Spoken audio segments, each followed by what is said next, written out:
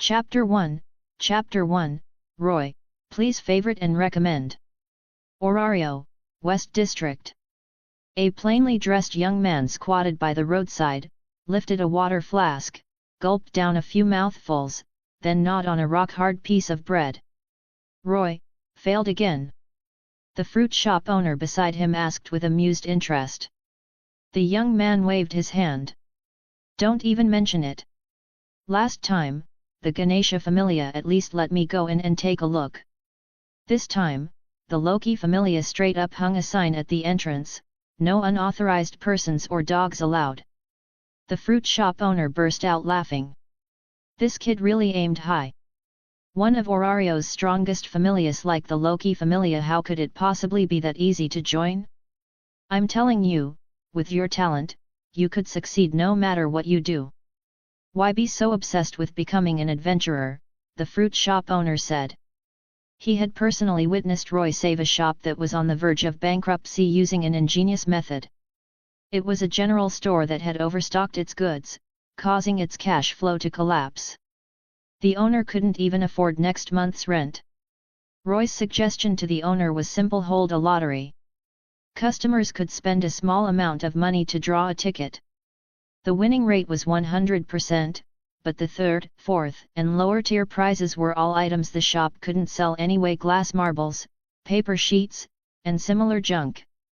The first prize, however, was equipment the shop owner had used back when he was an adventurer, a sword advertised as the best in the entire village, worth 1,000,000 valis. It instantly attracted countless low-level adventurers. Naturally, no one ever won the first prize, but all the unsellable junk was completely cleared out. In just 5 days, the shop owner made a huge profit. Roy only took a small service fee. Other shop owners were so jealous their eyes practically turned purple. They quickly followed suit, and the lottery method swept across the entire city. Very few people knew that it was the work of a 15-year-old boy.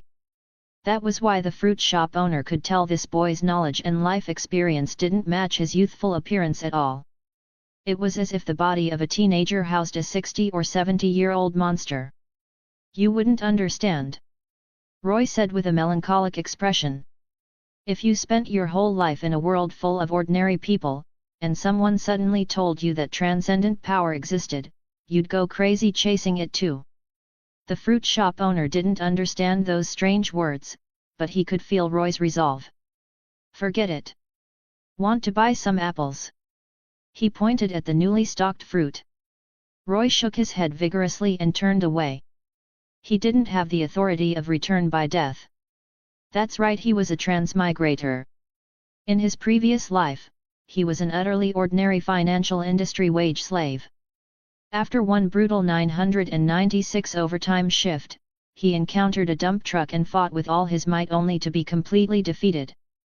This world was the same one from an anime in his previous life. Is it wrong to try to pick up girls in a dungeon? Rather than transmigration, his case was closer to reincarnation. Unfortunately, when he was 3 years old, his parents were killed by monsters that rushed out of the deep mountains, and their house was destroyed as well. In the blink of an eye, both parents gone, no home, no possessions. All alone, he was taken in by the village chief. Over the years, he used knowledge from his previous life to help the village develop rapidly. Half a month ago, he finally persuaded his guardian, the village chief, to let him leave the village and come to the adventurer capital known as the center of the world, Orario. 3,000 years ago, a labyrinth suddenly appeared in the lower world, the dungeon, one of the world's 3 great secret realms. Countless monsters poured out, threatening the world. Today, most dungeon entrances had been sealed, leaving only the entrance beneath Babel Tower in Orario. The gods gathered here and bestowed their blessings upon mortals, granting them transcendent power. These people were known as adventurers, and they entered the dungeon to experience thrilling and deadly adventures. Relying on knowledge from his previous life, Roy was confident he could become a wealthy tycoon, but what would be the point? Who doesn't dream of becoming transcendent? Yet after arriving in Orario, reality hit him hard. A king among kings in the countryside, a nobody in the city. After being rejected by 7 or 8 Familias in a row, Roy finally accepted the truth: he wasn't the kind of protagonist who could stand by the roadside, release a domineering aura, and have countless people kneel before him. Elves' powerful magic race. Canine beastmen naturally sharp senses. Wolf beastmen incredible speed. Dwarves overwhelming strength. Amazons all female, warlike, and extremely bold, dressed scantily, fond of reproducing with strong men, absolutely irresistible. With so many outstanding choices, why would anyone recruit a teenage ordinary human? What's more, he was the most ordinary of the ordinary. Raoul of the Loki Familia had no skills, no magic, no outstanding abilities, and his magic stat was permanently 0. His title, the Everyman. Roy felt he was even more average than Raoul. Perhaps his last hope lay in the cheat that had been loading for over 10 years. Panel awakening 99.8%. 99.9%. Roy waited nervously. This damned progress bar had been stuck at 99% since he was 9 years old, with the final 1% refusing to move.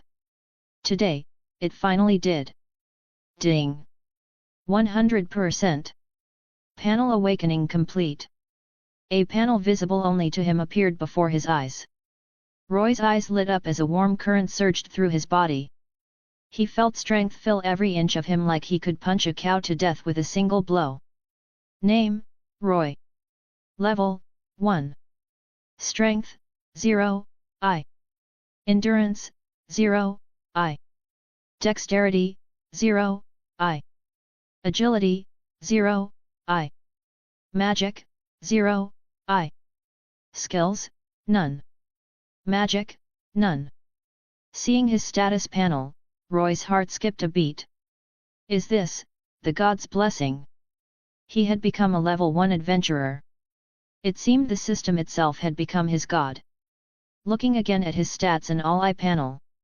Adventurer stats ranged from 0 to 999 and were divided into ranks from I to S, totaling 10 tiers. I, 099, H, 101.99. A, 808.99, S, 909.99. While hurrying back to his residence, Roy explored his cheat. It was simple: he possessed the god's blessing and could enter instances to grind monsters and level up. Demon Slayer instance, Hunt upper rank 2, Doma. Reward, 600 attribute points bronze treasure chest. Titan instance, Wall Maria is about to be breached. For every Titan slain, gain 3100 attribute points based on its physical ability. Reach 30 kills to trigger a special reward.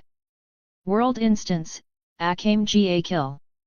Looking at the listed instance quests, the excitement on Roy's face grew stronger.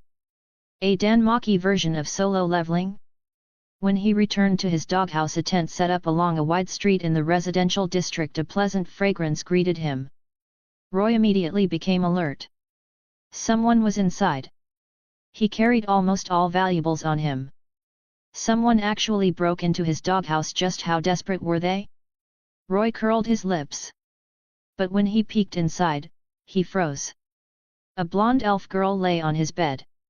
Her pointed ears were crystal clear, her eyes tightly shut, brows knitted together. Her breathtakingly beautiful face showed signs of pain and struggle, and from time to time, she let out soft, pained moans. Chapter 2, Transmigrating comes with a wife. Please bookmark, please recommend. Roy was deeply shocked by the peerless beauty of the elven girl before him, his mouth hanging open unconsciously. So it turned out that the trash-tier author called Otaku Perpetual Motion Machine really hadn't lied to him. Transmigrate and receive a wife for free, a blonde, pointy-eared elf, perfectly matching all of his preferences.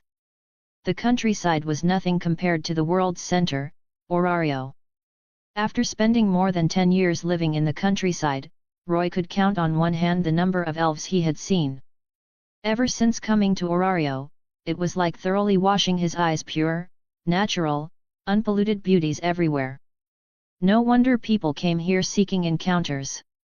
Wait, this person looks extremely familiar. Ryu Lion. A level 4 adventurer of the Astraea Familia, known as the Gale. Roy's breathing suddenly became rapid. The abrupt change startled the elven girl lying on the bed.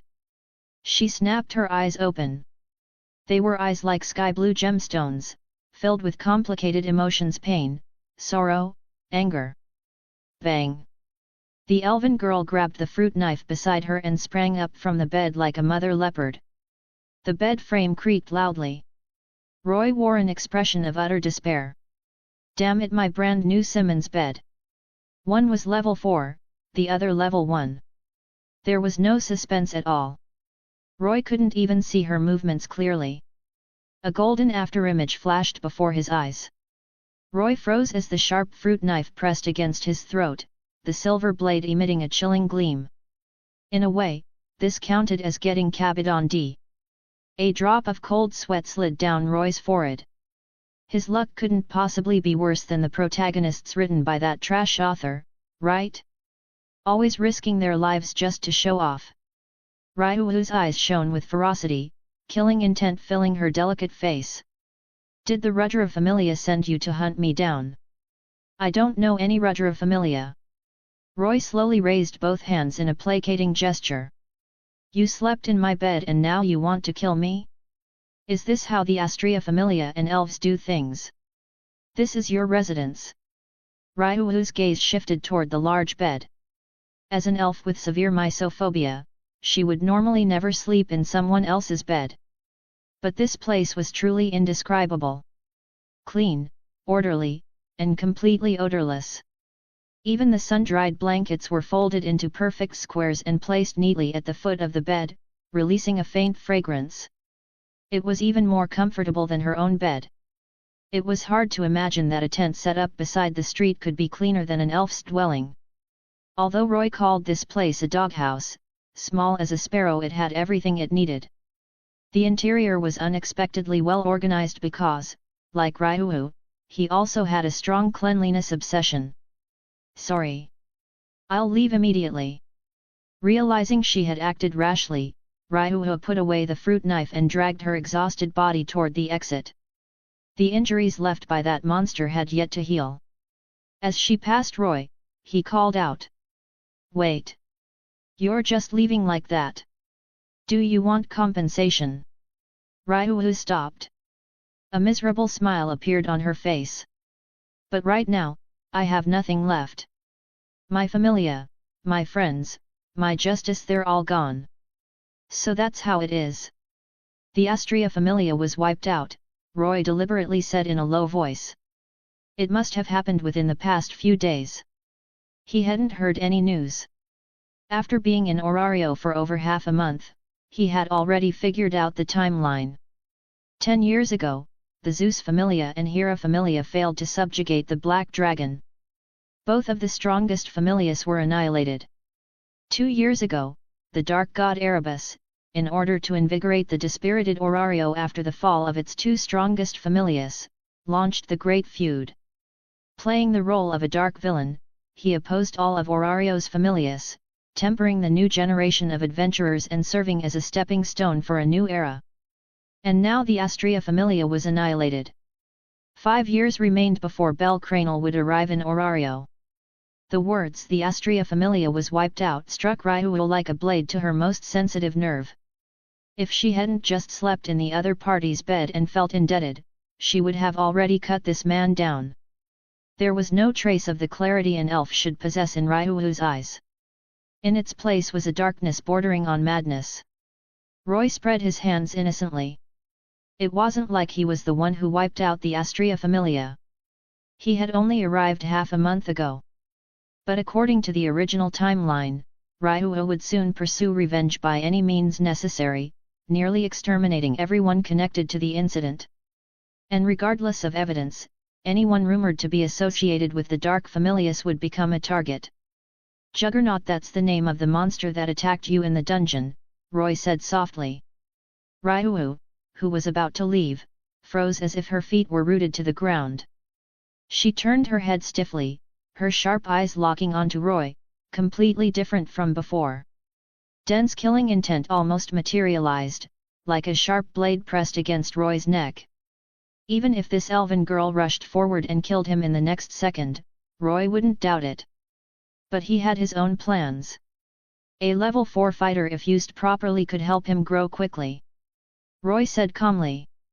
I have absolutely nothing to do with the Dark Familias. Go ask around and you'll know. I've only been in Orario for half a month. I live to help others, and I am irreconcilable with evil. Distrust flickered in Ryuu's eyes.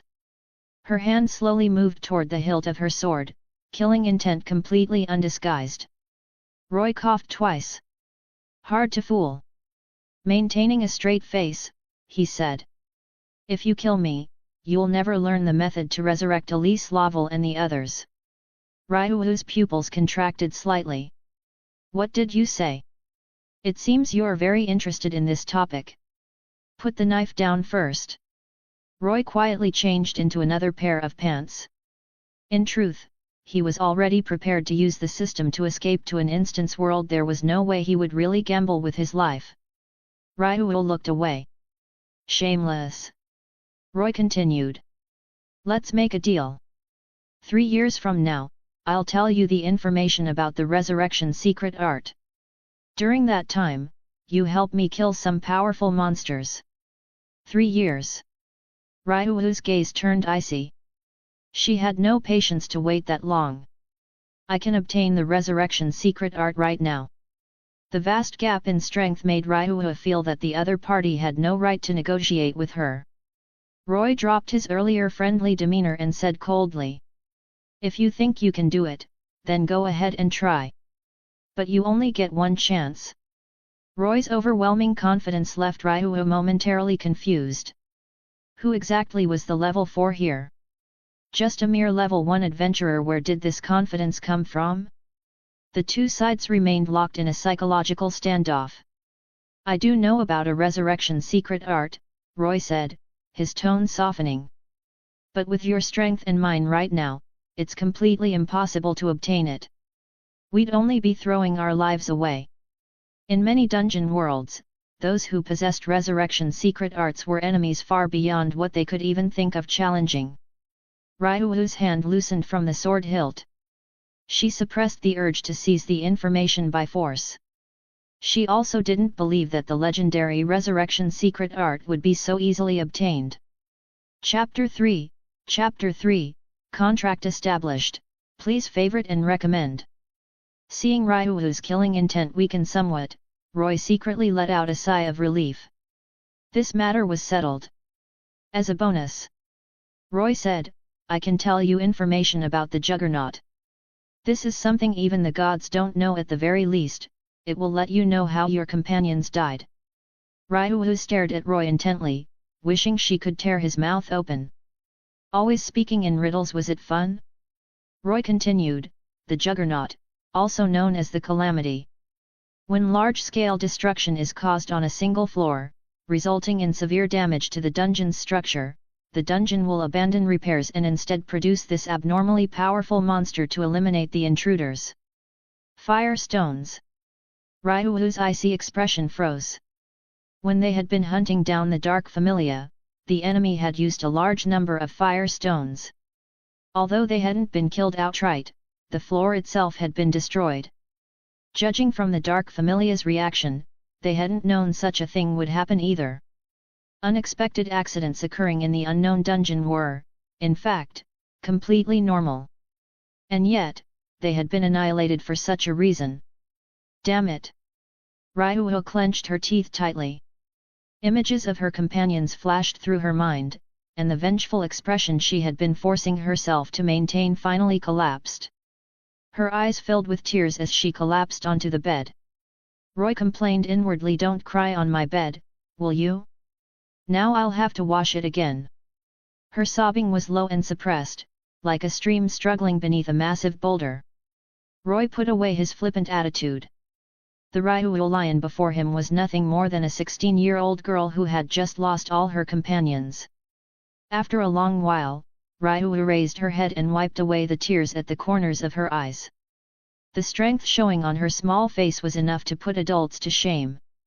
Ryuu looked at Roy. You are.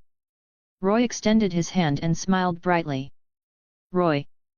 I look forward to working with you from now on, Gale Ryuhu Lion. Ryuhu did not take the hand he offered, only giving a slight nod. I agree. Roy didn't mind at all. He had just secured a level 4 fighter. The contract was established. The elven girl would work for Roy for 3 years, and he would help her obtain the resurrection secret art. Elves, who valued contracts and promises above all else, were the least likely of all races to betray an agreement, especially Ryuhu Lion, who was renowned even among elves for her sense of justice. Deceiving an underage elven girl like this gave Roy a slight pang of conscience. All he could do was work hard to increase his own strength. After all, the greater the hope, the greater the despair. If, 3 years later, he failed to help her obtain the resurrection secret art, Ryuhu would kill him without hesitation by methods far more terrifying than her revenge against the Dark Familia. Roy asked, "How's your condition?" Ryuhu replied, "Don't underestimate an upper-class adventurer." Roy wasn't surprised. The physique and habits of upper-class adventurers were monstrous.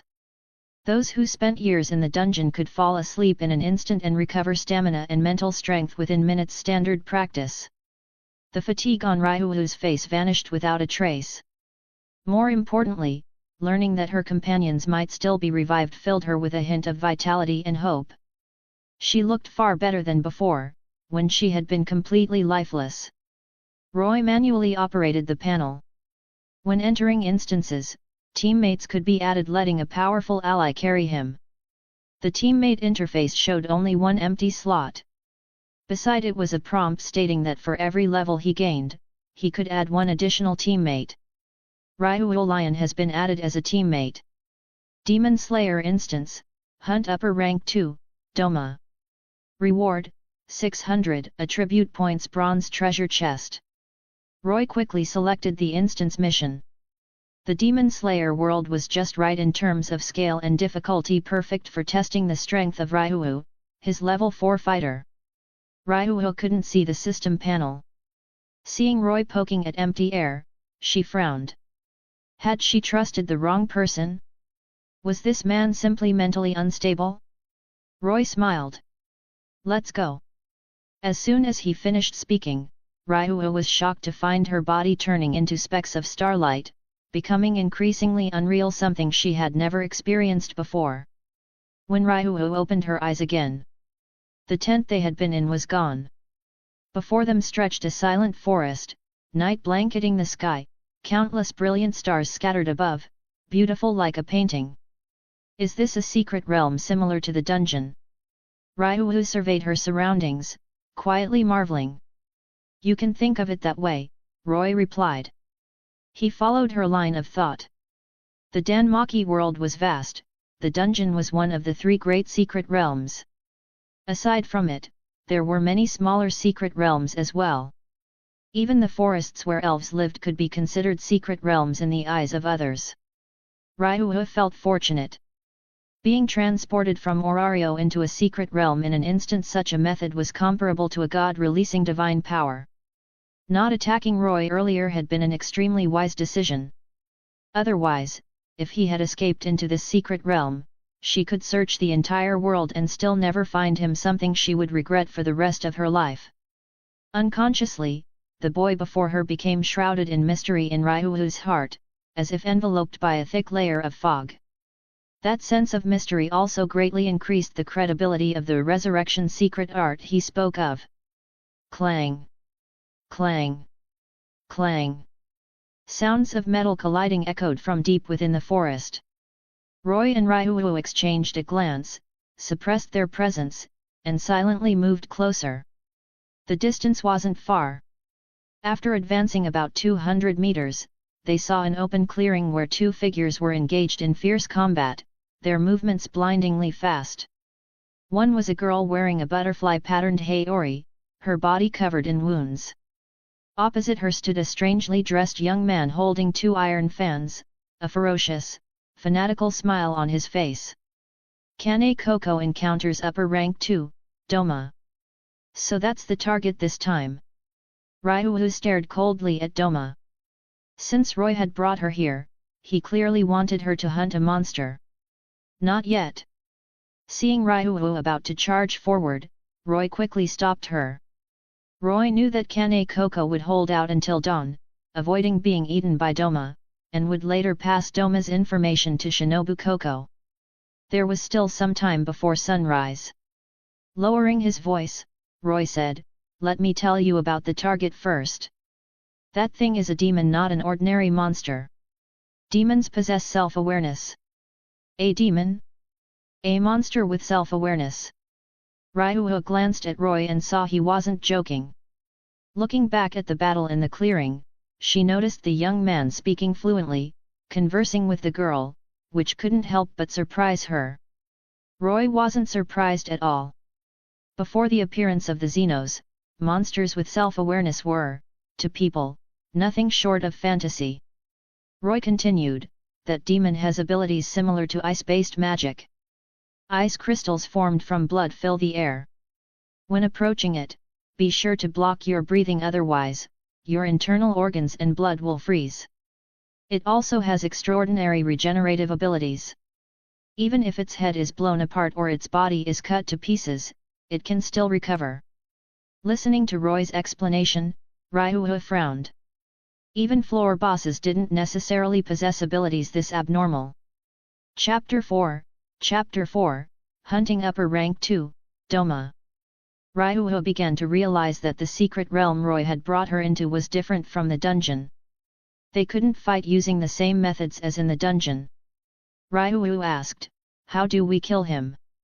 Roy guessed, "His physique is special, but his true strength is probably only between level 2 and level 3. However, demons don't have magic stones. The way to kill a demon is to cut off its head with the Nichiren blade in that girl's hand, or expose it to sunlight." Ryu murmured, "Exposed to sunlight." Seeing that Ryu already had her own ideas, Roy didn't interfere further. He was only level 1, how could he possibly instruct a level 4? Was he supposed to micromanage like a school principal? That would just be courting death. After telling Ryu about Doma's information, Roy's task was essentially complete. He even took the chance to fan the flames a bit. Roy said, "Demons view humans as food. Their lifespan far exceeds that of humans. Don't be fooled by that young man's appearance. He may look like he's in his 20s, but in reality he has already lived for hundreds of years. In that time, the number of humans he's eaten is impossible to calculate, at least tens of thousands of victims." Ryu's small face immediately darkened. Originally, for the sake of reviving her companions, she had already steeled herself. She wouldn't hesitate even if Roy asked her to kill innocent people. But since the target was such a deranged, heinous monster, she would be even less merciful. While Roy and Ryu were talking, the battle in the clearing had also reached a fever pitch. Kane Koko, lacking the standard Demon Slayer trio, was fighting in a bare-bones state against upper rank 2, whose strength far surpassed that of a Hashira. If not for the fact that Doma wanted to eat her, she would have already died long ago. "Give up. You're no match for me," Doma said with a cheerful smile, casually approaching Kane Koko. A Hashira-level girl, a perfectly trained body, tender flesh, and a captivating fragrance. In hundreds of years, he had encountered such prey only a few times, so this time he was especially patient. Kane Koko panted heavily. Despite her severe injuries, there was not the slightest hint of surrender or weakness on her face. At that moment, a golden figure stepped out of the forest, drawing the attention of both sides. "What is that?" Doma and Kane Koko simultaneously looked toward the elven girl. Her outfit was completely different from island-style clothing, with long golden hair and pointed ears. Her pretty face made Doma pause slightly too perfect, even surpassing Kane Koko. Boom! Ryu pushed off with her legs and shot forward like a rocket, charging toward Doma at an astonishing speed. So fast! Doma was startled. Faster than Akaza? This girl's physique surpassed that of an upper-rank demon? Interesting. Blood demon art, Creeping Lotus. A ferocious smile curled at the corner of Doma's mouth as he swung his twin iron fans. A large number of lotus-shaped ice crystals condensed into several ice vines wrapped in icy lotus flowers, lunging toward Ryuo like venomous snakes. Boom! Boom! There was no change in Ryuo's expression. She swung the wooden sword in her hand and effortlessly shattered the ice vines. Roy hid in the bushes, observing the battle. The wooden sword in Ryuo's hand looked ordinary, but in reality it was a rare high-grade weapon. Wooden sword, elven flowing light. Before the great feud, Ryuo had seized a branch of the sacred great tree from her homeland, the Lumina forest, at a secret base of the Dark faction, and handed it to the Astraea Familia to be crafted into a high-grade weapon. This wooden sword not only possessed powerful attack strength and exceptional toughness, but also had the effect of amplifying magic. It had extremely high compatibility with elven mana and even possessed the properties of a magic staff. Blood Demon Art, Frigid White Princess. Blood Demon Art, Crystalline Child. Doma's gaze grew increasingly fanatical. His iron fans moved rapidly as he unleashed his blood demon arts. Cold air spread as ice lotuses surged from the ground, forming figures shaped like young girls, as well as small ice puppets resembling Doma himself. Dozens of ice statues surged toward Ryuo in a vast wave. Roy's pupils shrank. As expected of a demon who had lived for hundreds of years, he really had some tricks. But could Ryuo handle it? The facts proved that Roy had still underestimated the strength of an upper-class adventurer. The elven girl burst forward. Every ice statue she passed shattered completely. Her speed kept increasing, unstoppable, as if nothing could block her path. Gale Rush, one of Ryuo's skills while sprinting, her attack power increases in proportion to her speed. Once the skill was activated, wild winds coiled around Ryuo's entire body. Her petite figure flickered past like a raging gale. In an instant, all the ice statues created by Doma turned into debris, with ice crystals scattering across the sky. Amazing! Doma's greedy, evil gaze locked tightly onto the elven girl. Kane Koko, whom he had previously regarded as a treasure, could no longer draw even a shred of his attention. It was a scent he had never smelled before. Roy silently watched Doma's suicidal behavior. That level of madness could probably only be rivaled by the gourmet from Tokyo Ghoul. The elven girl's nature was one that despised evil, and Doma's attitude of treating her as food made her fury surge. Her gaze grew colder and colder, utterly calm and emotionless. Ryuo's indifferent voice rang out. "O distant forest skies of the past, infinite stars embedded in the boundless night, respond to the voice of one as ignorant as I. Grant me once more the blessing of starlit flame, bestow light and mercy upon those who have departed." Blood Demon Art, Winter Ice Pillars. Doma swung his iron fans. Ice mist gathered overhead, condensing into countless sharp ice pillars that fell like rain, covering an enormous area impossible to evade. "Come forth, wandering wind, traveling pilgrim!" Ryuo chanted, gripping her wooden sword with both hands and slashing toward the void. The raging wind she released tore the ice pillars apart. The barrage-like ice rain split to either side. Doma's blood demon arts, in front of level 4 Ryuo, were no different from a child's play. With a single swing of her wooden sword, everything before her was effortlessly cut apart. Roy muttered to himself, parallel chanting. Ordinary adventurers, when channeling mental power to release magic, could only stand still. If they mispronounced even a single word, the spell could fail, and they often required several guards to protect them. Only adventurers with extraordinary talent could move while simultaneously chanting magic. It was an extremely advanced technique. And the elven girl before him might be one of the most proficient parallel chanters in all of Orario. Ryuo was simultaneously handling high-speed attacks, movement, evasion, defense, and chanting. Even first-tier adventurers would be left dumbfounded at the sight. Doma, who was born unable to feel emotions, did not feel fear in the face of Ryuo's overwhelming power. On the contrary, he became completely consumed by fanaticism. Blood Demon Art, Mist Ice Sleeping Lotus Bodhisattva. The blood vessels on Doma's body burst open. Blood mist spread, then transformed into frigid air. Solid ice formed a gigantic ice giant shaped like a bodhisattva with its hands pressed together. The bodhisattva ice statue chopped down toward Ryuo like a massive hand blade. Soar across the heavens, race across the wilds, run with a speed that surpasses all things. Carry the radiance of the stars and subjugate the enemy. Ryuo's eyes remained indifferent as her wooden sword pointed forward. Wind of Light. Chapter 5, The Old Bastard Drops Loot. Wind of Light. As Ryuo's final shout fell, her magic power erupted. Countless emerald green orbs of light appeared high in the sky, illuminating the entire night as bright as day. Boom! Boom! Boom! Wrapped in raging winds, the light orbs fell like a torrential downpour, relentlessly bombarding the bodhisattva ice statue. Deafening explosions rang out one after another, the blazing flashes dazzling to the eye. Doma's figure was swallowed by the explosions. Boom! When the violent blast subsided, a massive crater remained where it had struck. Doma and the ice statue were already gone without a trace. Roy smacked his lips. That was brutal. Wind of Light, a dual attribute magic of light and wind.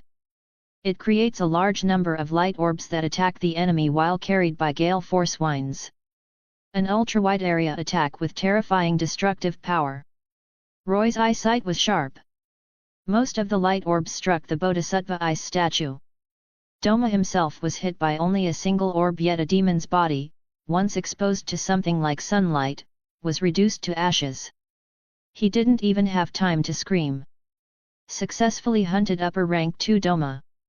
Congratulations, you have obtained Mystic Ice Blade. Congratulations on completing the instance quest. You have obtained 600 attribute points in a bronze treasure chest. Roy's eyes lit up. Monsters really do drop equipment, and combined with the quest rewards, this felt pretty damn good. Name: Mystic Ice Blade. Quality: Advanced. Special effect: this weapon is a magic sword. It has no base attributes, but can cast freezing magic 3 times. Roy thought to himself, open the treasure chest. Bronze treasure chest opened. Congratulations, host, you have obtained 10 bottles of low-grade health potion, refined iron longsword, low-grade, wind chaser boots, advanced. Low-grade health potion, after drinking, restores 20% HP over 10 seconds. Multiple uses can extend the duration, but effects do not stack. Remaining, 10 bottles. Refined iron longsword, low-grade, forged from repeatedly tempered refined iron. No special effects. Name: Wind Chaser Boots. Quality: Advanced. Attributes: increases speed by 10%. Special effect: treading the wind increases agility by 30% for 10 seconds. Each activation reduces equipment durability by 10%. Durability: 99%. Looking at the long list of panel rewards, Roy's face split into a wide grin. Having a big shot carry you really is amazing. The attribute points obtained from the system could be freely allocated to his stats.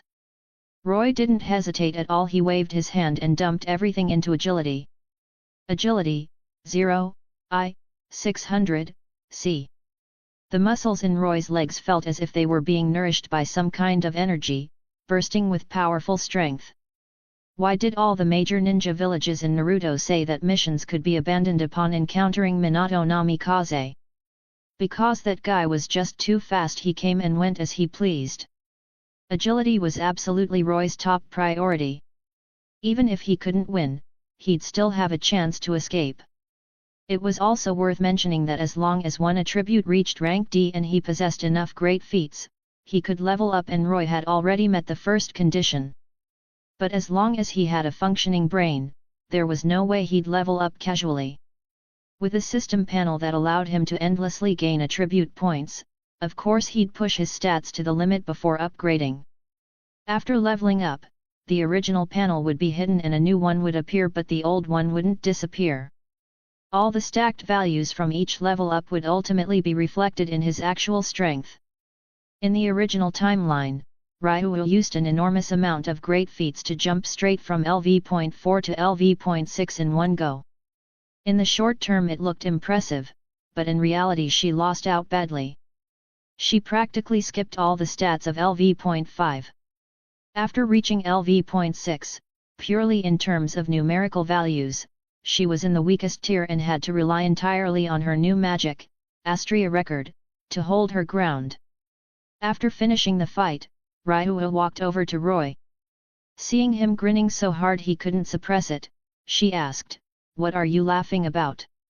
"I was just admiring how extraordinary Miss Ryu's strength is. Even among LV.4 adventurers, you're truly one of a kind," Roy replied smoothly, laying on the flattery. System items were divided into 5 tiers: low grade, advanced, epic, legendary, and divine.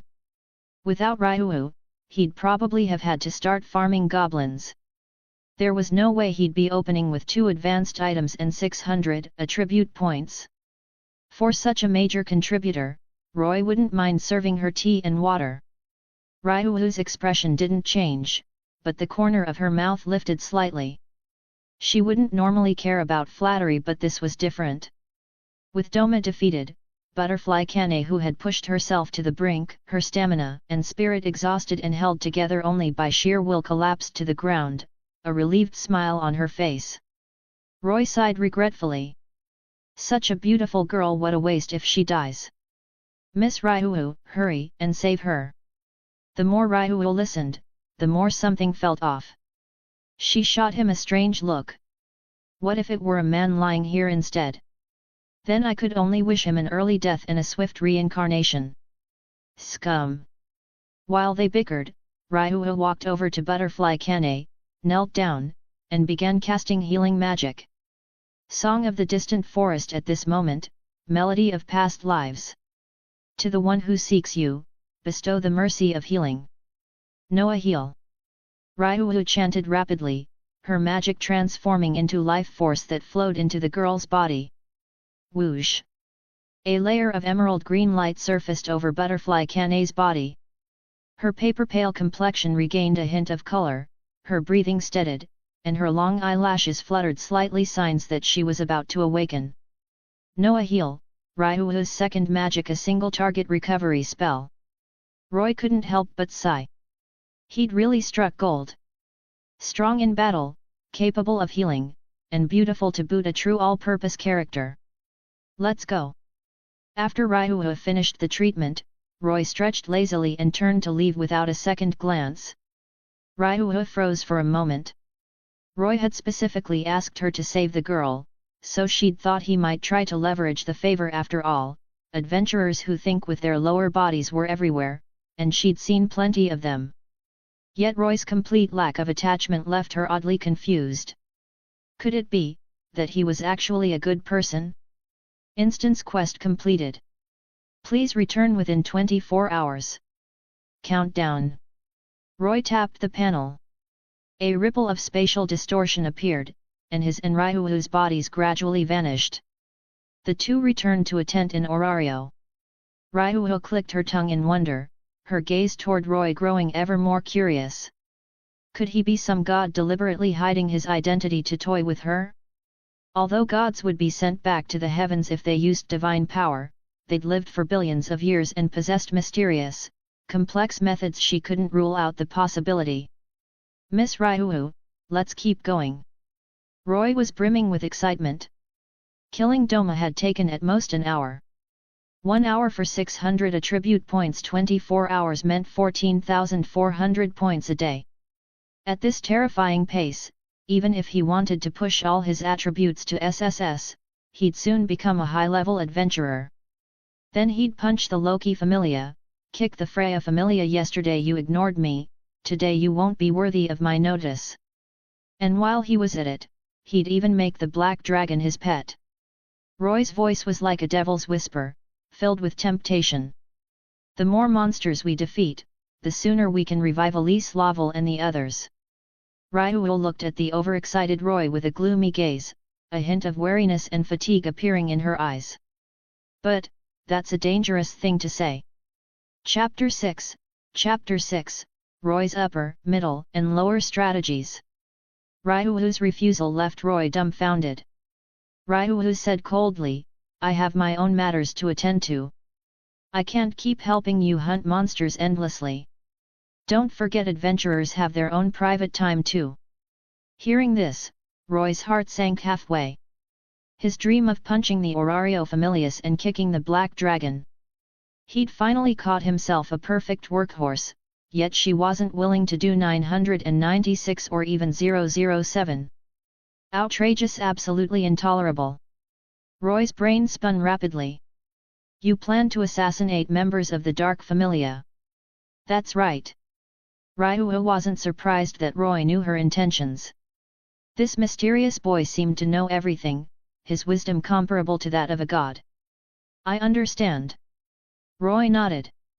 Ryuo had only helped him farm monsters with a try-it-and-see attitude. Reviving Elise Laval and the others would be best, but revenge still had to be carried out. After a brief moment of thought, Roy clenched his teeth and stamped his foot. To keep his ace fighter from running off Dark Familia, hey? Fine. Today, I'm dealing with you no matter what. Roy asked, what do you plan to do next? Kill directly? I might be able to give you some advice. After all, we're on the same boat now. After hesitating for a few seconds, Ryuo said, I plan to ask Lady Astraea to leave Orario, then assassinate Dark Familia adventurers and those connected to them. Her small face was icy, killing intent surging. The insane flames of revenge could even burn the innocent.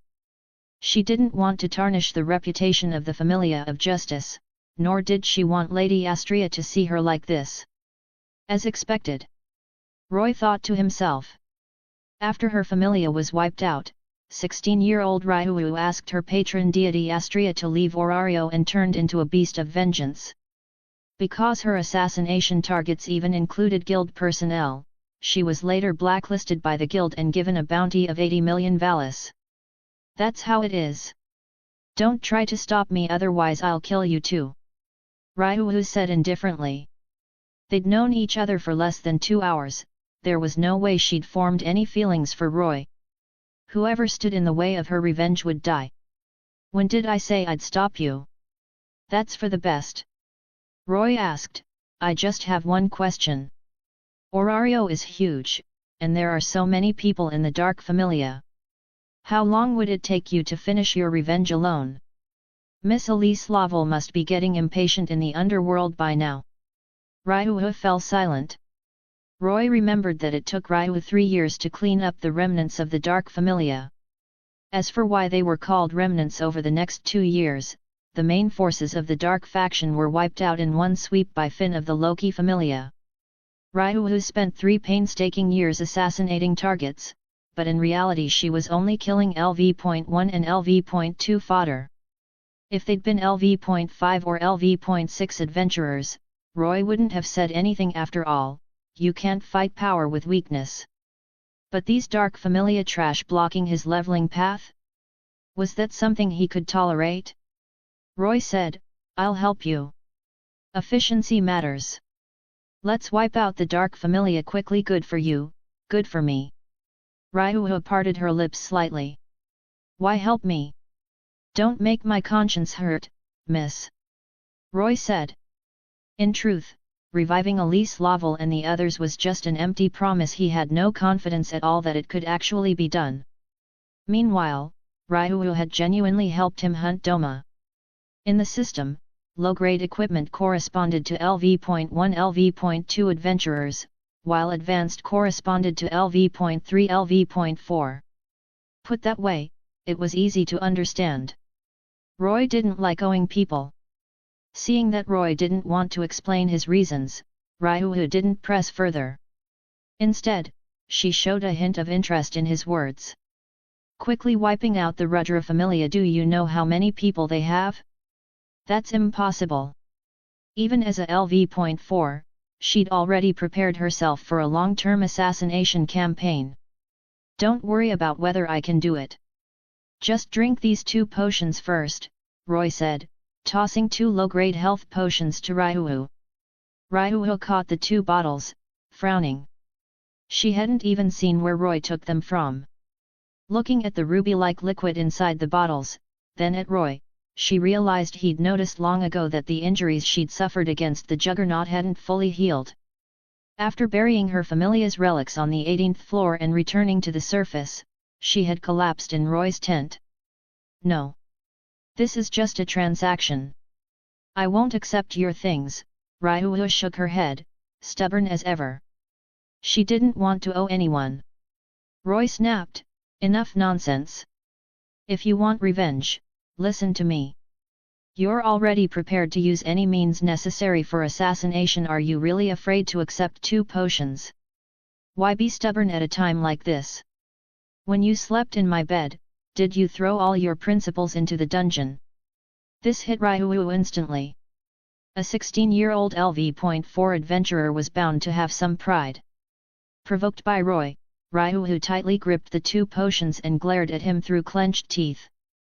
She pulled the corks and downed both bottles in one go, as if she were drinking Roy's blood. The effects were immediate. A faint emerald green glow surfaced around Ryuhu's body. 20 seconds restored 40% HP. Her internal injuries healed at a visible speed.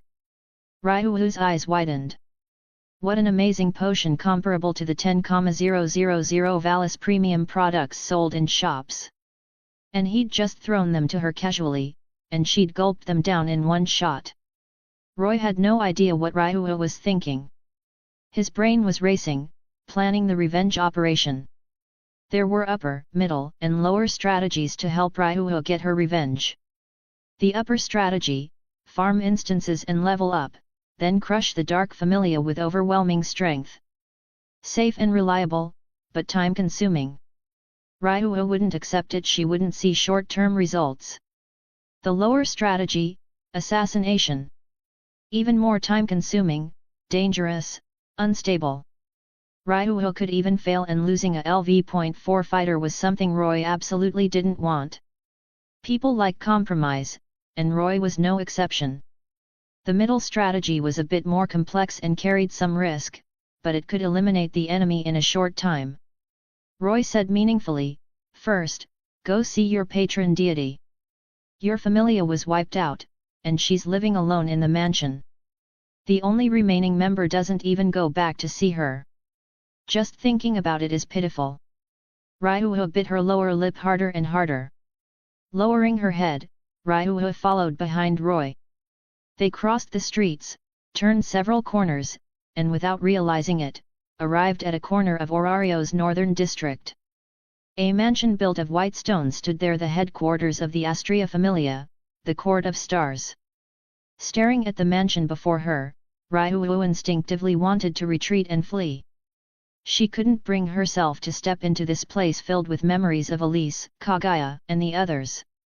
Swear by the sword and wings of justice. The oath of justice engraved on the plaque felt like a heavy mountain pressing down on Ryuhu's head, leaving her unable to breathe, let alone raise her gaze.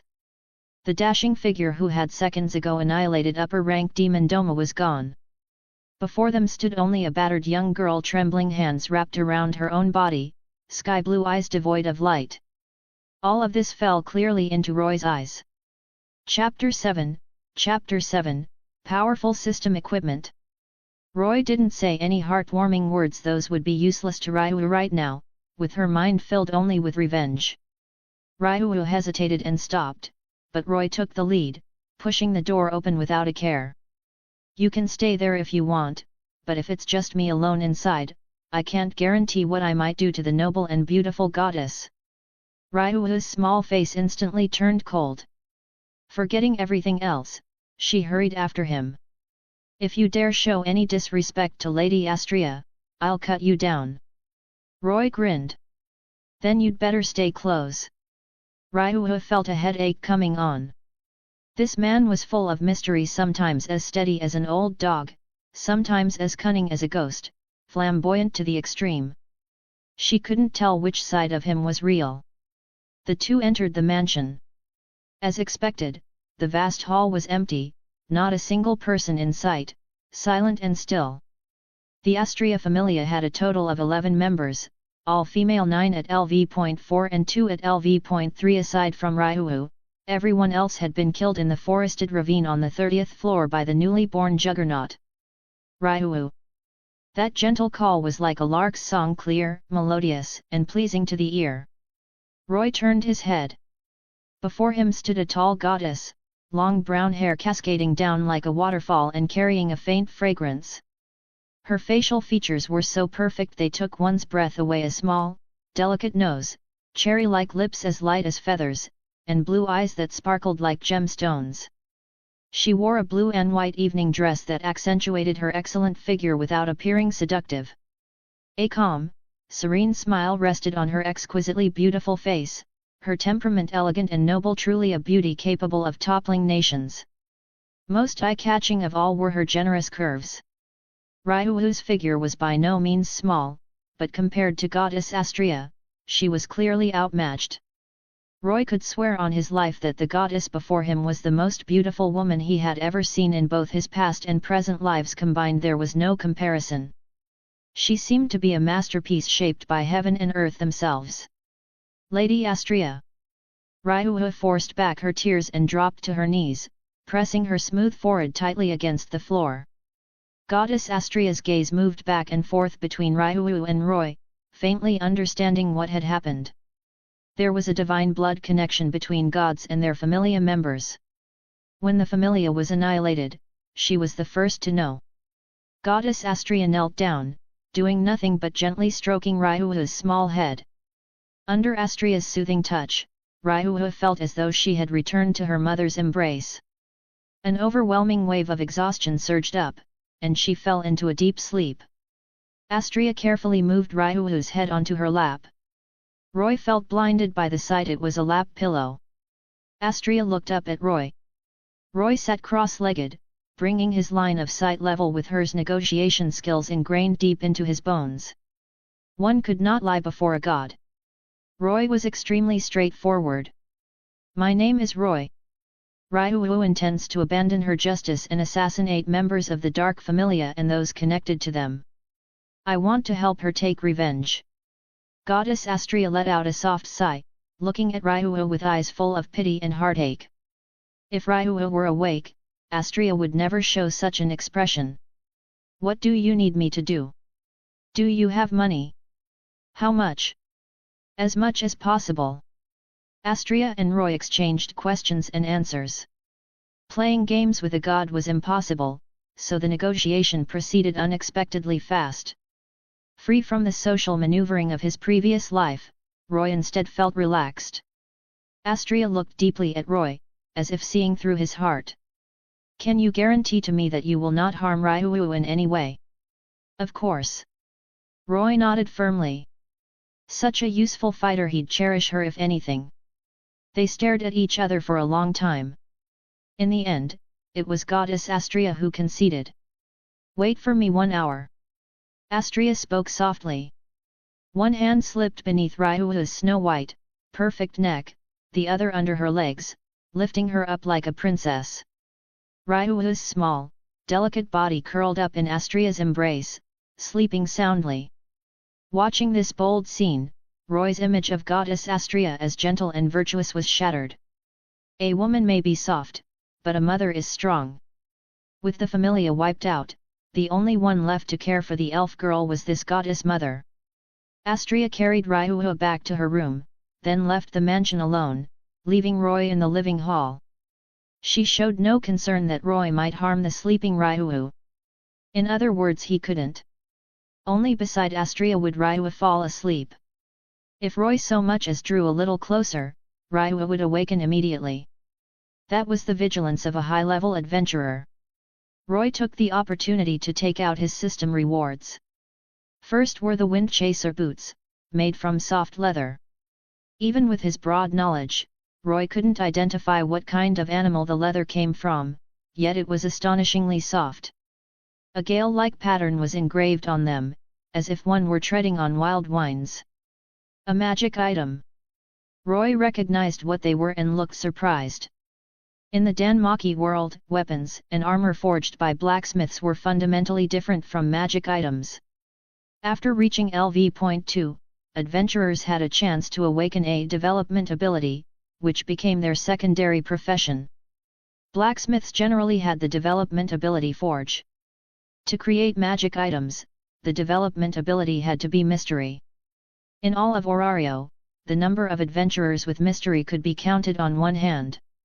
The most famous was Asfi Andromeda, captain of the Hermes Familia known as the All-Rounder, and one of the rare magic item craftsmen in the world. As an aside, the red-eyed rabbit's development ability was luck, extremely rare. Time and again, in desperate situations, he would seem to coincidentally encounter a turning point lucky to an absurd degree. The wind chaser boots in Roy's hands were also a magic item. Unable to wait, he took off his village quality shoes and slipped his size 40 feet into the oversized wind chaser boots, which looked at least size 42, clearly not a good fit. But in the next instant, the boots suddenly contracted, clinging tightly to Roy's skin, fitting him perfectly and comfortably. Roy's eyes lit up. This was a real magic item. He stood up and stomped hard on the ground, instantly feeling a speed boost, as if he were about to take flight. Next came the mystic ice blade and the refined iron longsword. The former was a magic sword capable of releasing magic without chanting, extremely convenient. Even a child could use it to cast spells, making countless adventurers flock to it. The latter was a genuine village quality sword. Its quality was about the same as the long swords Roy had seen at the general store, worth around 500,000 valis. Claims of it being worth $1 million were nothing more than a merchant's exaggeration. Roy played with his equipment with great interest, all the while adjusting to his enhanced body. Even now, the excitement of obtaining extraordinary power hadn't faded from his heart. An hour passed quickly. Goddess Astraea returned to the mansion and placed a parchment scroll before Roy. This is a note worth 80 million valis. Seeing the guild seal stamped on it, Roy could only marvel inwardly, ridiculously rich. Chapter 8, It's a bit big, bear with it. Orario was governed by the Adventurers Guild, founded by the great god Aranos. The guild held absolute authority over matters related to the dungeon, the gods, Familias, public order within the city, and even Orario's economic development, effectively acting as the city's ruling body. All major Familias were required to pay taxes to the guild based on their rank. The higher the rank, the higher the tax. With this parchment note, one could go to the guild and withdraw 80 million valis. As expected of the Astraea Familia, a B-rank familia, they still had some financial foundation. Roy accepted the note openly and without hesitation. 80 million valis, any adventurer with even a hint of greed might have run off with the money. In this world, the cost of living was low. For an ordinary person, a single meal cost around 40 to 50 valis. Orario was the center of the world. In other places, things were even cheaper. What did 80 million valis mean? As long as you didn't do anything stupid, an ordinary person could never spend it all in a lifetime. But Roy wasn't that foolish. Without Goddess Astraea's proof of identity, the note was nothing more than a useless piece of paper. Some people thought that picking up a check worth hundreds of millions meant they could cash it at the bank. More likely, they'd end up with a pair of shiny silver handcuffs or, at best, a commendation certificate. What mattered most was the person holding the check. With the cooperation settled, Roy and Astraea sat in the mansion, staring at each other. Since it was their first meeting, they didn't have much in common to talk about. At most, they could chat about Ryuhu. Kerr. At that moment, an ill-timed sound echoed. Roy's gaze drifted downward to Goddess Astraea's flat stomach. Her flawless cheeks flushed red, and she gave a wry smile. Lady Goddess, I know a thing or two about cooking. Roy naturally wouldn't embarrass a woman, especially not such a beautiful goddess. Even just having her sit there like a vase was pleasing to the eye. These gods, once they unleashed their divine power, were omnipotent. Yet they willingly bound themselves within the framework of the lower world, experiencing ordinary joys and troubles. It made Roy feel a subtle sense of closeness toward them. Time passed. Lying on the bed, the elven girl slowly awoke, her spirit and injuries fully recovered. Ryuho quietly stepped out of her room and soon locked onto the kitchen, where she sensed the presence of two people. "I'm very sorry to trouble you to help. It's fine, two people work better together. Updates aren't easy, remember to share the site. I'm coming. Ow. Bear with it, this one's a bit big." The dialogue drifting out of the kitchen made the pure-hearted elf girl's sky-blue eyes widen instantly. Recalling what Roy had said when he entered earlier, her pretty face turned bright red. No way, impossible. He had just met Goddess Astraea. The blush spread to her pointed ears. Her crystal-clear ears drooped and then perked up, one high and one low, like a bird's wings. "What are you doing?" the elf girl shouted as she rushed over and pushed open the kitchen door. The scene before her left her stunned. The young man and the goddess were squatting on the floor. Astraea held a magic stone lamp in one hand for light, while Roy cradled the goddess's smooth, silk-like hand and pulled out a bloodied wooden splinter. "Ryu." Roy and Astraea looked at her in confusion. Seeing this, the elf girl immediately realized she had misunderstood. A wave of shame surged through her, heat practically steaming from the top of her head. They were cooking. When the goddess added firewood, a sharp wooden splinter had pierced her finger, and Roy, harboring nothing more than simple intentions, helped her pull it out. "Why didn't you use magic stone appliances?" Ryu asked, glancing around. She quickly understood. The magic stones in the refrigerator, stove, and hot water kettle had all shattered. She pressed her lips together. How had Goddess Astraea been living these past few days?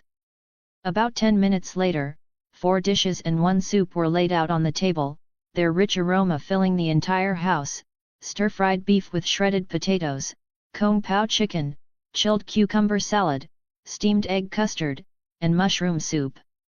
Astraea and the elf girl stared at the food, eyes unblinking. This level of cooking is far beyond knowing a thing or two. Being able to lie in front of a goddess without being discovered, you're impressive, Astraea said with a smile. Roy gave a polite yet awkward grin. A little knowledge mastery in 8 or 9 parts.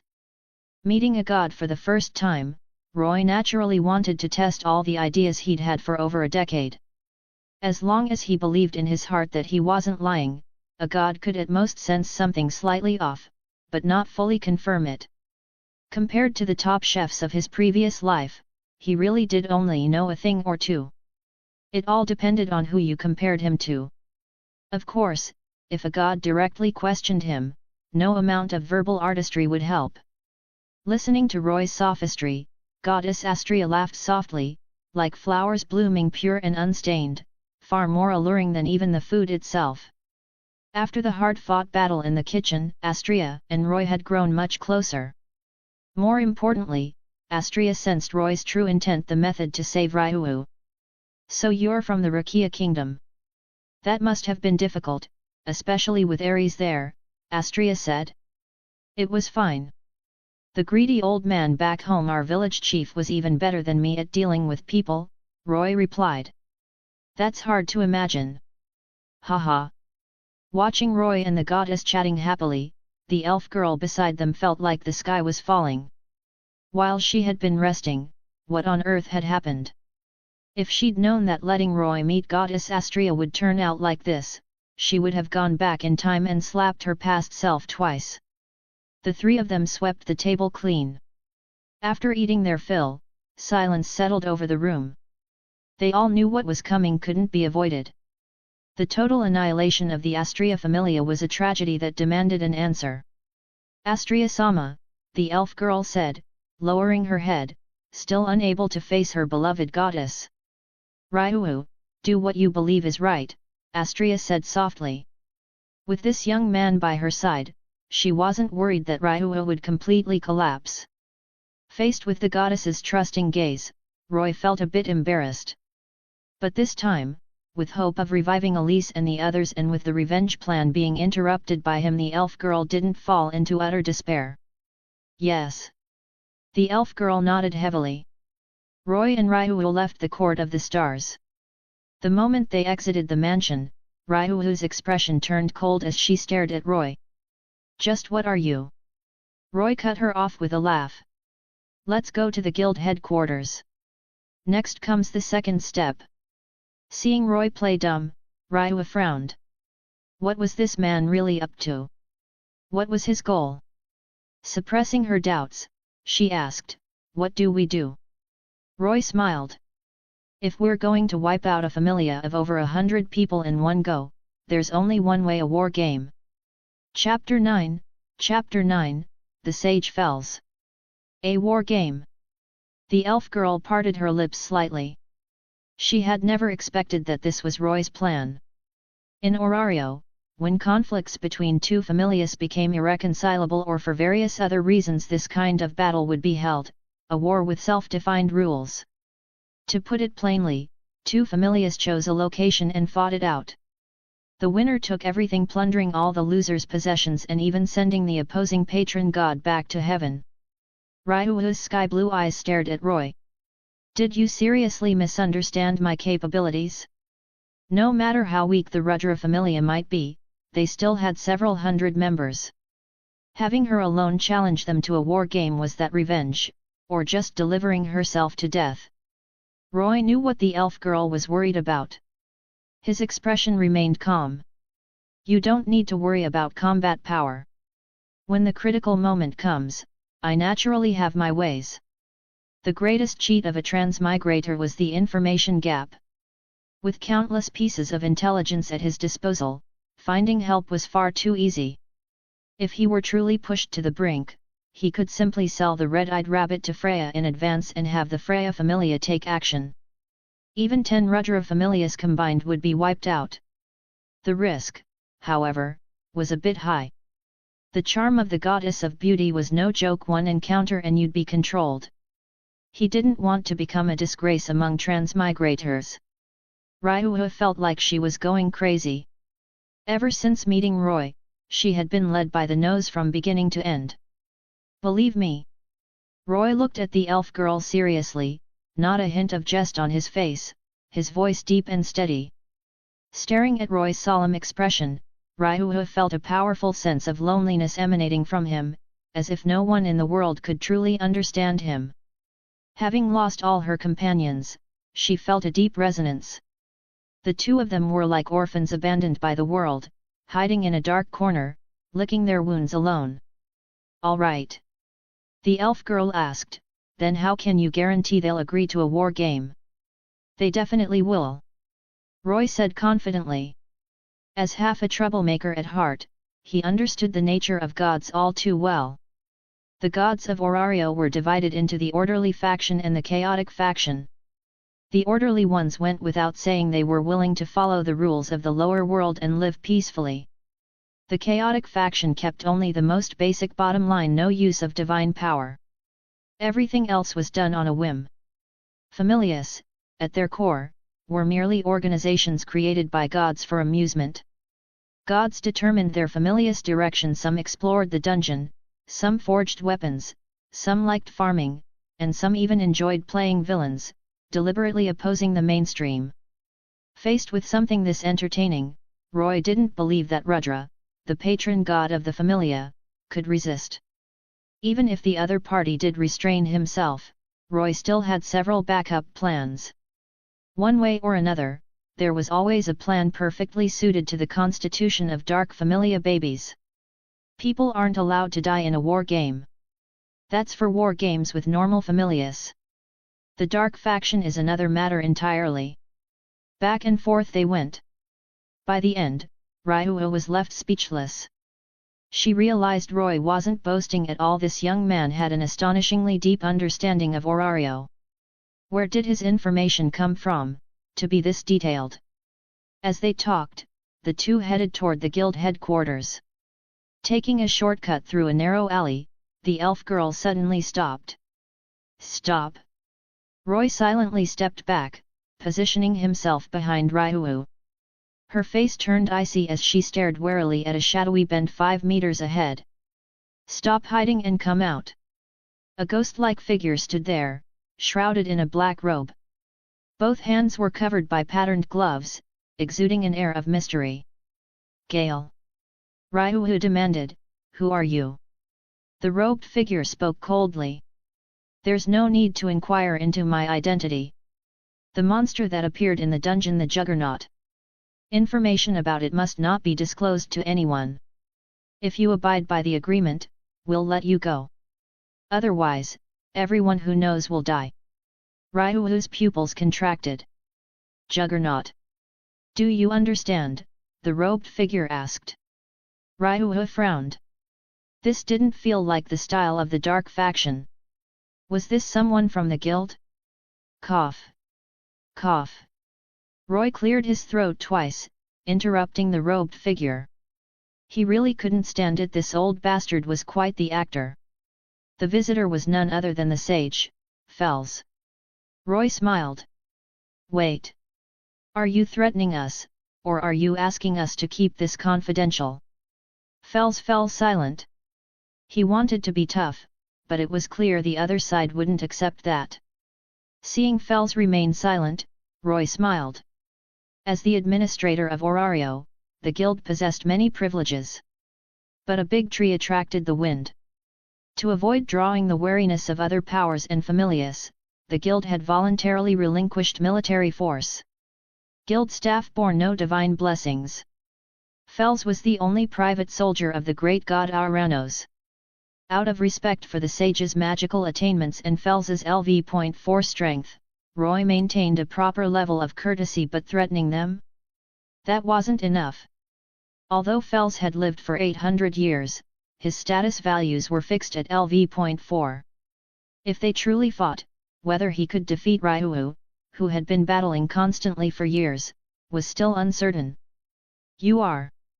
Fells finally noticed the young man standing behind the elf girl. He didn't match any high-level adventurer in his memory at all. What was going on? "My identity isn't important. I'll ask again, are you threatening us, or are you requesting our cooperation?"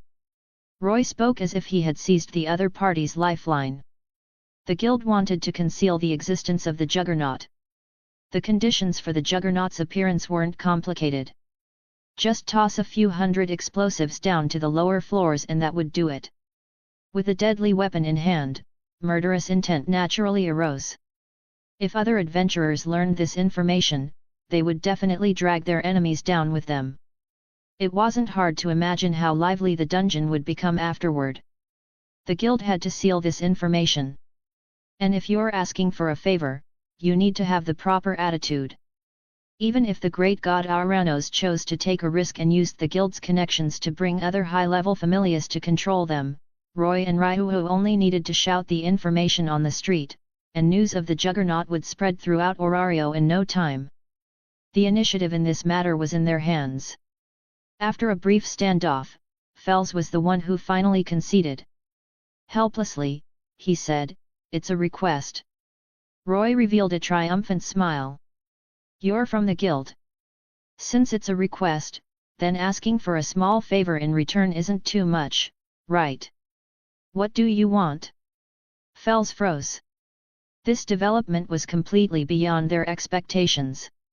When Ryu suddenly headed to the guild, they feared she was going to make the Juggernaut's information public, so he rushed over to stop her, never expecting things to become this troublesome.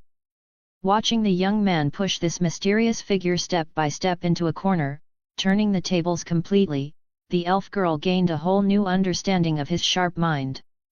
Roy pinched his index finger and thumb together and smiled. "The guild turns a blind eye to our next actions and gives us a little bit of convenience on top of that." Chapter 10, Revocation of Adventurer Status. Just a little convenience. Faced with the deal Roy proposed, Fells was not foolish enough to accept it blindly. After a brief exchange, he had already realized that this young man was not easy to deal with. A powerful adventurer was one thing, but an adventurer with brains was truly troublesome. "Aranos." Fels took out a crystal ball about the size of a baby's fist. Clear and translucent, it emitted no sound, yet silently called out.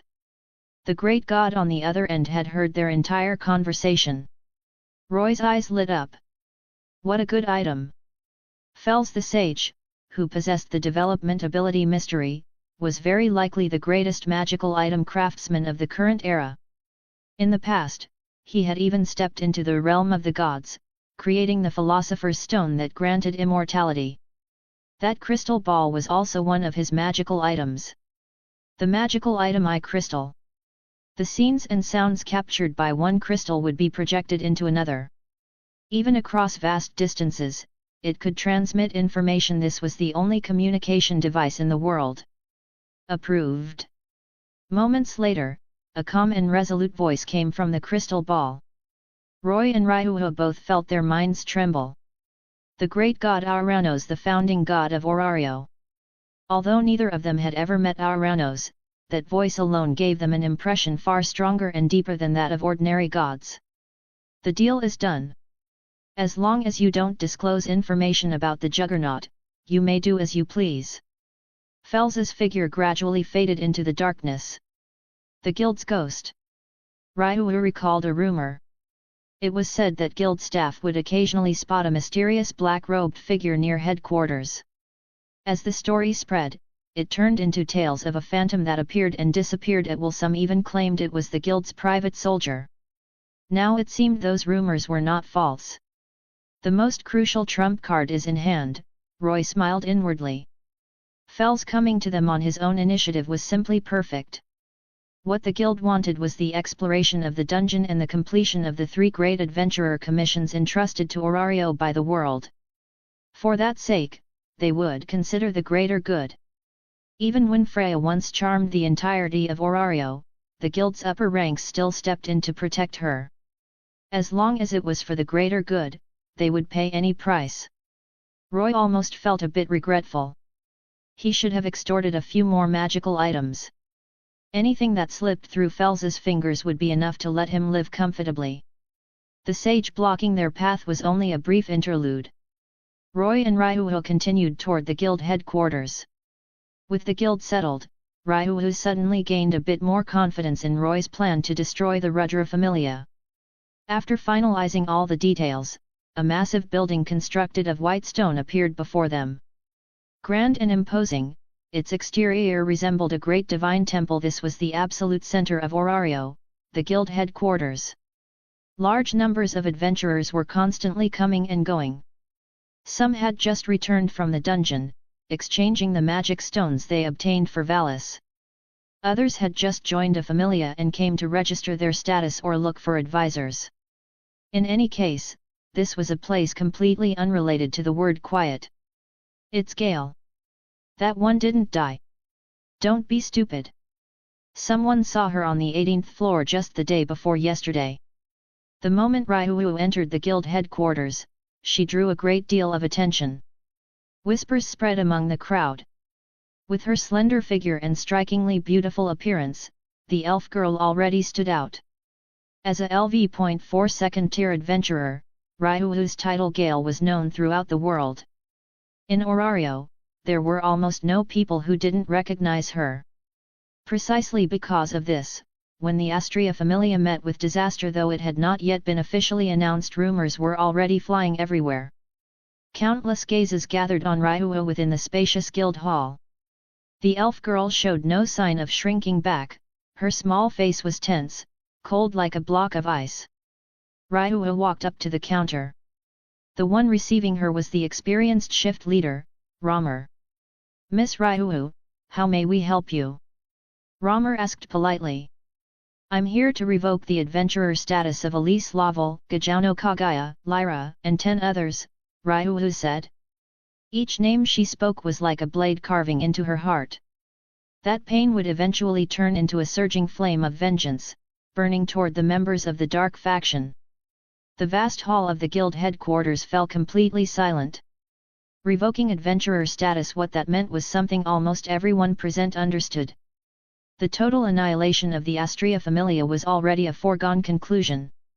Hiss! A collective gasp rang out in the hall.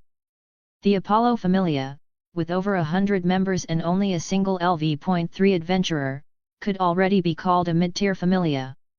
The Astraea Familia, which had 9 LV.4s and 2 LV.3s, was on a completely different level. Looking across Orario, the only familias openly stronger than the Astraea Familia were the Freya Familia, the Loki Familia, and the Ganesha Familia, just a few. The destruction of the Astraea Familia was nothing short of a thunderbolt on a clear day for Orario. Shock, confusion, unease, even a sense of grim satisfaction. Roy saw a mixture of complex emotions on everyone's faces. It wasn't hard to understand. Some feared the dark faction's resurgence. Some felt a twisted sense of relief due to past grudges with the Astraea Familia. Others looked utterly lost. Roy himself felt conflicted as well. He hadn't even registered as an adventurer yet, and he was already accompanying someone else to revoke adventurer statuses. It felt a bit unlucky. Soon after, Roy shook his head, flinging those messy thoughts far out of his mind. Even Romer wore an expression of disbelief as he asked again, "Are you truly certain you want to revoke the adventurer status of Elise Laval and the other 10?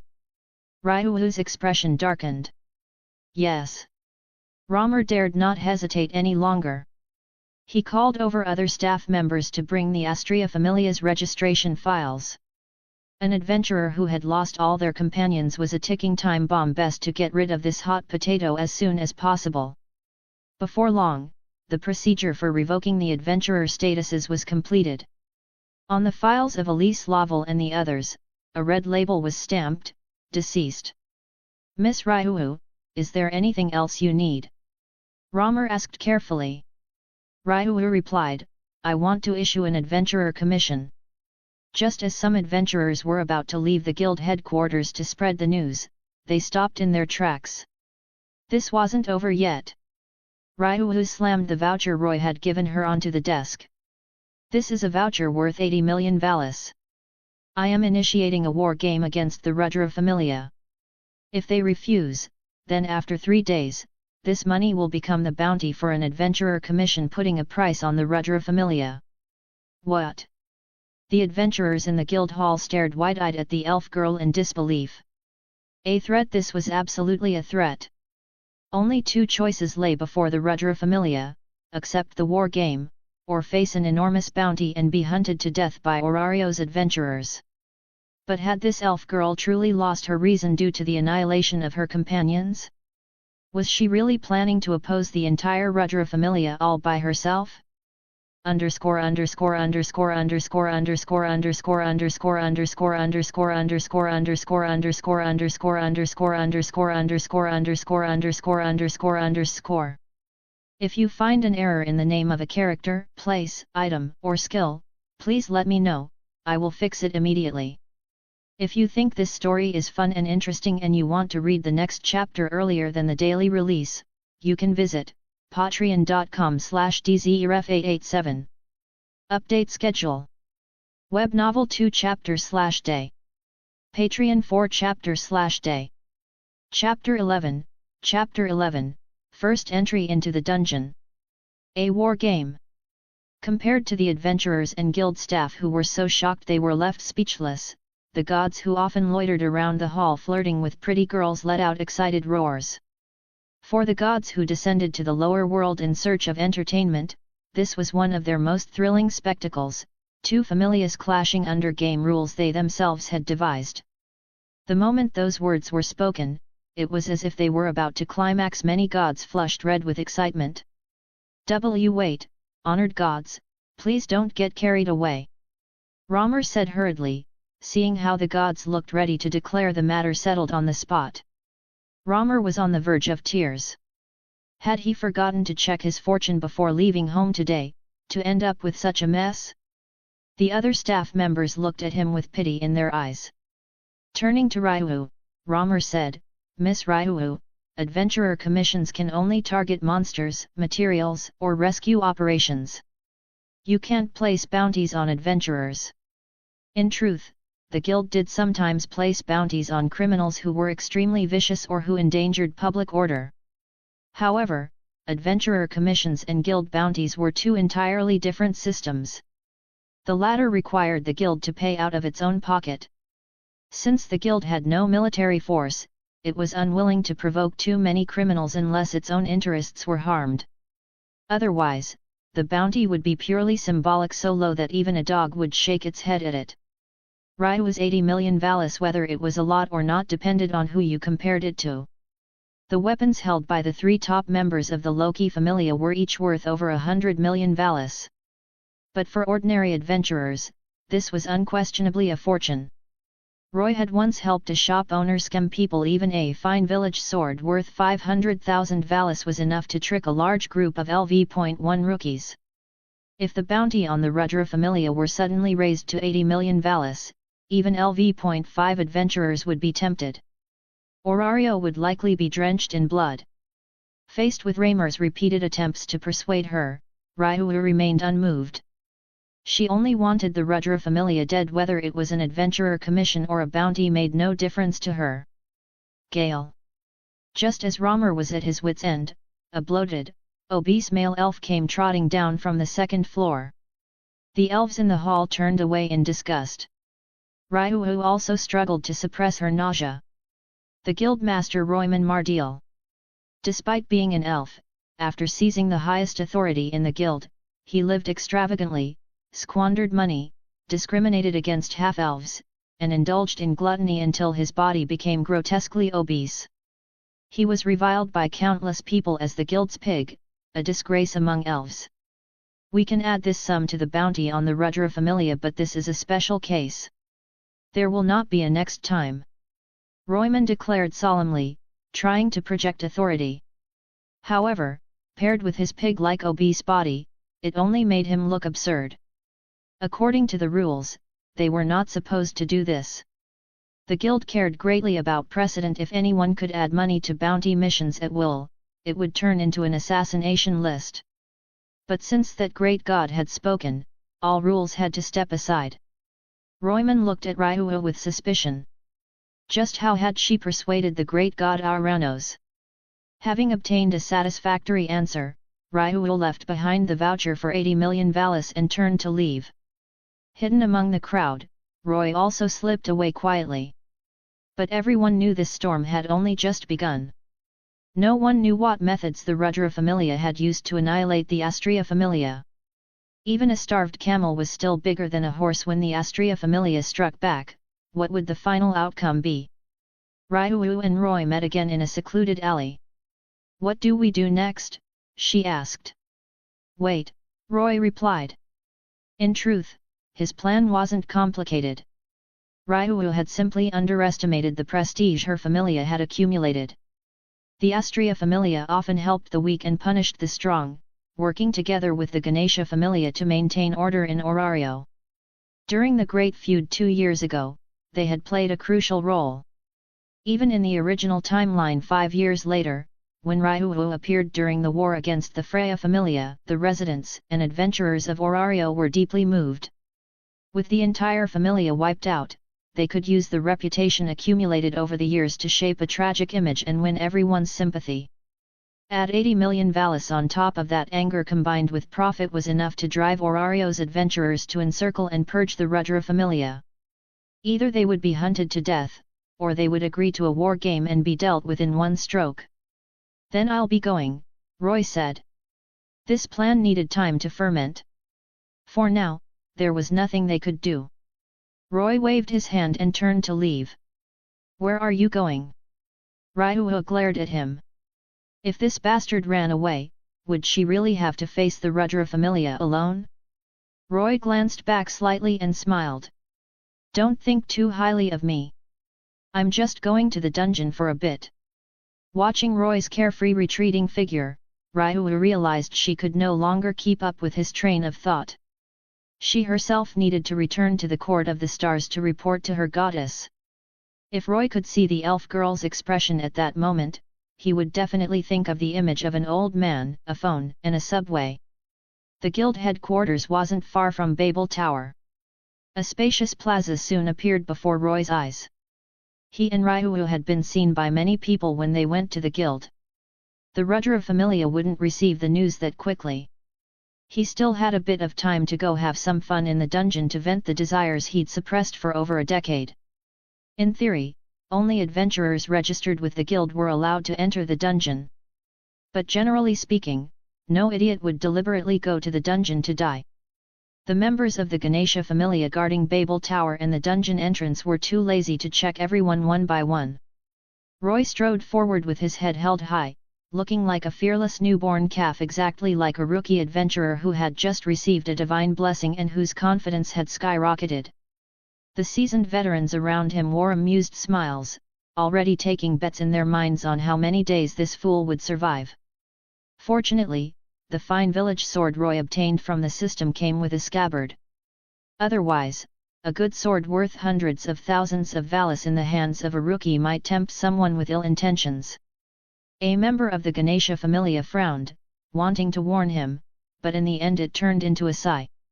They had seen this kind of thing too many times. People grew numb to it. The moment he stepped into the dungeon, the youthful expression on Roy's face vanished without a trace. Although he had been in Orario for over half a month, this was his first time entering the dungeon. Times were different now. He had received the system's blessing and held a fine village sword, a magic sword, and magic boots.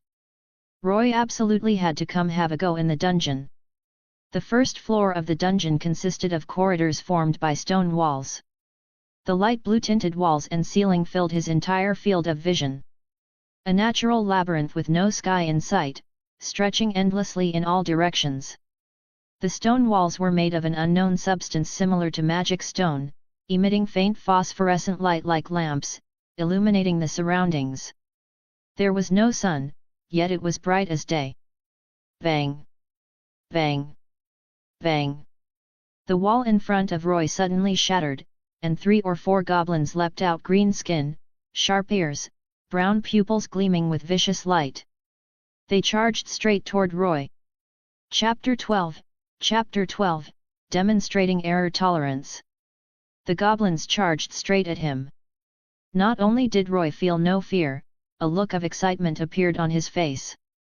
Back in his hometown in the kingdom of Rakia, goblins would also emerge from the forests. Roy was not unfamiliar with this kind of monster. Their physical attributes were roughly on par with those of an adult human. Roy drew the fine village sword. The silvery blade gleamed brilliantly, reflecting the goblins' ferocious faces. The goblins rushed in mindlessly, opening their mouths to bite. Roy stepped backward to create distance. After clearly reading their movements, he swung his sword. The sharp blade fell upon a goblin, easily splitting its skull and tearing apart its scrawny body. Reality proved that Roy had underestimated the fine village sword. In the upper floors, this thing could be considered a divine weapon. His movements were clean and decisive, without the slightest hesitation. In the blink of an eye, all the goblins were slain. Bang!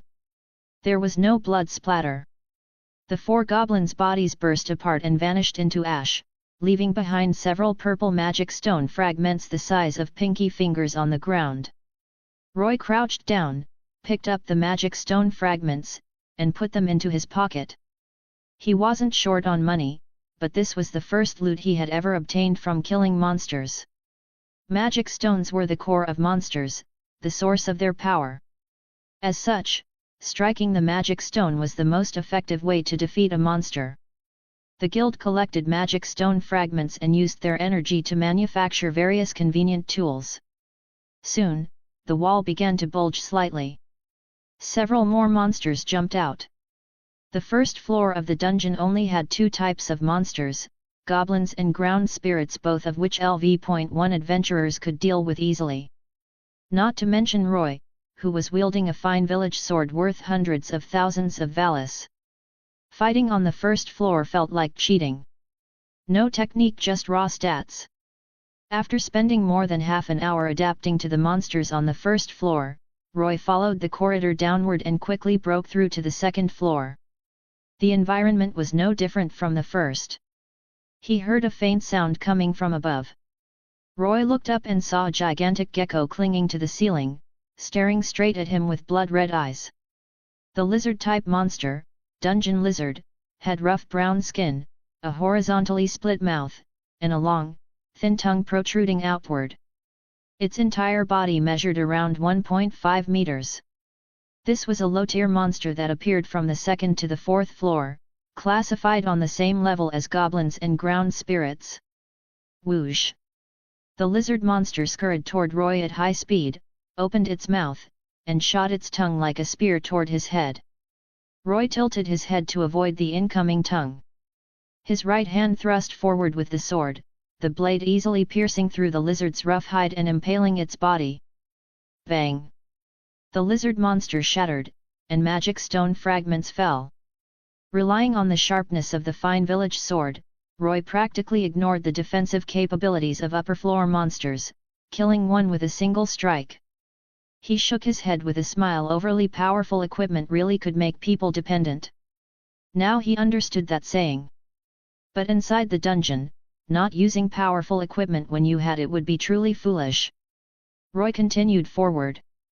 After killing more than a dozen lizard monsters and goblins, Roy smoothly entered the third floor. The dungeon was eerily quiet. Voices and footsteps were amplified. Whenever Roy encountered other adventurers along the way, he would put away the fine village sword in advance. One should never flaunt wealth. Although the upper floors were close to the surface, it was still impossible to guarantee that others wouldn't harbor ill intentions. Strength, 05, I. Endurance, 08, I.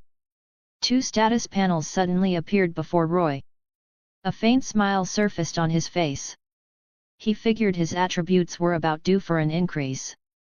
There were specific ways to raise ability values. Endurance, for example, increased the more you took hits, got injured, and endured pressure. Likewise, running or grip training would improve agility and strength. After killing nearly 20 monsters, the total increase in ability values was only 13. This wasn't entirely Roy's fault. With agility already as high as 600, killing low-level mobs resulted in negligible gains. As for dexterity, that required technical training. Since Roy had been one-shotting monsters with the fine village sword the entire time, it would be strange if it increased at all. Roy wasn't discouraged. Without even relying on a god, his ability values updated in real time after killing monsters. That alone put him far ahead of other adventurers. The deeper one went into the dungeon, the larger the space became. When Roy entered the fifth floor, the difference compared to the first floor was obvious. The passages became much wider, like a sprawling maze branching in all directions. The frequency of encountering other adventurers began to drop. Bang! The wall shattered, and 7 or 8 werewolves leapt out. About 1.6 meters tall, their bodies covered in fur, with sharp fangs and claws. Standing upright on 2 legs, they were already wielding wooden clubs. Unlike previous monsters, these had weapons. Roy's eyes burned with excitement. Rumble! These werewolves showed no fear of death, charging forward with the momentum of 1,000 troops. Roy felt a surge of pressure. Strictly speaking, this was his first real battle. Everything before those instant kills couldn't even be called combat. Whoosh! The leading werewolf reached Roy first, swinging its club down toward his head, the strike tearing through the air. Roy raised the fine village sword and slashed head-on. The blade, sharp enough to cut through iron like mud, split the club in an instant along with the werewolf behind it, cleaving it in two. Bang! The bisected werewolf exploded, magic stone fragments scattering. Instantly killing one werewolf didn't scare the others. Instead, the ghostly green glow in their eyes grew even more ferocious as they attacked from both sides. Though he lacked extensive combat experience, Roy knew better than to expose his back to monsters. He kept retreating, making sure all enemies stayed within his frontal view. Gripping the sword tightly, Roy unleashed a wide horizontal slash, easily cutting 2 werewolves in half at the waist. At that moment, another werewolf suddenly lunged out from the shadows, its eyes glowing faint green. Roy was startled. He instinctively stepped back and raised his arm to block. A flash of cold light. The werewolf's claws carved a shallow gash across the back of Roy's hand. Blood splattered out. Sharp pain surged into Roy's brain, snapping him fully awake as his survival instincts kicked in. Roy raised his sword and stabbed it into the werewolf's chest. It felt like he struck something solid. The werewolf's body stiffened, then instantly exploded, dropping fragments. Damn it! Roy cursed under his breath. Sometimes, you couldn't rely solely on numbers on a status sheet. Some things could only be discovered in real combat. When he had obtained 600 attribute points from killing Doma, he had distributed them too carelessly. He should have invested in both agility and dexterity. Simply put, high agility allowed straight-line movement. But to flexibly dodge enemy attacks in combat and counterattack, dexterity was also necessary. Because his dexterity was too low, he failed to evade that sudden ambush from the werewolf. Soon, Roy steadied his mindset again. After all, grinding dungeons and killing monsters would earn him massive amounts of attribute points. This kind of failure was actually valuable experience. If it were an ordinary adventurer, they'd probably regret it to their core, but for him, this was called demonstrating error tolerance. Underscore underscore underscore underscore underscore underscore underscore underscore underscore underscore underscore underscore underscore underscore underscore underscore underscore underscore underscore underscore. If you think this story is fun and interesting and you want to read the next chapter earlier than the daily release, you can visit patreon.com/dzref887. Chapter 13, Chapter 13, The Dungeon's Tremor. Roar. The remaining 4 or 5 werewolves let out low growls and charged at Roy in a frenzy. Their sharp fangs and claws were their weapons, meant to tear apart the intruder. Seeing this, Roy showed no fear at all. The adrenaline in his body surged rapidly. Roy licked the blood from the wound on his arm. The thick, metallic stench flooded his mouth and rushed straight to his head. The stimulation brought by pain made his mind exceptionally clear. His excitement continued to rise. Only in a life-and-death struggle like this did Roy feel that everything around him was so vividly real. He had already obtained extraordinary power. Before him were the monsters of the dungeon. He was fighting, wagering his very life. A crazed smile curled up at the corner of Roy's mouth. Dense bloodshot veins spread across his eyeballs. If anyone else saw Roy at this moment, 9 out of 10 would think he was one of those mad terrorists from the dark faction. Deep within his bones lurked a certain kind of madness. His thirst for power had nearly become an obsession. What was surprising was that Roy began adapting to combat in the dungeon at an astonishing speed, rapidly familiarizing himself with the power of the blessing. The werewolves' attacks appeared clearly in his mind, the trajectories of their claws, clubs, and fangs. Bang! Roy no longer retreated.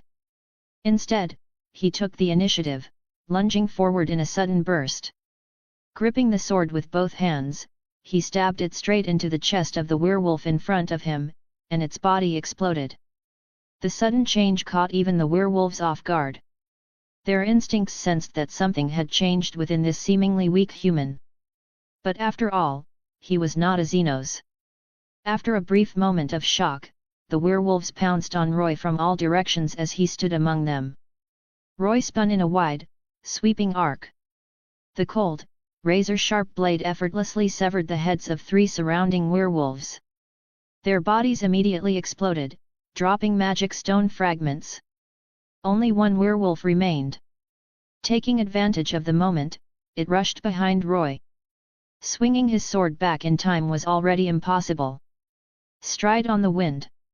With a thought, Roy activated the special effect of the gale boots, increasing his agility by 30%. A violent gust wrapped around his calves. Roy twisted his ankles to face the werewolf head-on, then burst forward in an instant. His near-A-rank agility was displayed to the fullest. Boom! Roy endured the blow of the wooden club smashing down on him and followed up with an Iron Mountain shoulder strike, slamming into the werewolf and driving it into the wall with a dull, heavy impact. The last werewolf's body twitched, then exploded. 5th floor werewolf monster group, completely annihilated. Roy exhaled a breath of stale air, took out a bottle of low-grade healing potion, popped the cork with his thumb, and gulped it down, producing a glug-glug sound. This potion did not restore stamina, only injuries. A bright green glow emerged over Roy's body, and a tingling, numb sensation spread from the wound on his forearm. The effect was extremely noticeable. 7 or 8 seconds later, the wound on Roy's forearm began to scab over. Strength, 518, I. Endurance, 836, I. Dexterity, 09, I. Looking at the status panels that popped up, Roy noted that aside from agility, which was already far above the standard for this floor and thus didn't increase, his other attributes had all improved to varying degrees. Magic, 0, I. There was no need to mention magic, it hadn't moved at all. Roy guessed that only after obtaining magic, and then continuously using it, would his magic stat increase. Or he could simply cheat dump the attribute points gained from clearing dungeons directly into it, skipping the training process altogether. Roy stretched lazily. Entering the dungeon and slaughtering monsters to his heart's content, one of his goals for this trip, was already halfway complete. As for the other goal, before the war game with the Astraea Familia, he needed to confirm one thing: inside the dungeon, could his cheat ability transfer him to other worlds? Giant dungeon, Wall Maria is about to be breached. For every giant slain, you will receive 3100 attribute points based on the giant's physical capabilities. Upon killing 30 giants, a special reward will be triggered. Proceed immediately. Roy reached out and moved toward the yes option. Just as he was about to touch it, his entire body shuddered. An overwhelming sense of danger surged in his heart, as if he were being stared at by a ferocious beast. Eyes were everywhere, watching him. A layer of fine cold sweat formed on Roy's forehead. His finger stopped. His keen intuition told him that if he pressed it, something disastrous would definitely happen. Don't be fooled by how crazed he looked when slaughtering the werewolves earlier. That was because he knew they were opponents he could defeat. Charging headlong at an absolutely unbeatable enemy was nothing but suicide. Even if you gave the red-eyed rabbit a heroic wish, he still wouldn't dare, at level 2, to wrestle with the fierce otter. Suddenly, deep within Roy's bloodshot eyes, a madness surfaced, one that even high-level adventurers would find terrifying. He extended his finger once more and pressed toward the yes option. Roar! A heaven-shaking roar erupted from the depths of the dungeon, brimming with intense fury. It spread upward layer by layer. The monsters that heard it instantly turned blood-red in the eyes, becoming incomparably frenzied. The adventurers still inside the dungeon were miserable before their eyes. The monsters went berserk, their attributes suddenly rising by an entire tier, making survival unbearably difficult. The Loki Familia, who were on an expedition, suffered the same fate. The earth shook and the mountains trembled. The entire dungeon quaked violently, and even the surface above could feel it. That furious roar was like a bucket of icy water poured over Roy's head. He immediately regained his composure, silently withdrawing his finger as a strange glint flashed through his eyes. Was the dungeon warning him? Roy's interest in the dungeon grew stronger and stronger. Information about it surfaced in his mind. The dungeon was a massive hole that appeared 3,000 years ago, the womb of monsters. Humanity's understanding of it stopped there. As for why this vast underground world existed, no one knew. The only certainty was that this underground labyrinth, like humans and monsters alike, was alive. Even if the walls were destroyed, after some time the dungeon would repair the damaged sections on its own, restoring them to their original structure. Why was there light underground? Why were monsters born? Why did the labyrinth's structure restore itself? From ancient times to the present, not a single mystery surrounding the dungeon had been answered. The gods, who should have been omniscient after descending to the lower world, either pretended to be ignorant or truly knew nothing, yet they refused to reveal even a hint of the truth to humanity.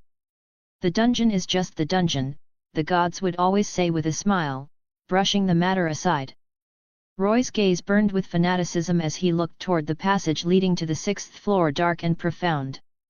He would definitely conquer the dungeon and uncover the secrets hidden within it. Bang! As if responding to Roy's resolve, the dungeon reacted. More than a dozen werewolves burst through the walls, their eyes glowing crimson as they surrounded him. Come on! Roy's heart swelled with heroic fervor. Conquering the dungeon let these werewolves become the first step, turning into his experience points. With mutual intent, the slaughter began. Chapter 14, The Impact of the Destruction of the Astraea Familia. At this moment, Roy still didn't know that chaos had already erupted on the surface. One of his seemingly unintentional actions had triggered consequences far more severe than anyone could have imagined. The entire dungeon shook violently. Even Orario felt as if a massive earthquake had struck. In over 1,000 years, this was the first time such an abnormal phenomenon had occurred. Gods, adventurers, and civilians alike were startled. They looked around in confusion, bewilderment written all over their faces. The guild's underground prayer chamber. Aranos, what is going on? Fels urgently questioned the great god seated atop the elevated platform. Abnormal events in the dungeon were nothing new, everyone knew that. But this disturbance was countless times more severe than a god releasing divine power in the dungeon, or even the appearance of the calamity juggernaut.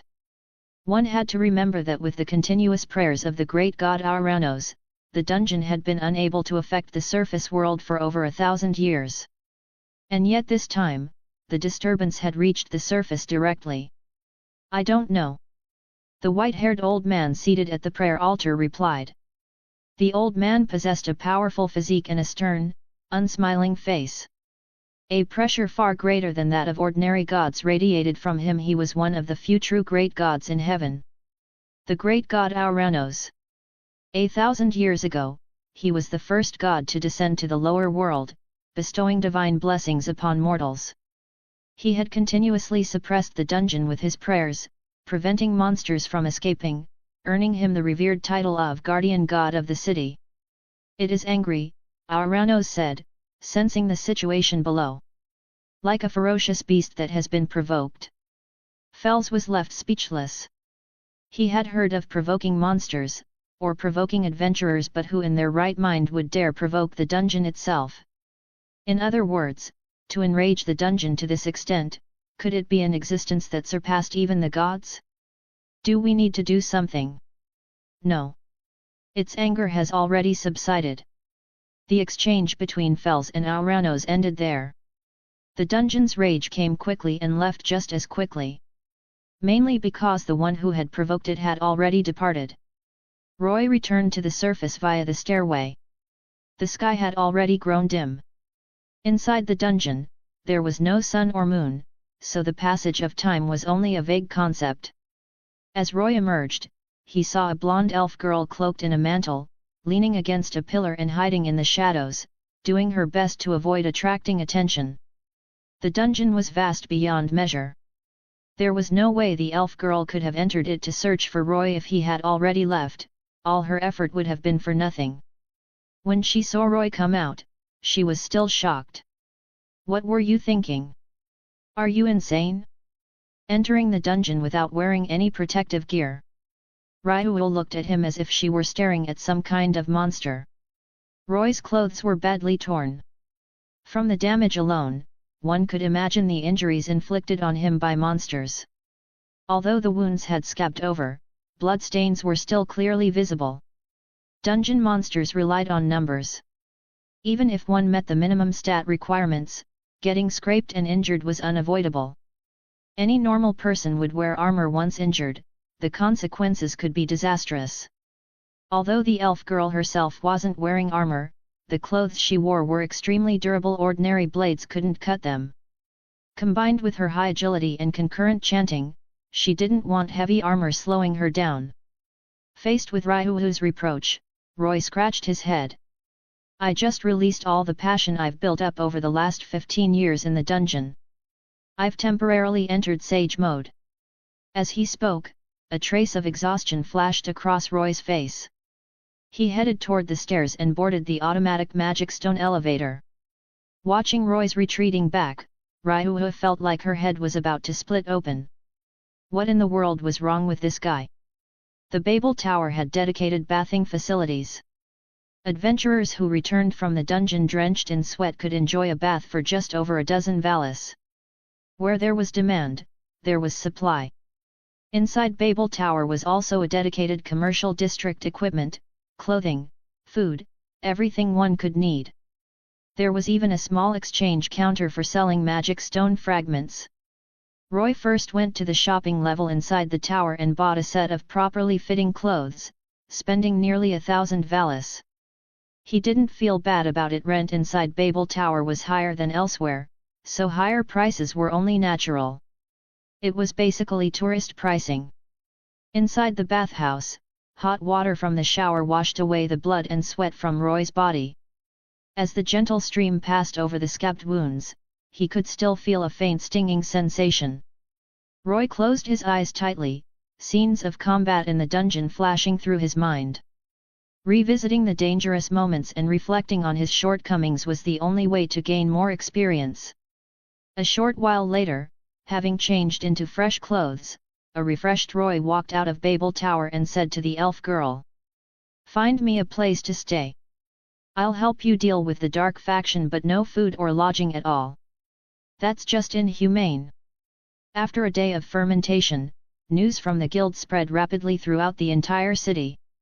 Everyone learned that the Astraea Familia had been completely annihilated. The entire city was shaken. Those who had once been helped by Ryuhu, Elise, and the others were filled with tears. Grief overwhelmed them as they cursed the injustice of the world. Good people didn't live long, while scourges endured for ages. All of Orario sank into an atmosphere of mourning. In contrast, adventurers were far more interested in the bounty Ryuhu had posted. 80 million valis. Even level 5 adventurers were tempted. Many had already begun searching for traces of the Rudra Familia in advance.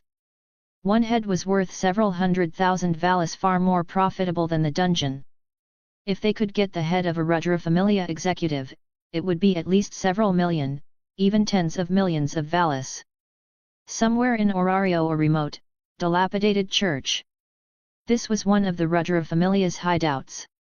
Inside the church, dozens of people gathered around several tables laden with food and alcohol, drinking and laughing boisterously. Ha ha ha!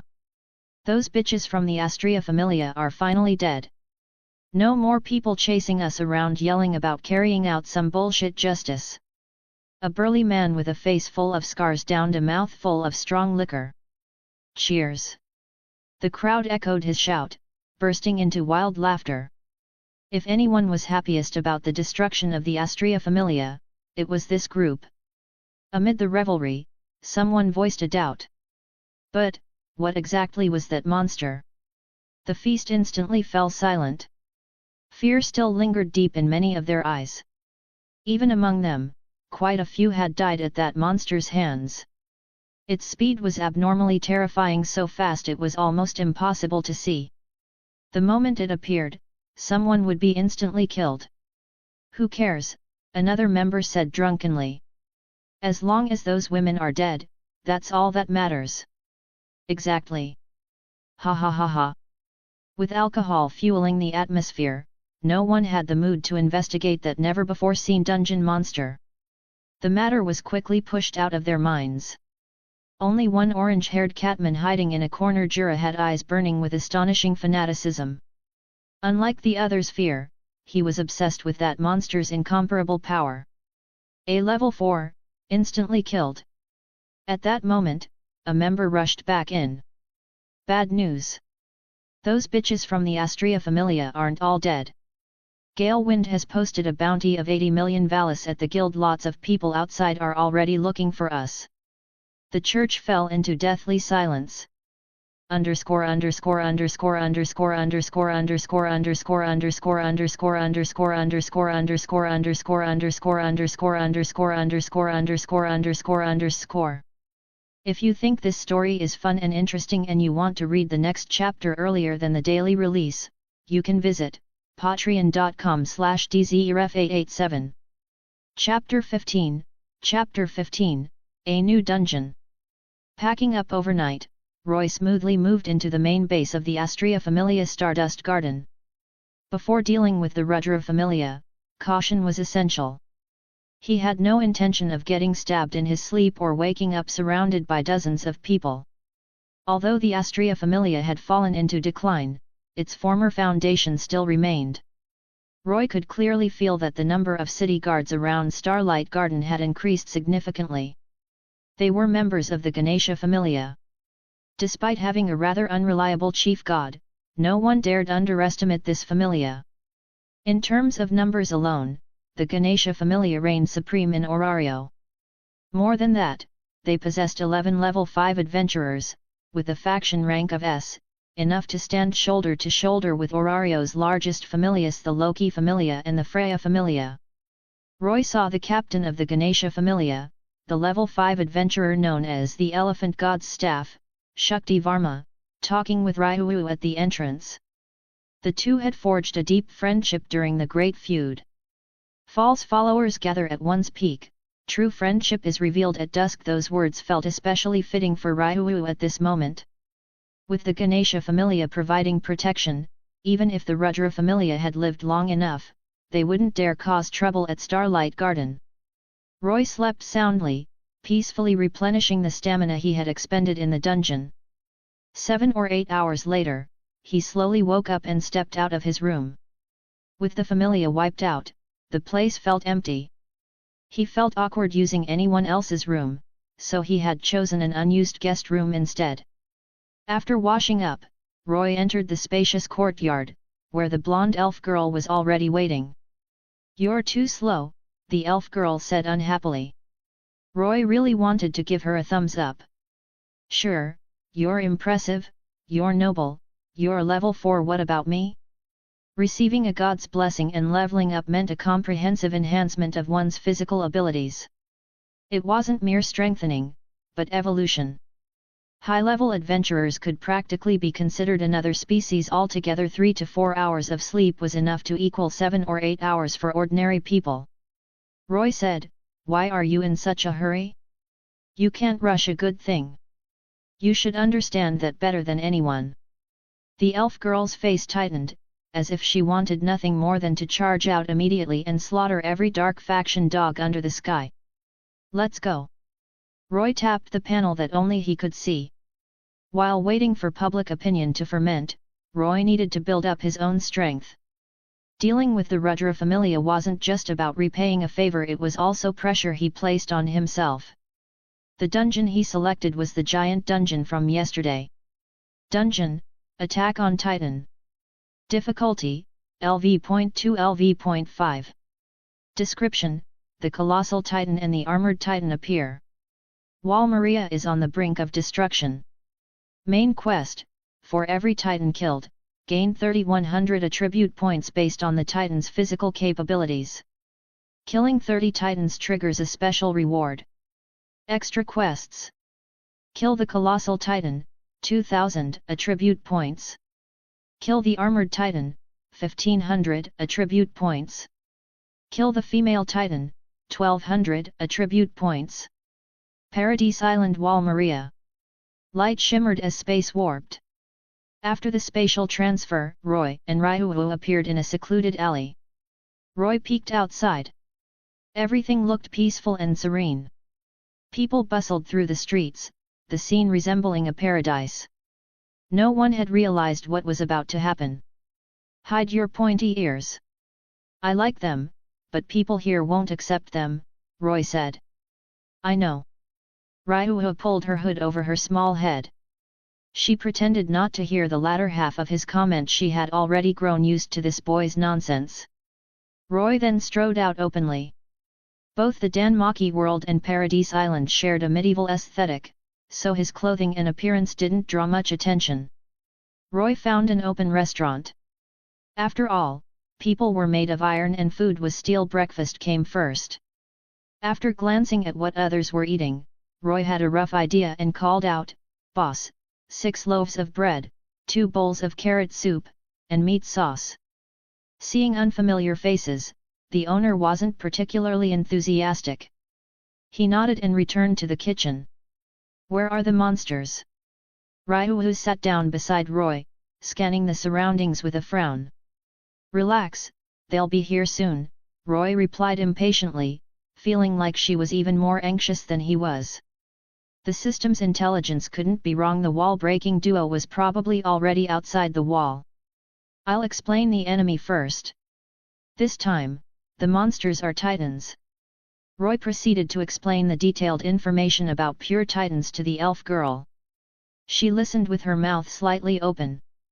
So basically, they're massive in size, slow-moving, special monsters whose weak point is the back of the neck. Roy nodded, unsurprised by her reaction. In this world, pure titans ranged from 3 meters tall to as much as 15 meters. To put it into perspective, the floor boss Goliath on the 17th floor of the dungeon was only 7 meters tall. Among pure titans, that would merely be average height. Of course, in terms of actual strength, Goliath was a genuine level 4. Even if it stood still and let dozens of pure titans attack together, they might not even be able to break its defense. In theory, Ryu had nothing to fear from ordinary titans. Still, Roy avoided saying things like normal titans pose no threat to you, so as not to influence her judgment. What you really need to watch out for are the abnormal titans and the intelligent titans, Roy said, explaining their characteristics. Abnormal titans possessed special traits, exceptional jumping ability, extreme speed, and so on. Since their appearance was no different from ordinary titans, they were easy to misjudge. Towering titans over 10 meters tall. Strange variants. Intelligent titans that were once human. Even as a second-class adventurer, Ryu had never encountered anything like this. It took her a while to recover before she sighed. Being with you always makes things feel unbelievable. If Lady Riveria were here, she'd probably be delighted.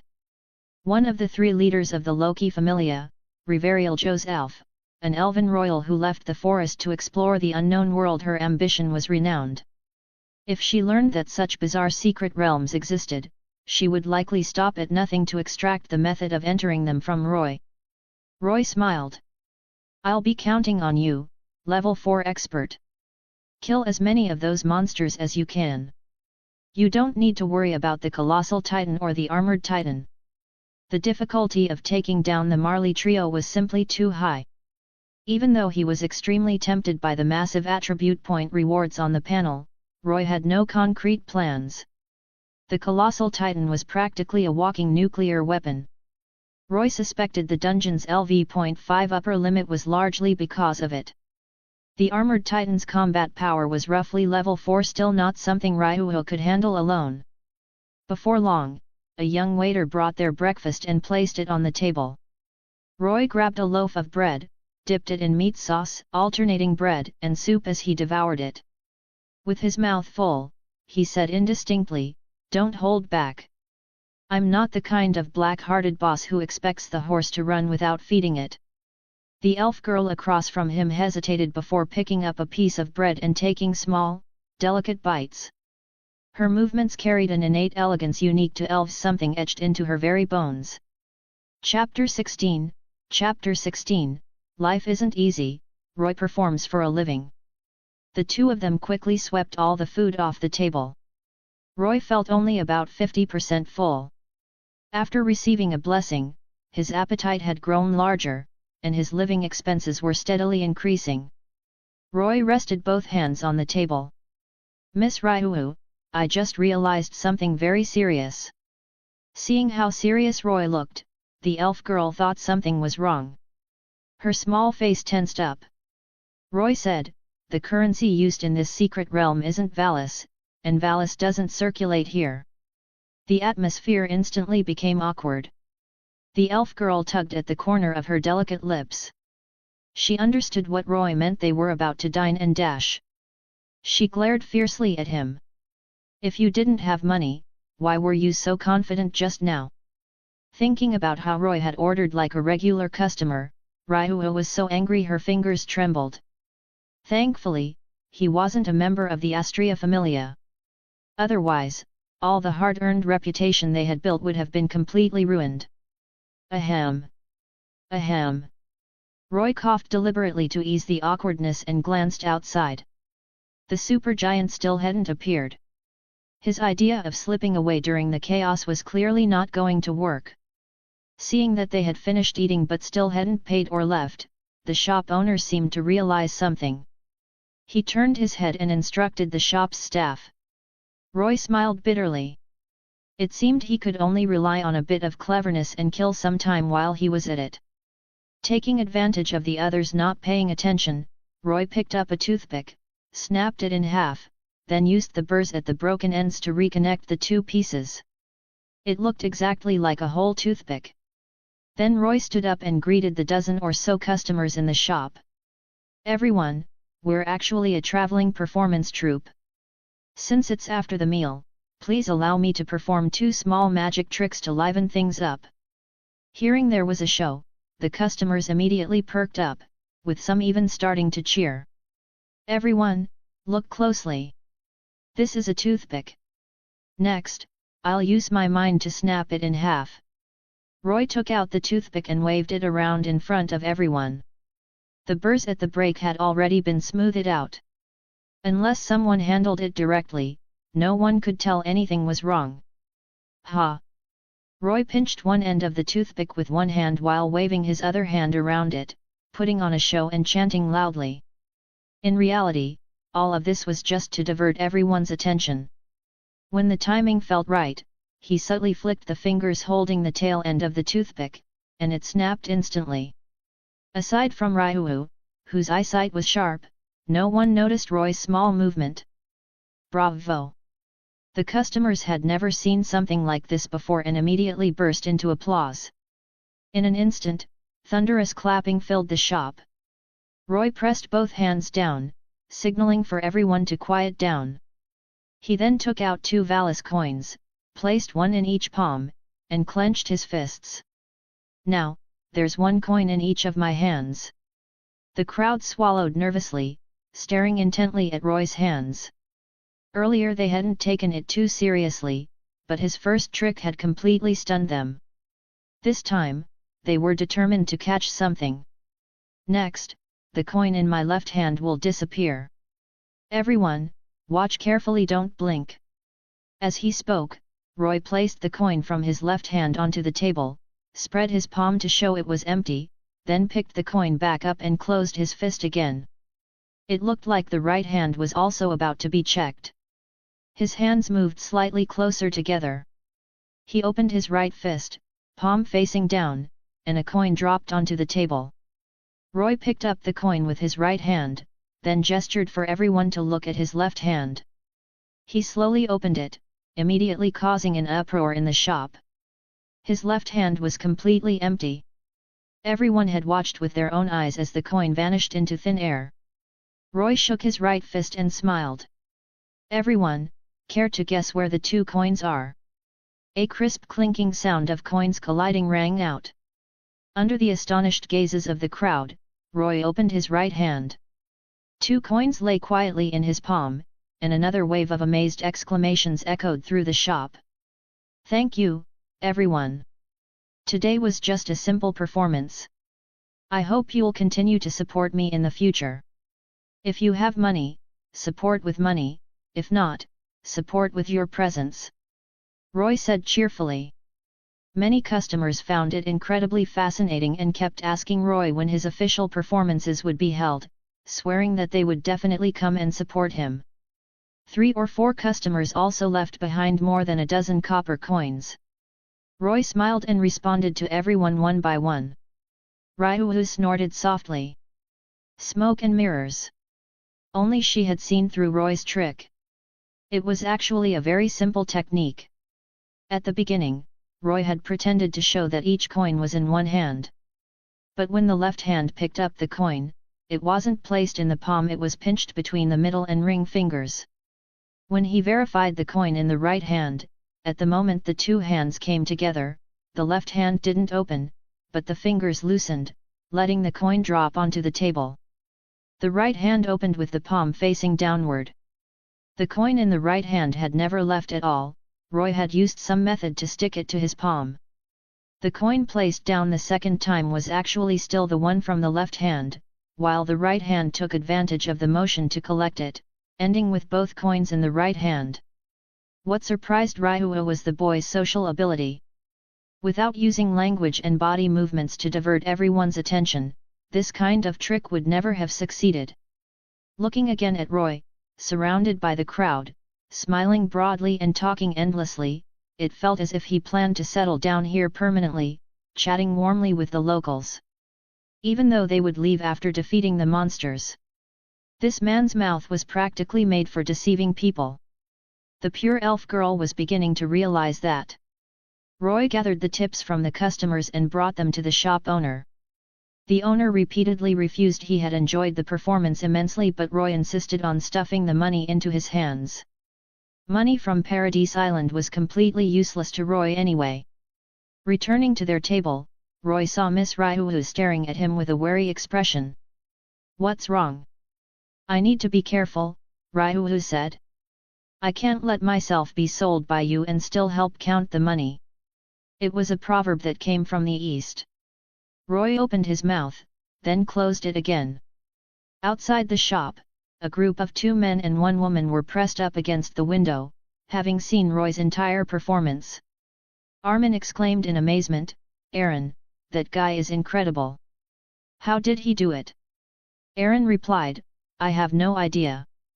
The second coin he put down was also from his left hand, Mikasa said calmly.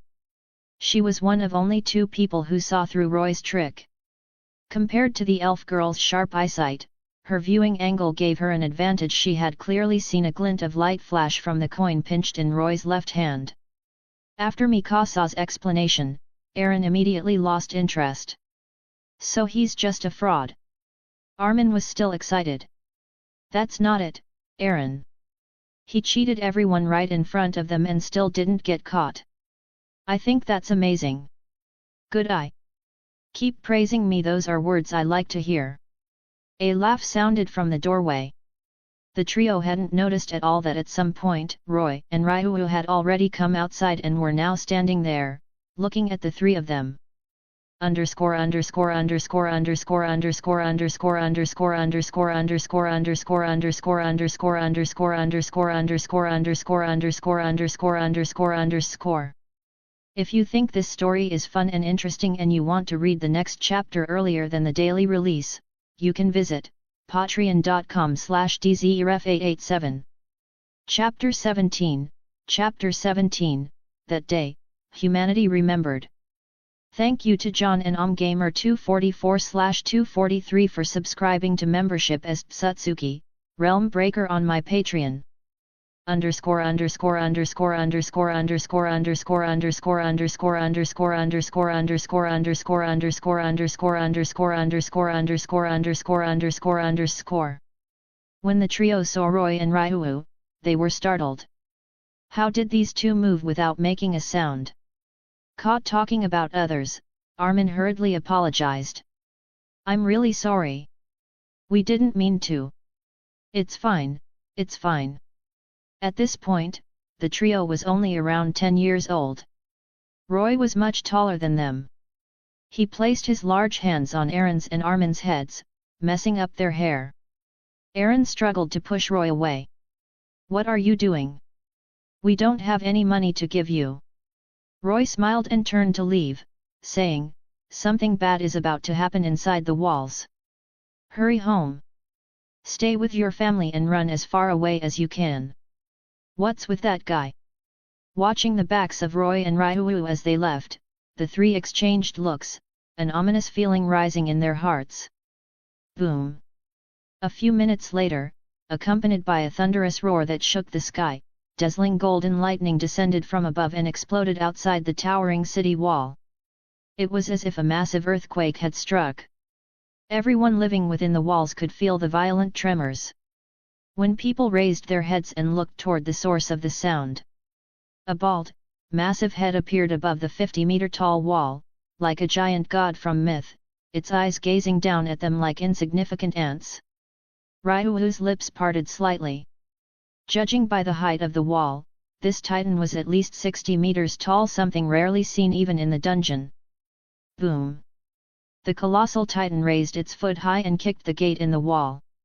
The gate shattered instantly, countless stone fragments flying outward and crashing into the city.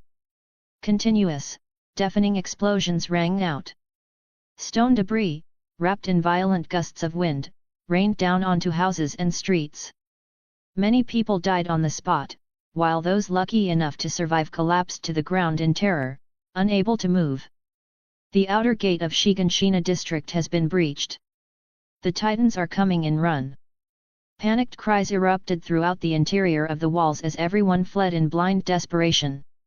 Contrary to the fleeing crowds, two figures ran straight toward the breached gate, drawing many curious glances. Whose subordinates were they supposed to be? Roy and Ryuo pushed through the chaotic crowd and arrived at the very front of the shattered gate. A large group of pure titans came into view, varying in size from 3 to 15 meters. Without exception, their appearances were grotesque and ferocious. Roy took a running start and leapt onto a rooftop.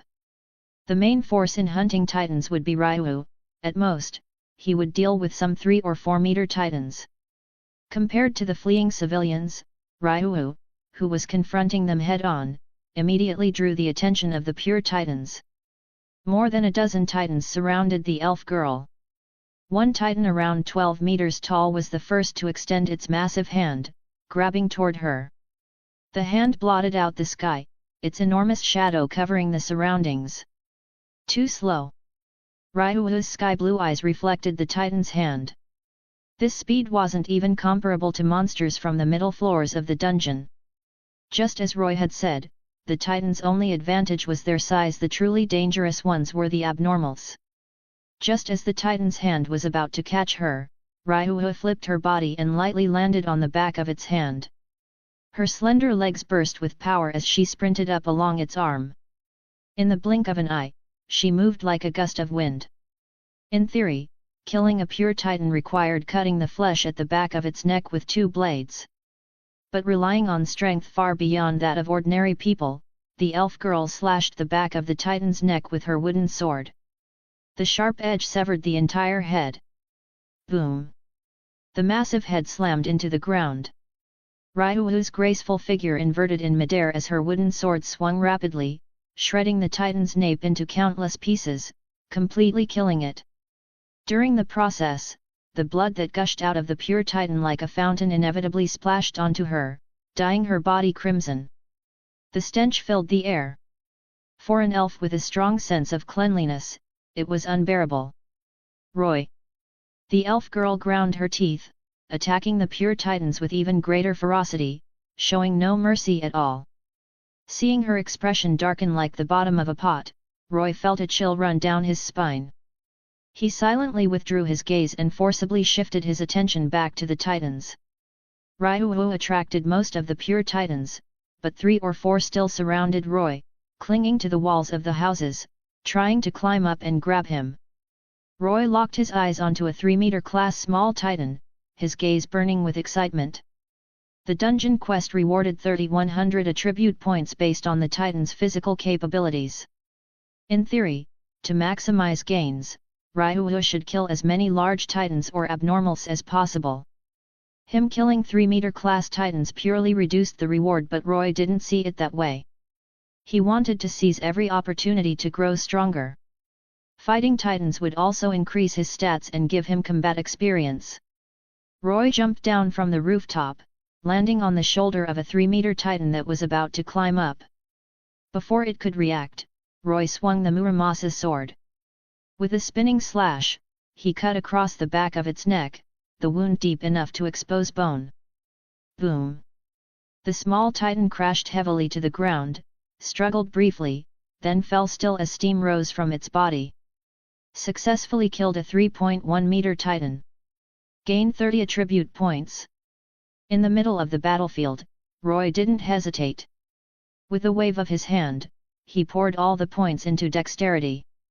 Dexterity, 939, I.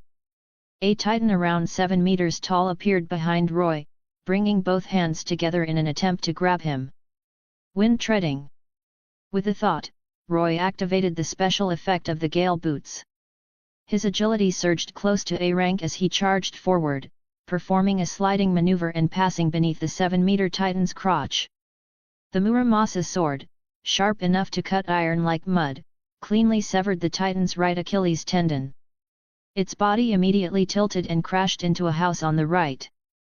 Roy rushed forward and hacked the Titan's nape into a pile of mangled flesh. The foul-smelling blood sprayed all over him, and his face took on the same expression as Ryuu's. Compared to Ryu, he felt both disgusted and exhilarated at the same time. Successfully killed a 7.5-meter Titan. Gained 52 attribute points. Dexterity, 3991, I. Strength, 1825, I. Endurance, 3638, I. Agility, 601, C. Once again, Roy added the newly gained attribute points to dexterity. His other stats also increased through combat, though not as dramatically as with direct allocation. Using battle to sustain battle, each Titan he killed increased his abilities, and the subsequent fights allowed his body to rapidly adapt to the enhanced power. Compared to his hard-fought struggle against 2 pure Titans. In the distance, Ryu had already slain more than a dozen Titans, including several abnormals. Corpses littered the ground. Roy glanced over. Titans above 10 meters were roughly LV.2, while abnormals were LV.2 with specialization in a single attribute. Because of their slow movements and the weakness at the nape, LV.4 Ryu slaughtered them with ease. At that moment, Roy's pupils suddenly shrank. In the chaotic crowd, he spotted 2 familiar figures. Looks like I hit the jackpot this time. Chapter 18, Killing Annie. What's going on with those 2? The soldiers of the garrison regiment stared in shock at the scene before them. Just 2 people, only 2 were forcibly blocking the city gate that had been smashed open by the colossal Titan. Especially that blonde girl. Her speed was like a raging gale. To the naked eye, only an afterimage could be seen flashing past as the surrounding Titans were effortlessly cut down. Are they some kind of secret weapon of the military? One soldier muttered, instinctively swallowing. There were also those who remained rational. One officer shouted loudly, "Don't worry about that. While they're holding the Titans back, hurry up and rescue the wounded and evacuate the civilians." With Ryu and Roy blocking the Titans, the situation was far better than everyone had imagined. Aside from the casualties caused by the rubble kicked up by the colossal Titan's initial strike, losses were minimal. The garrison regiment began organizing the evacuation of the civilians. Blending in with the crowd, Berthold carried the unconscious Annie on his back, moving along with the refugees. His expression was tense, but hardly anyone paid attention to them.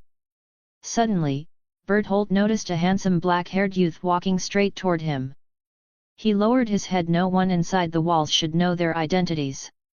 Yet the youth was staring directly at them. Roy narrowed his eyes, recalling the intelligence he knew about the Titan world. The warrior unit dispatched by Marley had been sent to test the will of the king within the walls and to seize the founding Titan.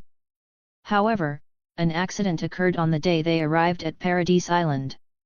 Their captain, Marcel, was eaten by a suddenly appearing pure Titan, Emer, while trying to save Reiner. Before the mission truly began, they had already lost both their leader and the Jaw Titan. The squad argued over whether to continue the mission, and in the end, Reiner forced the other 2 to press on. Annie transformed into the female Titan and, together with Reiner and Berthold, approached the walls. Along the way, she used the female Titan's ability to attract large numbers of pure Titans. Without the Jaw Titan to take turns, the route that was originally meant to be run jointly by the Jaw Titan and the female Titan was completed by Annie alone. By the time she reached the wall, Annie had exhausted all her strength and fell unconscious. At this moment, Reiner should have transformed into the armored Titan to breach the inner wall. Berthold and Annie then took advantage of the chaos to infiltrate the interior. One was unconscious, the other had just destroyed the wall and was running low on stamina. And they ran straight into Roy. Thinking of the generous rewards listed in the dungeon quest, Roy felt it was absolutely necessary to take this opportunity. Wind treading. The moment the distance between them closed to 10 meters, Roy's mind stirred. He activated the special effect of the gale boots. His agility shot up close to A rank, wild wind coiling around his legs. Fortunately, he had just increased his dexterity. Roy's figure weaved nimbly through the crowd, rapidly closing in on Berthold, and thrust his long sword forward with full force. Berthold was, after all, a warrior carefully selected by Marley. Catching a glimpse of the sharp cold light out of the corner of his eye, he instinctively twisted his head aside. The icy blade shaved off half his cheek and his ear, blood spraying everywhere. Ah! Berthold screamed in pain. Annie slipped from his back and fell to the ground. He kicked Roy hard in the abdomen, sending him stumbling back several steps.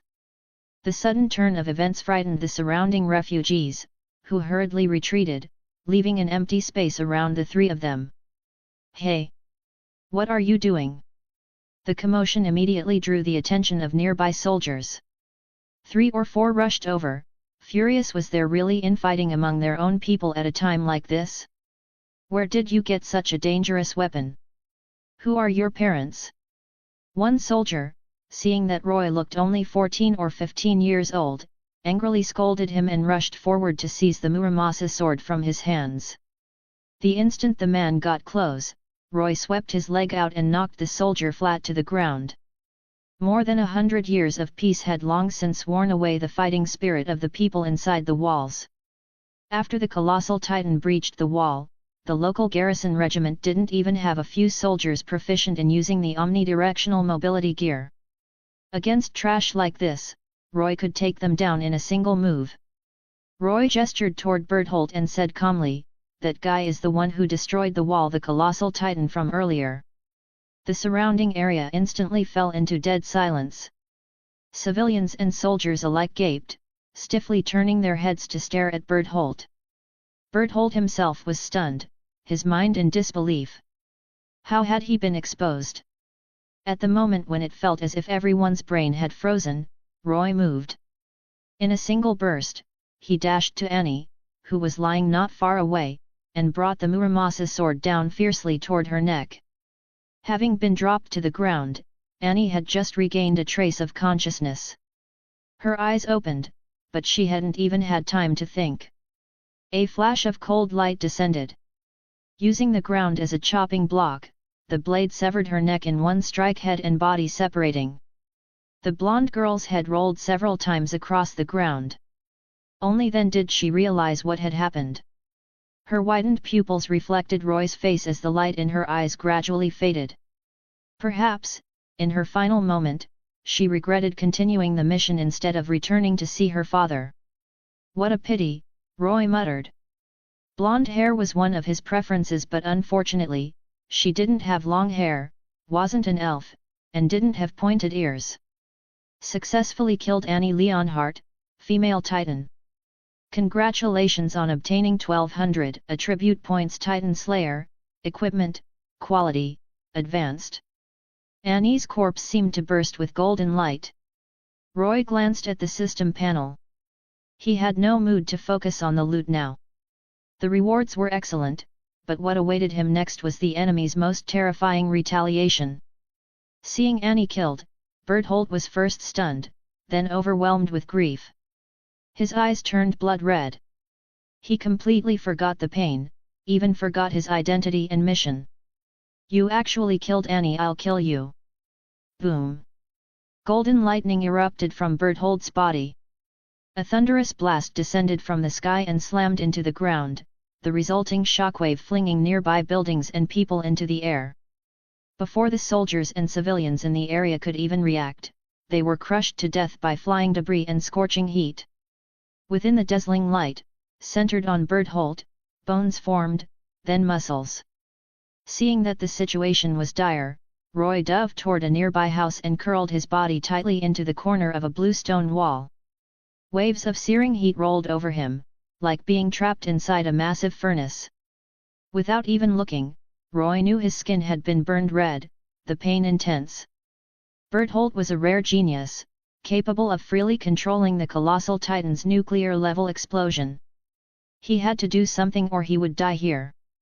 It felt as though one foot had already stepped through the gates of hell. The sense of impending death enveloped Roy completely. Roy pulled out the profound ice blade and plunged it into the ground. Whoosh! A burst of frigid energy erupted from the blade, roaring like a massive dragon. With lightning speed, it lunged straight toward Berthold. The surging heat abruptly came to a halt. Roy cautiously peeked out. Berthold, only his upper body remaining, a colossal titan over 20 meters tall, had been frozen into an enormous ice sculpture. Crack!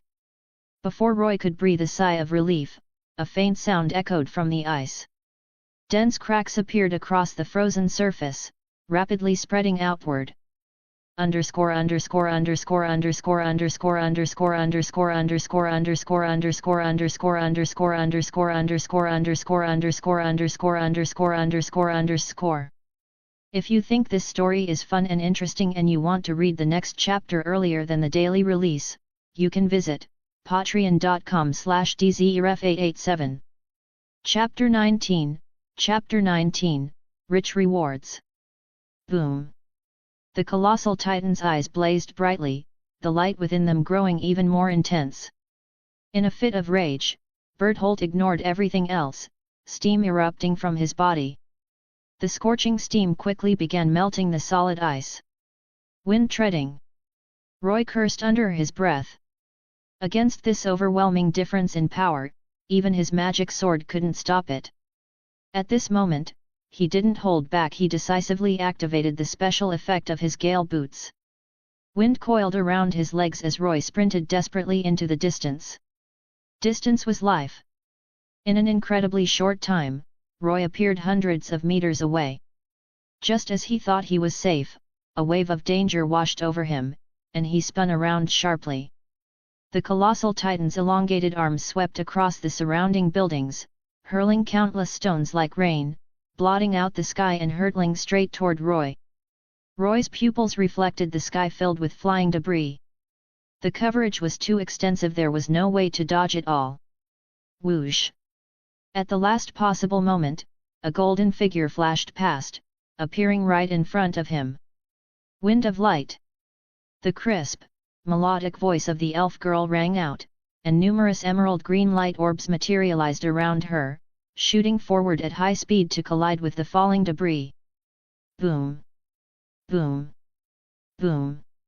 The green light orbs collided with the stones, producing violent explosions in midair. The dazzling sparks illuminated the sky. With a single magical attack, all the debris was cleared. Roy, having narrowly survived, collapsed onto the ground, gazing at the small, graceful figure ahead. During the hunt for the pure titans, the elf girl had still managed to keep part of her attention on him. This LV.4 ally was incredibly useful. Yet Roy couldn't help but give a wry smile. His debts were piling up. Great favors, impossible to repay. Was he really expected to offer himself in return?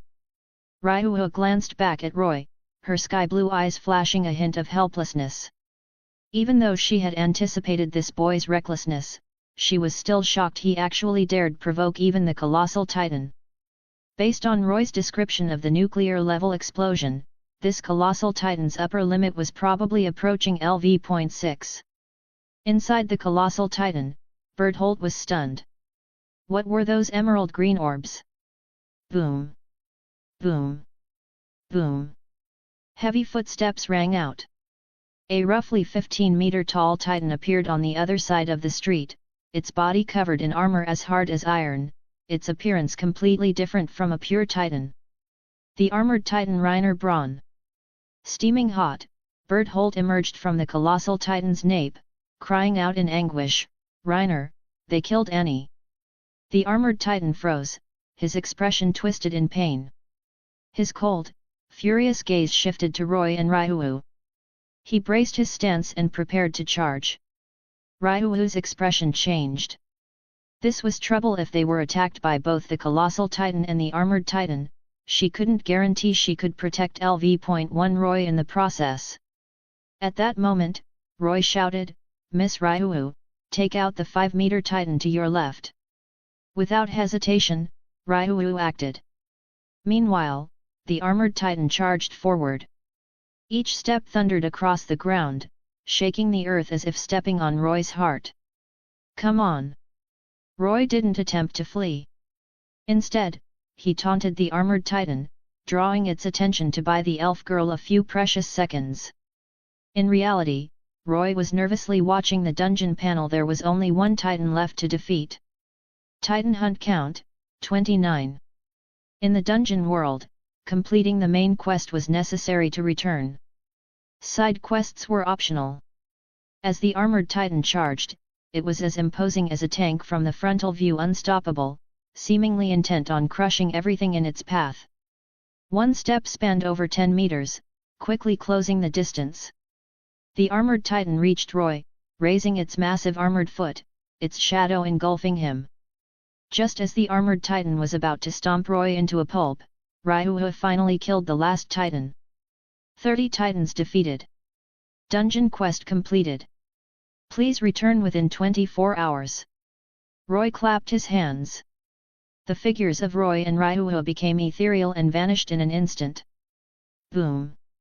The Armored Titan stomped nothing, lifting its foot, leaving a gigantic footprint on the ground. Only the Colossal Titan and the Armored Titan remained, staring at each other in confusion. They returned to the courtyard of the Starry Garden. Huff! Huff! Roy panted heavily, the suffocating feeling still lingering in his chest. Ryuu was no exception. When the two intelligent Titans appeared, her heart leapt to her throat. Her sky-blue eyes glared at Roy. "Didn't we agree not to deal with the Colossal Titan and the Armored Titan?" "Plans can't keep up with changes," Roy replied sheepishly. Who could have predicted this encounter? If he had let them go, he would have regretted it forever, like a fisherman thinking about the one that got away. With that settled, Ryuu didn't scold him further. She wanted to clean the Titan blood off her body. Only Roy remained lying in the spacious courtyard. This time, he had nearly lost his life at least 3 times, yet his face showed no fear, only an excited smile. A strange sense of madness surged within him. Rather than being a gambler, he was a maniac, chasing pure thrill, not victory or profit. Of course, he wouldn't ignore the rewards he earned. Teammate Ryuu Leon killed 28 Titans, 2 14-meter, 3 13-meter, 6 12-meter. Congratulations on gaining 1,420 attribute points. Total Titan kills reached 30, triggering the extra reward Titan Summon card. Upon use, it summons 100 pure Titans to fight, with random appearance of abnormals, lasting 24 hours. Successfully killed Annie Leonhardt, female Titan. Obtained 1200 attribute points. Titan Slayer. Name, Titan Slayer, Greatsword. Quality, Advanced. Special effect, standard human size as baseline. Deals greater damage to larger targets. Durability, 99%. Roy scanned the panel. In total, aside from the 2 pure Titans he personally killed, he had earned 2620 attribute points, a Titan Summon card, and an advanced equipment piece. It was safe to say he had struck it rich overnight. In reality, this dungeon wasn't meant to be soloed. With LV.1 strength, encountering 4 or 5 Titans over 10 meters would have cost him serious injuries. That was precisely why, the bigger the challenge, the greater the reward. Name, Roy. Level, 1. Strength, 3630, C. Endurance, 58678, C. Dexterity, 95 1095, SS. Agility, 608 1008, SS. Mana, 0, I. Skills, none. Magic, none. By ambushing Berthold and enduring the colossal Titan's heatwave, Roy had boosted his stats. He then allocated the attribute points he earned. 2 of his attributes had broken the limit.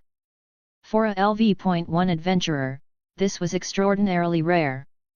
Chapter 20, The Situation of the Rudra Familia.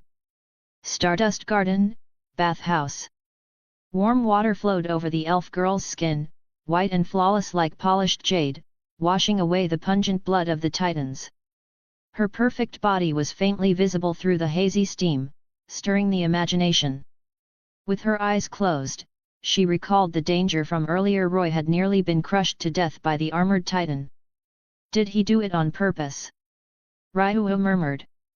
Her sharp intuition allowed her to sense a faint trace of something hidden within the boy's very essence.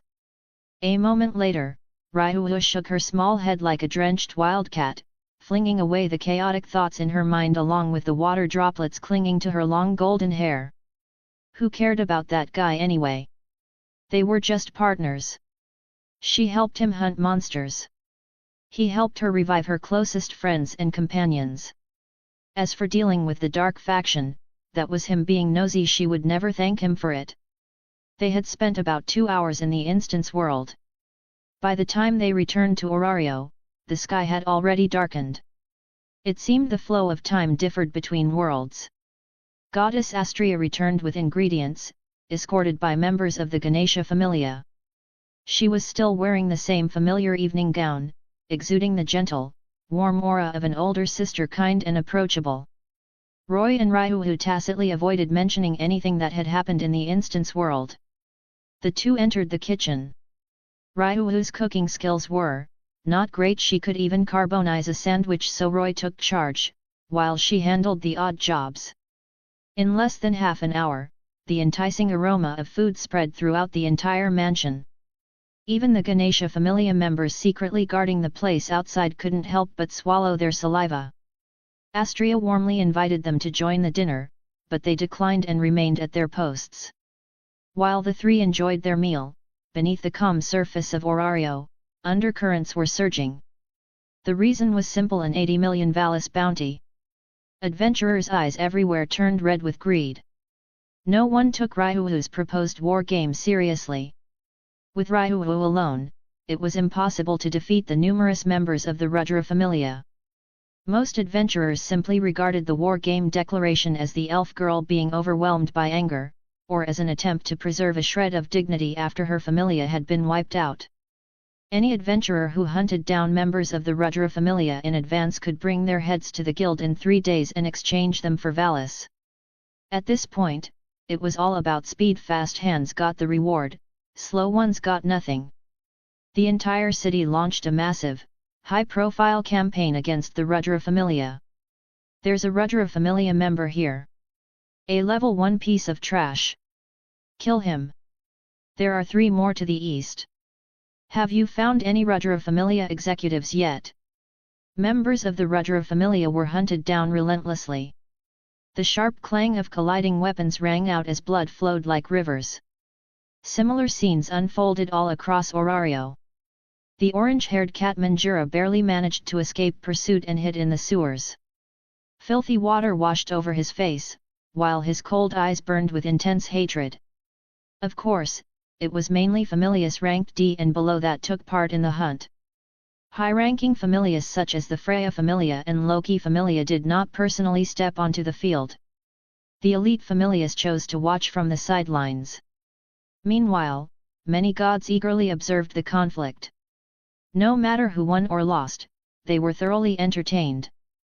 The one suffering the most was the guild.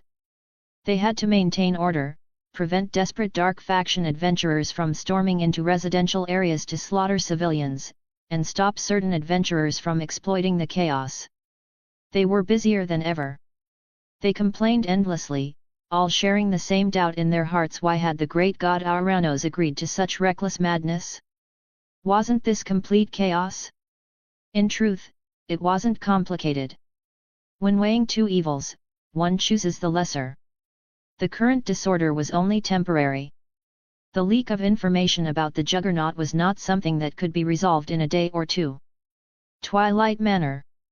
The red-haired, squint-eyed, flat-chested goddess Loki lay sprawled on the sofa, hugging her favorite liquor as she drank freely. This really doesn't feel like Astraea's style. She was the goddess who governed justice, after all. I heard that Galewind has a brat following her, a war game, tremors in the dungeon, pushing the Rudra Familia into a dead end. Could it be? Loki set down her glass, her narrowed eyes opening slightly. She summoned a Familia member. How long until Finn and the others finish their expedition? The member in charge of communications replied, Lady Loki, due to abnormalities in the dungeon, the captain and the others ended the expedition early. If nothing unexpected happens, they should return to the surface in 3 days. 3 days? Loki squinted again and muttered to herself, you'd better not get involved with us. Otherwise. If Roy were present, he would certainly marvel at how terrifying this clownish goddess truly was. Though it was mere coincidence, when combined with incorrect information, she could still infer his ultimate objective. Battlefield Plains. Standing atop a tall building, Goddess Freya radiated a soul-stealing charm with every movement as she gazed down at the chaotic Orario. This time, we'll leave it to them. But that girl, I must have her. Everything shall be as the goddess wills. Otter, whose massive body resembled a small mountain, stood behind her. He knew the goddess had already set her sights on that elf. Rumor had it she had seen a soul color no less brilliant than their own. The next day, Ryu received news that the Rudra Familia was being hunted down and hurried to find Roy. Seeing that Ryu wanted to join the hunting parties, Roy looked speechless as he tried to calm her down. Relax. This kind of manhunt can at best weaken them. Completely wiping out the Rudra Familia is impossible. Roy didn't say it outright, but the intelligent elf girl froze. Completely wiping out the Rudra Familia. Roy's ambition was even greater than she had imagined. This was common knowledge, Familias were founded by gods. And if the gods disappeared? Roy grinned. If we're going to do it, we might as well do it thoroughly. If you don't cut the grass by the roots, it'll grow back when the spring wind blows. Looking at the smile on the boy's face, Ryu felt a chill run through her, but it suited her perfectly. Right now, she was a beast driven by vengeance. She asked, what do we do next? Roy laughed. Invite them, behead them, or take them in as dogs. Which card do we play first? Without hesitation, Ryu replied, behead them. The corner of Roy's mouth twitched. He really shouldn't have asked. Invite them. Roy and Ryu left the starry garden. Before departing, they didn't forget to bring out the leftover ice jelly from yesterday to reward the Ganesha Familia members guarding the mansion. On a blazing summer day, just one bite was enough to fill the Ganesha Familia members' eyes with goodwill. Roy led Ryu to the slums, the area where he had previously pitched his tent. Familiar with the place, he went straight to a dilapidated house. Before they even entered, a foul stench assaulted their noses. Pinching his nose, Roy said, you guys really do love living in garbage heaps. Roy, didn't you move out already? The 7 or 8 homeless men inside were startled when they saw Roy and shrank back into the corners. Roy tossed a pouch of coins over. 30,000 Valis. Deliver a message to the Rudra Familia for me. Goddess Astraea wishes to see Lord Rudra. Underscore underscore underscore underscore underscore underscore underscore underscore underscore underscore underscore underscore underscore underscore underscore underscore underscore underscore underscore underscore. If you think this story is fun and interesting and you want to read the next chapter earlier than the daily release, you can visit patreon.com/dzerf887. Chapter 21, Chapter 21, Hungmen Banquet. After arranging for the vagrants to pass along the message, Roy and the elven girl did not linger and headed back. On the way, the elven girl could not suppress her curiosity. What did you do to them? Roy replied calmly, nothing much. When I first came to Orario, I ate a bowl of jelly. They insisted I ate 2 bowls. So I had no choice but to pluck out their eyeballs and swallow them, letting them see for themselves whether I had eaten one bowl or two. The elven girl understood. It was a story of bandits running into an even worse bully. Having been thoroughly dealt with once by Roy, the vagrants were left with deep psychological scars. They did not dare deceive him at all, especially with a reward involved. These vagrants, like the adventurers of the Dark Faction, lived at the very bottom of Orario. They usually hid in dark corners and made a living by scamming others. Naturally, they had channels to contact people from the Rudra Familia. The news quickly reached the ears of Rudra, the Familia's main god. He was a man whose appearance and attire carried a strong Indian style, his entire body emitting a faint divine aura that made it clear he was a god. Upon hearing that the goddess of justice, Astraea, had invited him to meet, the god Rudra burst into laughter, slapping the table. As a god from the eastern regions, many of his followers also came from India. Having learned some history of a neighboring great nation, the Familia captain was among them. The middle-aged man showed a wary expression. Xiang Yu invites Liu Bang to a banquet. T/L, Xiang Yu invited Liu Bang to a banquet equals idiom, Hungmen banquet. Meaning, a banquet that appears peaceful, but is actually a trap to kill the guest. Many Familia members spoke up to dissuade him. They suspected this was a trap luring them out and then using the bounty to wipe them out in one sweep. In fact, when Ryu issued the declaration for a war game, Rudra had nearly agreed on the spot, finding the whole thing amusing. It was only due to the strong opposition of his Familia members that he was barely stopped. After all, the Ganesha Familia, which had excellent relations with the Astraea Familia, was watching them closely. How could they not get involved? Were they supposed to fight an S-rank Ganesha Familia with their heads? But this time, Rudra had already made up his mind. He asked in return, so what did Liu Bang do afterward? He became emperor, the Familia captain said after a brief pause, uncertainty in his voice. Then, shall we attend the banquet? Orario, Deadless Street. This was a complex area where the city's impoverished residents gathered. The terrain was like a maze, and it was said that once you entered carelessly, you would never get out. Inside an unremarkable tavern, the god Rudra entered with 2 guards. At a glance, he saw the cloaked Astraea, hiding her identity, and behind her, an elven girl with a small, tense face filled with hatred and killing intent. Ryu clenched her fists tightly, her nails digging into her palms. Blood dripped down without her even noticing. That was the culprit, the main god who had founded the Rudra Familia.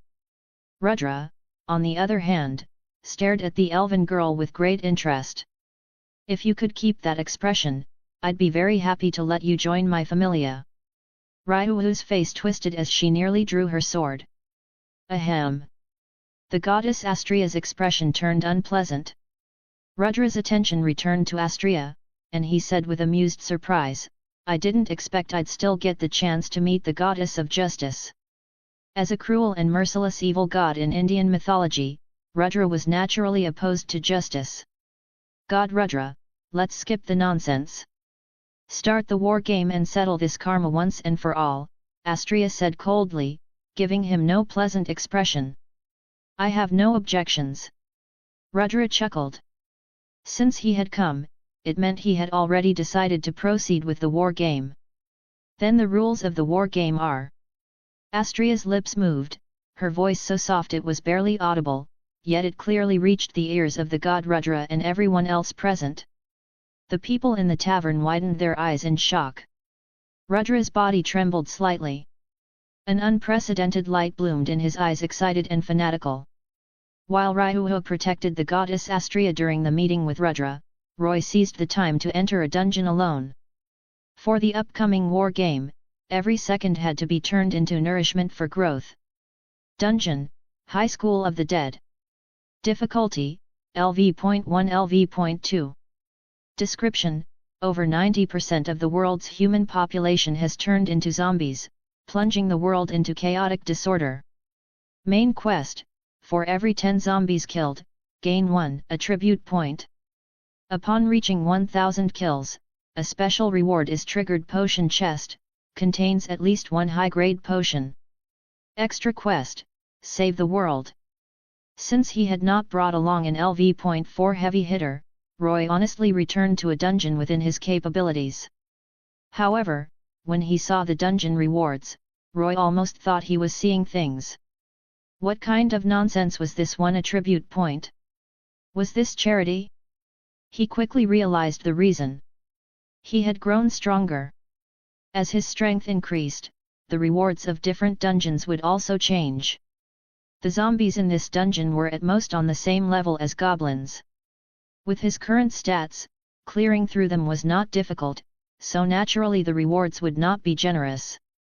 If this were back when he had just received his blessing, the reward would probably have been 1 attribute point per zombie.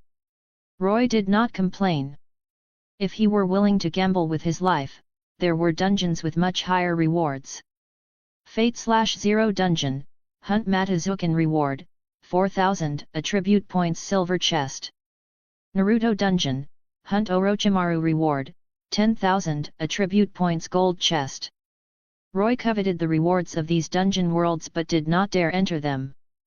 The chance of being killed in return was far too high. Island Nation, Fujimi City. When Roy opened his eyes, he found himself standing on the rooftop of a building. From this high vantage point, the classic scenery of the island nation came into view: clear skies, gentle winds, comfortable and pleasant. But the situation below was far from harmonious. The streets were filled with zombie-like walking corpses, with shriveled skin and lifeless eyes. At a glance, there were at least 100 of them. Roy frowned. All fear came from insufficient firepower. If he had heavy weapons, not to mention 1,000 zombies, even 10,000, he was confident he could slaughter them all. But before that, Roy carefully made his way down. The zombies in this world were attracted by sound, and with his SS rank agility, moving silently was effortless. He entered a convenience store at the intersection. The staff had long since turned into zombies, and Roy enjoyed a round of zero-cost shopping. Opening the refrigerator, he took out a chilled bottle of soda. Suppressing his excitement, Roy held it with both hands as if it were the most precious thing in the world. 15 years. 15 years without soda. Did anyone know how he had lived through those 15 years? Roy popped open the can. The fizzing bubbles and the familiar, faint fragrance sent a shock through his mind. Unable to hold back any longer, he took a big gulp. The soda slid down his throat, the sensation shooting straight to the top of his head. Roy almost cried out in pleasure. Moments later, the sensation faded. With a look of reluctance on his face, Roy took a second sip. Then he tossed away the now useless soda can, tasteless to drink, yet a pity to discard. A 2.5 yuan soda, the first sip was worth 2 yuan, the second sip worth 48 cents, and the remaining 10 cents wasn't worth anything at all. Chapter 22, Chapter 22, High School of the Dead. Bang! Bang! Bang! The empty can Roy threw clattered crisply against the ground, like a signal of some kind. All the zombies on the street lifted their heads in unison. They surged toward Roy in a vast tide, their charge carrying the oppressive momentum of an advancing army. The first zombie to reach him lunged forward, clawing at Roy with both hands as it opened its blood-filled mouth and bit down viciously. Roy drew the Muramasa sword and gave a light swing. A sharp flash of sword light passed by. The zombie's movements stopped abruptly, its head split cleanly in half horizontally, the upper portion sliding off, its exposed brain clearly visible. These zombies had to have their heads destroyed to die completely. With ordinary blades or blunt weapons, it would take several strikes to kill one. But the Muramasa sword was so sharp that even hard bone was sliced through with ease. The first zombie fell, yet the ones behind showed no reaction at all. They continued advancing, their stiff faces devoid of fear, just like dungeon monsters, lacking reason and driven only by the urge to tear apart the human before them. A feral grin spread across Roy's face. Using the convenience store as a stronghold, he slaughtered zombies non-stop, holding the entrance alone, carrying himself with the heroic air of a lone warrior blocking 10,000 foes. One zombie came, one zombie died. No exceptions. Their base stats were roughly on par with goblins, but a bite carried poison. Without the development ability abnormal resistance, Roy wasn't confident he could withstand corpse poison. Fortunately, his limit-breaking agility allowed him to nimbly evade every attack. Corpses piled up like mountains. Blood flowed like rivers. When the kill count reached 160, the number of zombies assaulting the convenience store began to decrease. Strength, 636, c. Endurance, 678, c. Seeing the update on his status panel, Roy noted the significant increase in endurance. He rubbed his slightly sore shoulder and couldn't help but smile wryly. This really was physical labor. With the zombies' basic stats, as long as he didn't do anything stupid, they basically couldn't hurt him, but killing 1,000 of them was no easy task. After cutting down 300 to 400 zombies at most, his stamina would be nearly exhausted and his movements would noticeably slow. Stepping over zombie corpses, Roy left the convenience store, casually cleaning up a few nearby zombies before striding straight down the street, cutting down anything that stood in his way. Zombie kills, 182. Zombie kills, 201. Zombie kills, 228. By the time Roy carved his way through an entire street, dusk had fallen. At the end of the road stood a school. Looking at the sign by the gate Fujimi Academy, Roy recalled the plot of this world. He had arrived at the protagonist's school. Perfect timing. Compared to other places, schools tended to have a higher concentration of zombies. Bang! Bang! Bang! Roy knocked on the stainless steel barrier at the school gate. The crisp sound echoed throughout the campus. Countless zombies slowly raised their heads before surging forward in a dark mass, like students rushing out after the lunch bell. Roy burst forward in a single step, moving as if through an empty field.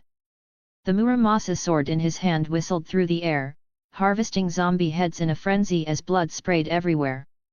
Such a commotion naturally attracted the survivors hiding inside the school buildings. "Hey, what's with that guy?" Students had barricaded classroom doors with desks and chairs to block the zombies.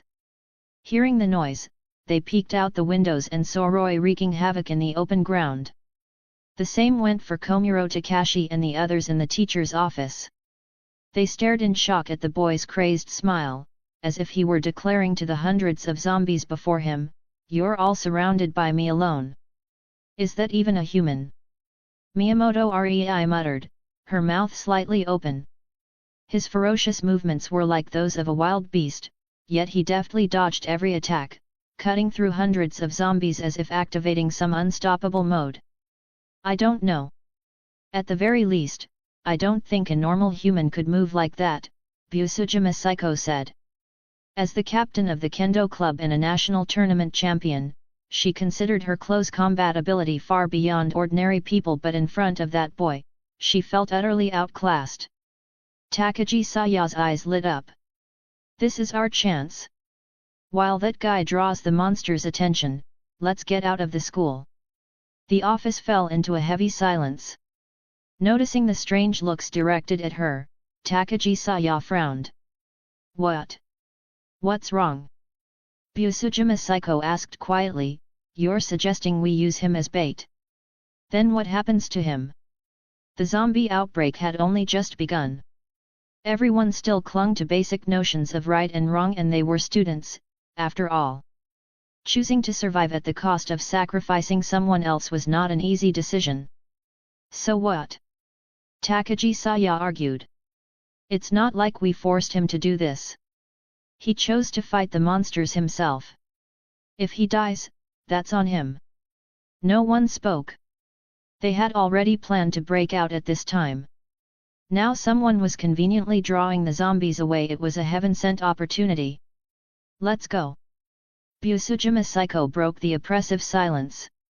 Opportunity wouldn't come twice. With no better option, they accepted the outcome. Komuro Takashi and Busujima Saiko took point front and back as guards while the group carefully descended the stairs, making as little noise as possible. With Roy drawing most of the zombies' attention, they reached the parking lot without incident, boarded the school bus, and started the engine. They weren't the only ones clever enough to take advantage of Roy. Another teacher, Shido Koichi, led several students over. After sacrificing a male student to distract the zombies, they also boarded the bus. Shizuka-sensei, pick up that boy, Busujima Saiko said as she moved beside the driver's seat. Okay. Marikawa Shizuka replied, guilt weighing heavily on her heart for having used him as a distraction. One blonde male student brought along by Shido Koichi shouted angrily, "Hey! Are you kidding me? Look at that, who exactly are we supposed to be saving?" Everyone followed his gaze. The black-haired boy was like a god of slaughter incarnate. Hundreds of zombies couldn't get close to him. Every swing of his long sword precisely claimed another head. Cold. Ruthless. Merciless. At this rate, no one doubted that the zombies on campus would all be wiped out by that boy alone. Humans have stamina limits, Busujima Saiko said firmly. Shizuka-sensei. Marikawa Shizuka nodded, gripped the steering wheel, and slammed the accelerator. The bus shot forward like an arrow, smashing through several zombies in front of Roy. Busujima Saiko shouted, "Get on now!" A trace of surprise flashed deep in Roy's eyes. He wasn't unaware that these people had used him to draw the zombies away, but he hadn't expected them to come back for him. It genuinely caught him off guard. And just in time his stamina was nearly depleted. Zombie kills, 348. Underscore underscore underscore underscore underscore underscore underscore underscore underscore underscore underscore underscore underscore underscore underscore underscore underscore underscore underscore underscore. If you think this story is fun and interesting and you want to read the next chapter earlier than the daily release, you can visit patreon.com/dzref887. Chapter 23, Chapter 23, Killing. When Roy got on the bus, Marikawa Shizuka floored the accelerator. The bus rammed through the zombies and sped toward the school gates. Thanks to the street Roy had already cleared, the number of zombies was extremely small, and the journey out was practically unobstructed. However, no one on the bus was in a good mood. As Roy boarded, a deathly silence filled the bus. The girls wore terrified expressions, huddling in the corners, their bodies trembling slightly, not daring to look at Roy at all. The blonde guy who had been shouting earlier didn't dare say a single word now, earning nothing but scornful looks from the others. After killing hundreds of zombies, it was inevitable that Roy was covered in their blood, like a man drenched in red. The thick stench of blood was enough to make one's scalp tingle. With such a peerless killing god right beside them, only a very few people could avoid feeling fear. Busujima Saiko was one of them. She observed Roy's medieval-style clothing, a thoughtful look on her face. "What's your name?" "Roy." Busujima Saiko spoke with Roy. At that moment, a man with glasses approached. He was neatly dressed, with a gentle, somewhat effeminate appearance. He interrupted them and said excitedly, "That was some amazing swordsmanship. Are you a student from a kendo dojo?" On the other side, Miyamoto Rei watched the scene coldly. Roy's gaze swept across the entire bus. The people could clearly be divided into two camps, Komuro Takashi, Busujima Saiko, and the small team around them, and the group of teachers and students led by Shido Koichi. Facing Shido Koichi's non-stop chatter, Roy merely glanced at him lightly and said in a cold tone, "You're very good at grasping human psychology." After entering a dungeon instance, his speech would automatically be converted into the local language, and he could understand what others said as well. Roy had already noticed this back in the giant world, so communication was never a problem. Shido Koichi put on an innocent-looking expression. But such little tricks couldn't fool Roy. In his previous life, he had been a corporate slave in finance. Dealing with people was an everyday affair, and his social attributes were maxed out. When everyone else was terrified, approaching without any sign of disgust was already enough to make people feel favorable toward him. First came praise to win goodwill, then expressions of friendliness, followed by deliberately probing into the other party's background. Despite clearly seeing Roy's superhuman physique and swordsmanship, he deliberately described him as a kendo dojo student. Any normal person would feel displeased and speak up to correct him, allowing the conversation to continue smoothly from there. If Roy hadn't known this man's true nature, he might have unconsciously raised his favorability toward him by 10%. Realizing that the young man in front of him wasn't easy to fool, Shido Koichi lowered his head slightly, light reflecting off his lenses. In this chaotic world, there must be a strong leader to guide everyone to survive. Become our leader. Shido Koichi bowed deeply in a perfectly standard Japanese bow, bending his body 90 degrees in front of Roy. With his head lowered, he failed to notice Roy's expression growing colder and colder. He continued to play his petty tricks, thinking that by disguising himself as harmless, he could use Roy's strength to seek benefits in this chaotic world. I don't have time to listen to your bullshit. Roy swung the Muramasa sword. A sharp flash of blade light flickered, its edge passing across Shido Koichi's neck. Blood splattered onto the bus window, still steaming with heat. Clang! A round head rolled onto the floor. Shido Koichi's eyes were wide open until his death. He couldn't believe that a 14 or 15-year-old boy would kill so casually. Roy's face was expressionless. What a joke. He had lived in the DanMachi world for more than 10 years.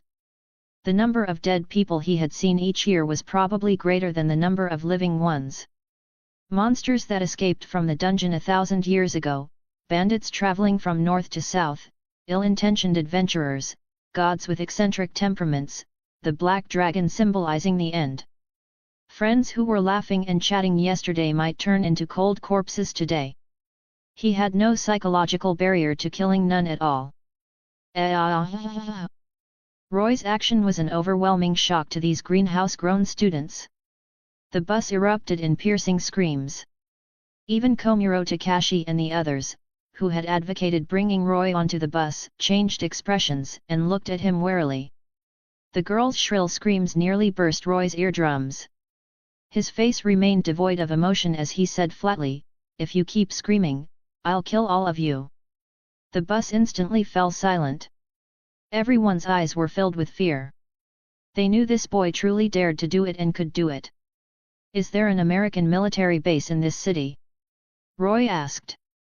That was his real objective. Killing zombies one by one was far too inefficient. It would take at least 3 or 4 days to complete the instance task, and he would miss what was happening over in Orario. He intended to use heavy weapons to wipe out the zombies in one sweep. No one in the bus answered. Just as Roy was about to lose patience, Busujima Psycho stepped forward.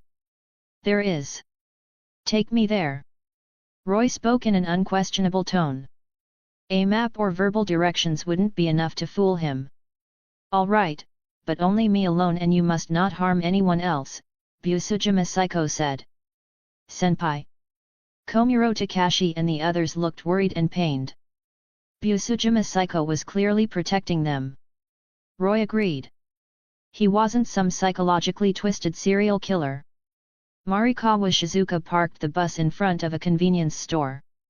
Roy and Busujima Psycho jumped down. Busujima Psycho gave the others a look of farewell. Roy casually killed 2 zombies, entered the convenience store to look for food, tore open the packaging, and swallowed some unexpired bread in one bite to replenish his energy. "You should eat too. It'll probably be several hours of driving." Busujima Psycho didn't refuse. Ever since zombies appeared at school, she had barely had anything besides a little water. After eating and drinking their fill, they found a truck at a street corner. The driver had turned into a zombie, and the keys were still in the ignition. Roy took the driver's seat. With the steering wheel on the right, as was standard in this country, he felt a bit uncomfortable, but at a time like this, having a car at all was already a blessing. Roy started the engine and, following Busujima Psycho's directions, drove toward the military base. After a long silence, Busujima Psycho spoke first. "Do you know the truth behind this disaster?" Her expression was filled with surprise. The boy's extraordinary combat power, medieval clothing, and long sword all made him feel far from ordinary. "I don't know. Probably air or water contamination," Roy replied casually. With modern hot weapons, if zombies could only infect others by biting, it would be impossible to cause large-scale chaos. If those major powers were really pushed to the brink, a single nuclear missile could level an entire city. Only a virus spread through the air or water could possibly cause chaos on a global scale. But he wasn't interested in any of that. He was only here to hunt zombies and obtain instance rewards. As for the extra quest, save the world, Roy didn't even look at it. He knew his own limits well enough. One grenade would be enough to leave him severely injured. Chapter 24, Sniping. Roy's detached, uninvolved attitude made Psycho Busujima certain that this terrifying disaster had nothing to do with the strange boy in front of her. She asked the question she cared about most. "What are you going to the military base for?" Bang! Bang! Bang! Roy stomped on the accelerator. The heavy truck sent zombies flying as it plowed through them.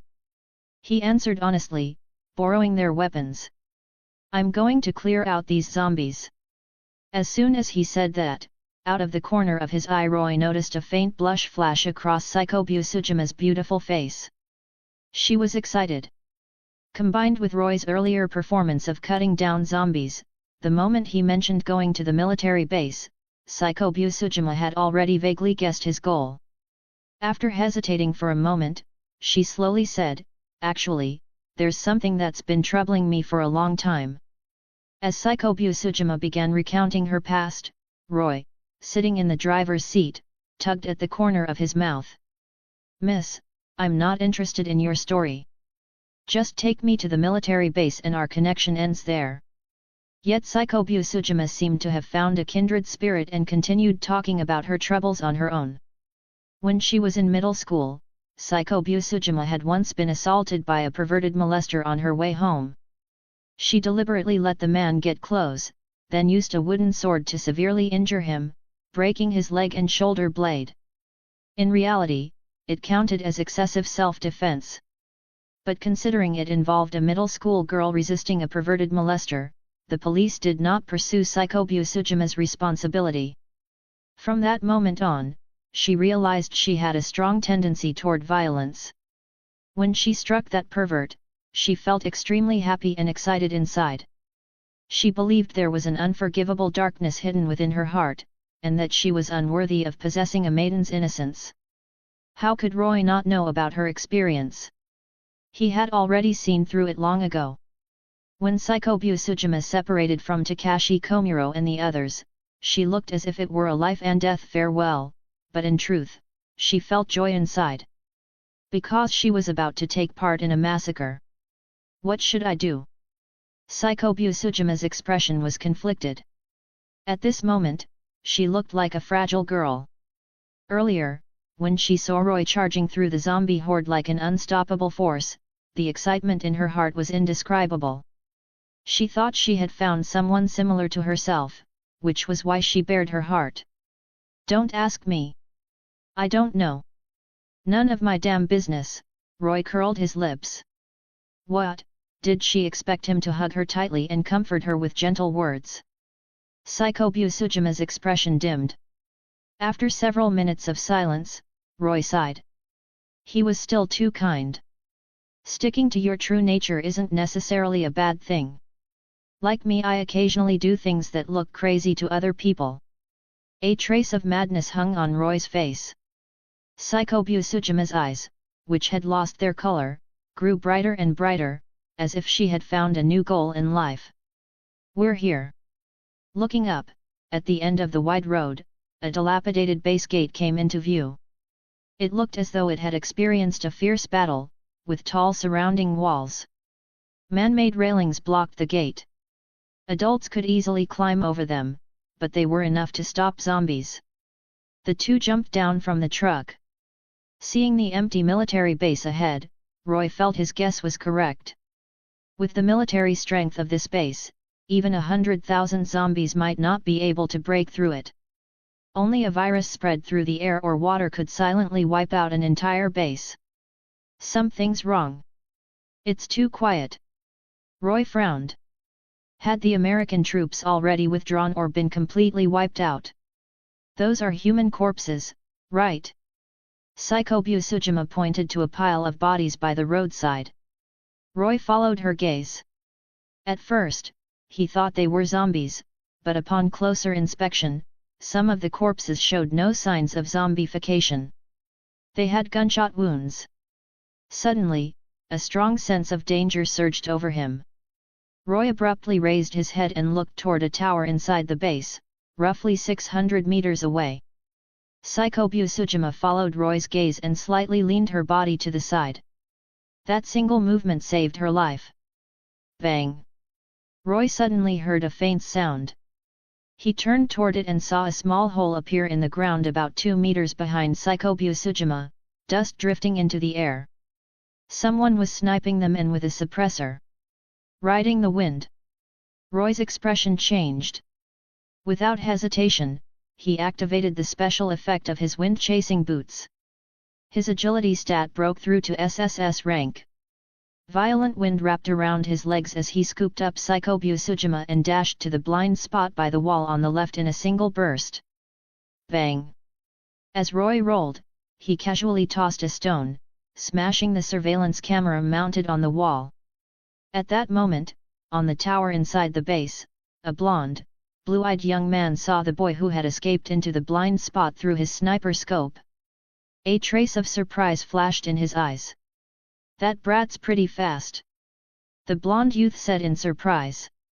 That kind of movement didn't look like something an untrained kid could pull off. The tall girl beside him looked older, probably the other party's sister or something like that. That was why he planned to shoot her dead and keep the kid alive to play with for a while, but he had misjudged. "Waylon, stop playing around. You'll attract the zombies again, and that'll be a hassle," a rough male voice came through the radio. "Got it," the blonde youth replied lazily. The sudden outbreak of the zombie tide had turned most of the soldiers in the base into zombies. Only a little over 10 people remained, but relying on powerful firepower, they had still cleared all the zombies inside the base. The voice from the radio belonged to the highest-ranking officer currently in the base, Lieutenant Alton, OC. They were tasked with protecting an old professor conducting on-site research in the island nation, though he felt it was completely meaningless. Today was his shift. Waylon Alves, OC, especially liked to toy with Icelanders who brought their families and sought refuge at the base, using sniping to give forensic examiners headaches. Anyway, no one would hold him accountable. In this lawless, chaotic world, he could fully unleash the darkness within himself. At the foot of the towering wall, Roy placed Psycho-Busujima on the ground.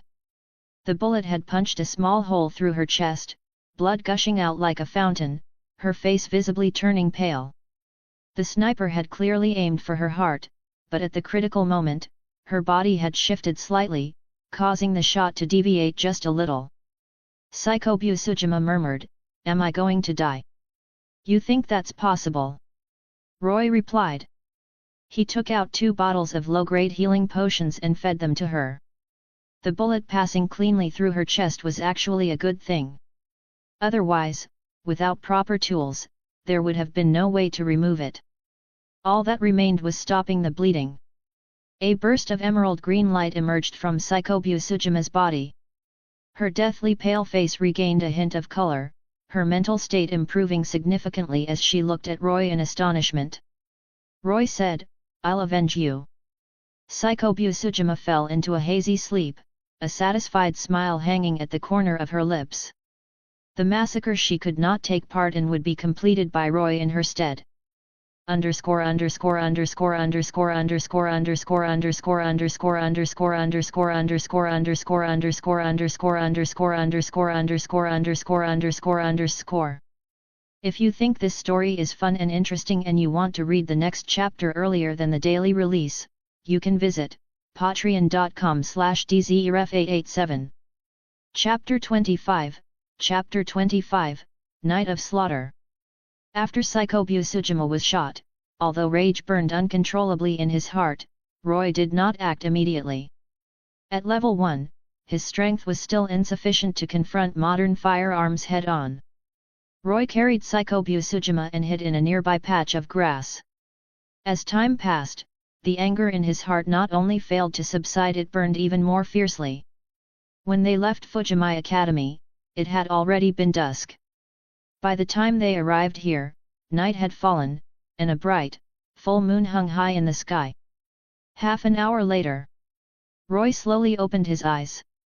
A bloodthirsty, icy glint flashed deep within them, like a beast awakening. The surroundings were terrifyingly quiet. The soldiers inside the base also knew that noise would attract zombies. From the fact that they had used suppressed gunfire earlier, it was clear they hadn't made many preparations. There weren't even any searchlights.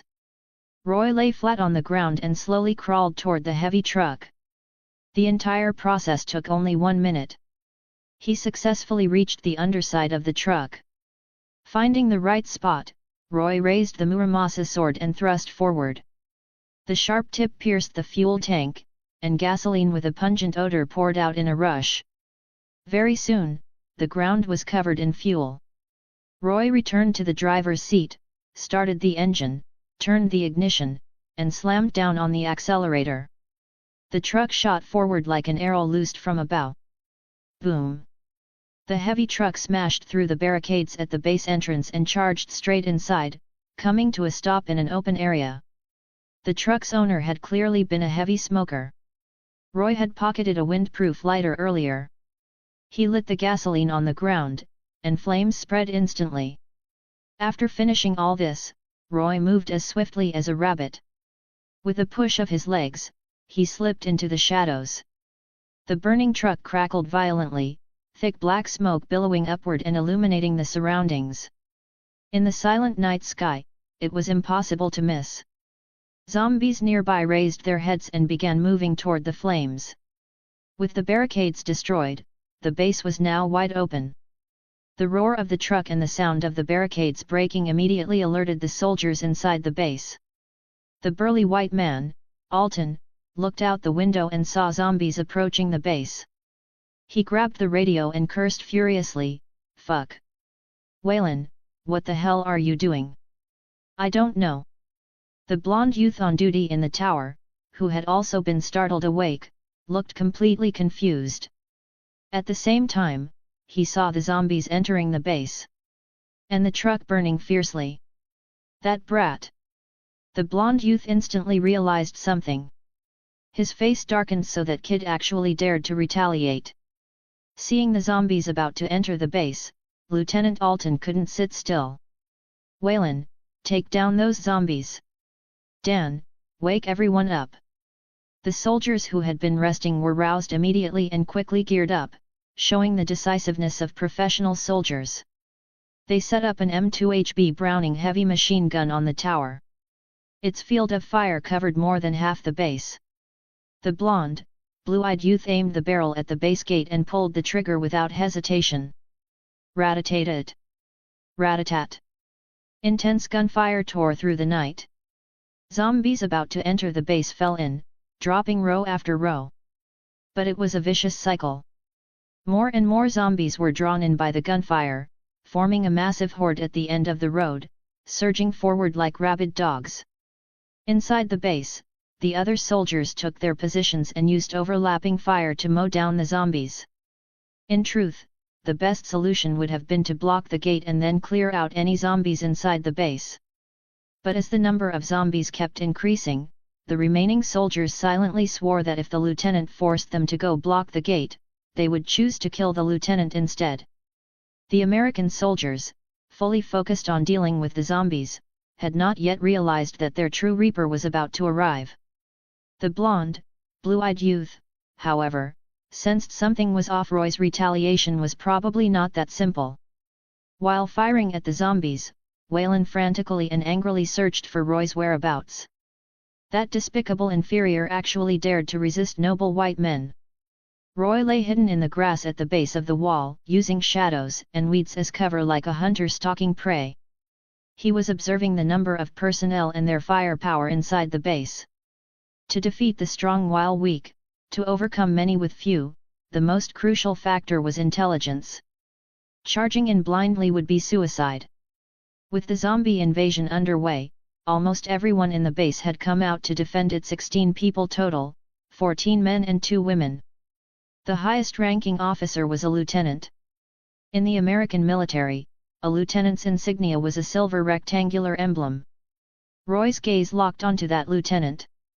The importance of eliminating the commander went without saying.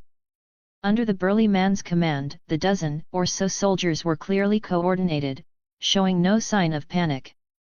Roy had no doubt that, barring any accidents, this wave of zombie attacks would be easily suppressed. But he was the accident. Roy moved slowly along the wall, silently closing in on the white lieutenant. Seeing that all the soldiers were focused on the zombies at the base gate, completely unguarded against threats from behind, Roy seemed to understand something. The bastard who had shot Psycho Busujima had not reported Roy's intrusion upward. Whatever his motive, the situation was extremely advantageous for Roy. The enemy was in the open, he was in the dark. When Roy closed within 20 meters, the professional soldier lieutenant seemed to sense something. Unease crept onto his face as he frowned and shifted his gaze. But it was already too late. Riding the wind. Roy activated the special effect of the wind-chasing boots. In a single burst, he crossed the distance between them. The Muramasa sword stabbed straight through the burly man's chest from behind, piercing his heart. Blood dripped from the sword tip. The burly man turned his head slightly, mouth agape. Roy pulled out the Muramasa sword. The man's body collapsed, blood pooling rapidly beneath him. "Lieutenant! Why is there a kid? Open fire!" The 4 soldiers closest to him had been dealing with zombies. The sudden incident left them stunned. Enraged, they tried to turn their guns. But Roy was faster. He drew the frostbite blade. Icy cold erupted from the blade, coalescing into the image of an ice dragon that let out a roar as it lunged toward them. The 4 soldiers were frozen solid on the spot, turned into ice sculptures. Crack! Fine cracks spread across the frostbite blade.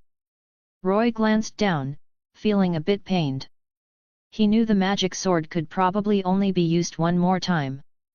Magic swords were simply too useful. No chanting, instant cast magic. That trait alone was enough to make enemies' scalps tingle.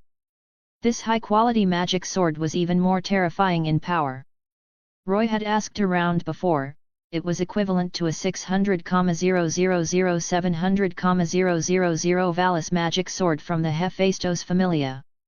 Roy put away the frostbite blade and rushed forward, swinging the Muramasa sword with all his strength. Along with the ice, he cleaved through the American soldiers trapped inside. By the time the others reacted, Roy had already vanished, slipping back into the depths of the shadows. As he moved, Roy glanced toward the tower and happened to meet the gaze of the blonde, blue-eyed youth. Roy's icy eyes seemed to say, "You're next." Chapter 26, Chapter 26, Brilliant Fireworks. With the White Lieutenant, their commander, dead, the situation of this small squad visibly descended into chaos. At the same time, the loss of 4 more soldiers meant their firepower was no longer sufficient to cover all the zombies. Blind spots appeared in the firing net, allowing zombies to slip through and sneak inside. Seeing the zombies about to break through the defensive line, the remaining American soldiers' will to fight instantly collapsed. Although the base was surrounded by zombies, they still had helicopters. Escaping now meant there was still a slim chance of survival. No one wanted to be buried along with the base. A rout was like falling dominoes. Once the first person ran, there would be a second. Afraid of being left behind, the others followed suit. They simply didn't have that strong a sense of responsibility.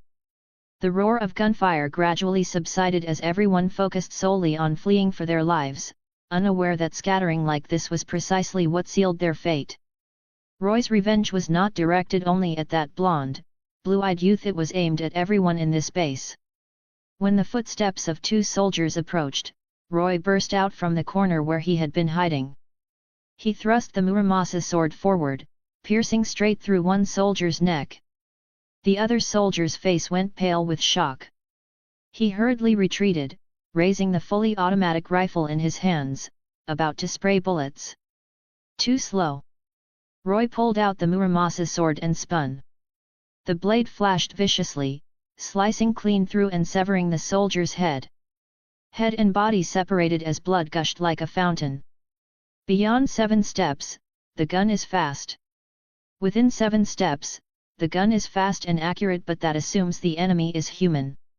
Even a mere level 1 adventurer far surpassed ordinary people in physical ability. And Roy, whose attributes had broken through their limits, could practically be considered half a level 2. Roy didn't pause. He maneuvered rapidly, unleashing a bloody massacre throughout the base. In less than 10 minutes, the 7 or 8 soldiers who had lost their will to fight and fled in defeat were all slaughtered by Roy. Only Waylon in the tower and his assistant remained. Fuck. Fuck. Fuck. From atop the tower, Waylon watched Roy slaughtering everyone in the base like a demon. On the verge of a mental breakdown, he roared curses non-stop.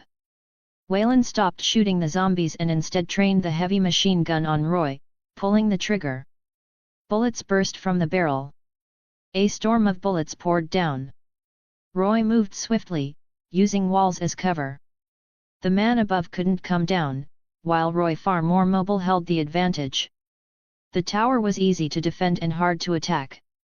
Roy had no need to force it. From the corpses of the American soldiers, he picked up several Mk3A2 offensive grenades. Roy kicked a corpse outward. As expected, bullets rained down immediately, riddling it full of holes. In that very instant, Roy dashed out in the opposite direction. He pulled the pin from a grenade and, from 200 meters away, made a precise throw onto the tower. Boom! The grenade exploded atop the tower. Fearing it wasn't enough, Roy hurled 2 more grenades up there. After 2 consecutive explosions, everything went completely quiet aside from the roars of the zombies. Using the remaining grenades to blast open a path, Roy rushed through and climbed the tower. Waylon's assistant was killed on the spot. Waylon himself still had one last breath. Having tanked 3 grenades, he could truly be called a legendary blast resistance king, but Roy would soon make him understand just how unfortunate it was that he hadn't died earlier. Roy took out a bottle of low-grade life potion and stuffed it, glass bottle and all, into the youth's mouth, pressing one hand on his crown and the other on his jaw, forcing it shut. Crack! The glass bottle shattered between his teeth. The garnet red potion, mixed with shards of glass, slid down his throat. A few seconds later, the blonde youth's condition improved slightly, but his mouth was torn to shreds by the glass, filled with blood. Seeing Roy, the blonde youth, covered head to toe in blood, flashed a hint of fear in his eyes. He roared to steel himself, "You're a demon sent by Satan, a demon!" His throat had been cut by glass, making his voice shrill and hoarse, like tires grinding against asphalt.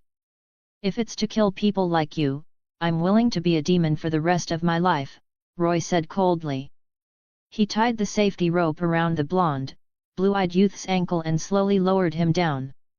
"No, no, no, kill me! Just kill me!"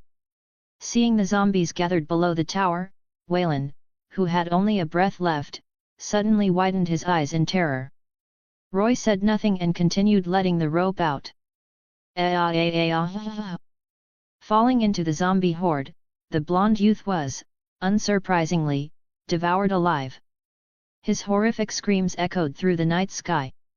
Before dying, he regretted it so deeply his guts practically turned green. Why had he ever provoked this demon? Ha! Roy exhaled a long breath of turbid air. His entire body felt relaxed, his mind clear and refreshed. Perhaps this was what people meant by clearing one's mental knots. Otherwise, this incident would have stayed buried in his mind forever, like a heart demon. Normally insignificant, but at critical moments it would jump out and cause enormous trouble. Roy made his way to the base's armory.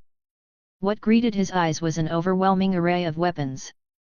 There was no way he could take them with him, and he didn't want to know what would happen if modern firearms appeared in the world of DanMachi.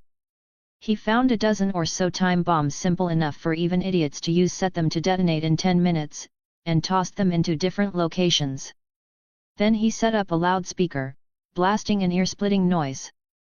The zombies that had invaded the base were drawn by the sound and swarmed toward the armory. Roy went the opposite way, moving silently, weaving through the zombie horde. Boom! When Roy reached the base gate, earth-shaking explosions erupted behind him. With thunderous detonations, the armory and a massive number of zombies were blown straight into the sky. Blazing flames dyed the heavens red. Even the ground several kilometers away trembled from the shock. Congratulations on completing the main mission. Please return within 24 hours. Countdown. Total zombie kills, 2,820. Gain 282 attribute points. Special reward triggered. Potion treasure chest, contains at least one high-grade potion. Roy clicked open potion treasure chest. Potion treasure chest opened. Congratulations on obtaining, low-grade life potion, 10 bottles, low-grade stamina potion, 10 bottles, low-grade mental potion, 10 bottles, panacea, high-grade, zombie virulent poison, high-grade. There was no need to explain the low-grade life potions. The other two low-grade potions had similar effects. They restored 20% stamina or mental power within 10 seconds. Drinking multiple bottles could extend the duration, but the effects could not stack. The magic power in the status panel was essentially mental power, just a different name. Recklessly casting spells until magic power was depleted would even cause fainting. Name: Zombie Virulent Poison, Potion. Grade: High. Effect: the released toxic gas drives people into a frenzied state. Infection can be spread through bites. Against adventurers with abnormal resistance, the effect is greatly reduced. Name: Panacea. Grade: High. Effect: a special potion effective against injuries, poisoning, disease, mental exhaustion, and similar conditions. Agility: 1008-1290, SSS.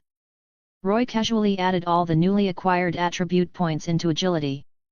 It was worth noting that breaking past 999 placed one at SS rank, while only values above 1200 qualified as SSS.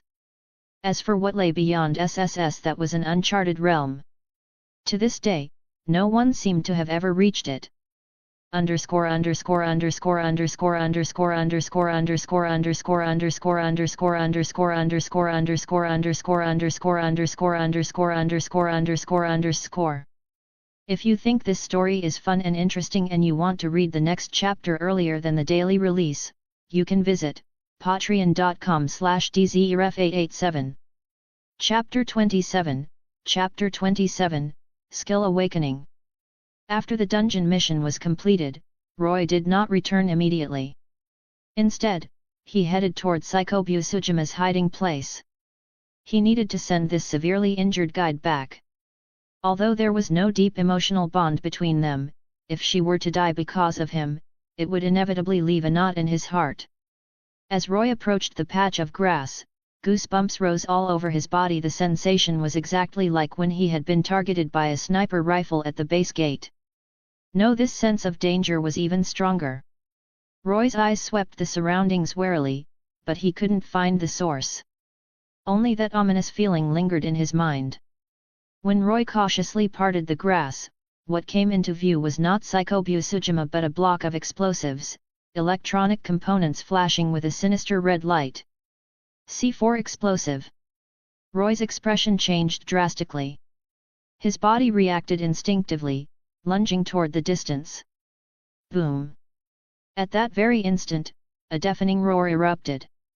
The shockwave from the explosion slammed violently into Roy's body. He crashed face first into the ground. It felt as if his back had been sliced open by sharp blades, skin torn, muscles ripped apart. A fierce burning sensation followed, as if a mass of fire were raging on his back, agonizing beyond measure. The close-range explosion also ruptured his eardrums. A sharp ringing filled his ears as dark red blood flowed out, his brain feeling as though it were about to split apart. Ha ha ha, got him! Lying in the grass several dozen meters away, an old white man leaped up excitedly. Wearing a white lab coat and sporting a shiny bald head that reflected the moonlight, he was none other than the old professor protected by the American squad. In fact, he had been in the monitoring room the entire time. From the moment Roy arrived at the base, he had been watching him. At first, he hadn't taken it seriously until Roy displayed monstrous strength and slaughtered an entire American squad. While Roy was dealing with Wayland and finishing things up by planting bombs in the armory, the old man had secretly used the base's hidden passage to come here.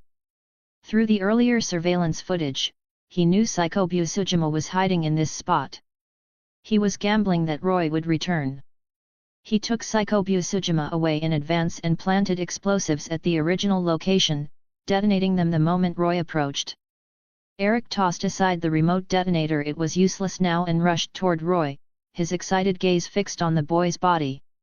He had come to the island nation to investigate the origin of the zombie outbreak. Roy's extraordinary physical abilities convinced him that something unusual had happened to this boy. Awakening superpowers like in the movies wasn't impossible. Roy struggled to lift his head. Out of the corner of his eye, he noticed Psycho Busujima had been moved to another patch of grass. He finally let out a sigh of relief. Immediately after, overwhelming fury filled Roy's chest, as if it were about to burn away his remaining reason. "Don't worry, I'll make good use of your body, of course, in the laboratory. First, draw 1,000 milliliters of blood." "No, no, no, he's too weak, he might die." "No, no, I must believe it. As a superpowered individual, he won't die that easily." But Roy could no longer hear the old man's muttering. From Psycho Busujima being shot to his own near-fatal explosion, the accumulated rage inside him burned like a blazing furnace. Adrenaline surged violently. Roy no longer felt pain. His eyes turned bloodshot as his hands struggled to push against the ground, like a maddened beast. At this moment, only one thought filled his mind: to crush the enemy with the most brutal, overwhelming attack, so that no one would ever dare provoke him again. He can still stand? As expected of a superpowered individual. "You're far more valuable alive than dead," the old man Eric said fanatically, pulling out a small pistol, aiming at Roy, and pulling the trigger without hesitation. The injected dart pierced Roy's chest. Yet the boy's body remained standing, unmoving. Roy stared coldly at the old white man and walked toward him step by step, showing no sign of losing consciousness. "Impossible! This anesthetic can knock out even a fully grown elephant!" Eric exclaimed in disbelief. "An anesthetic that can knock out an elephant? You think that can extinguish my rage?" Roy said coldly. A surge of heat spread throughout his body, granting him power. Skill awakened. Name: Blood for Blood.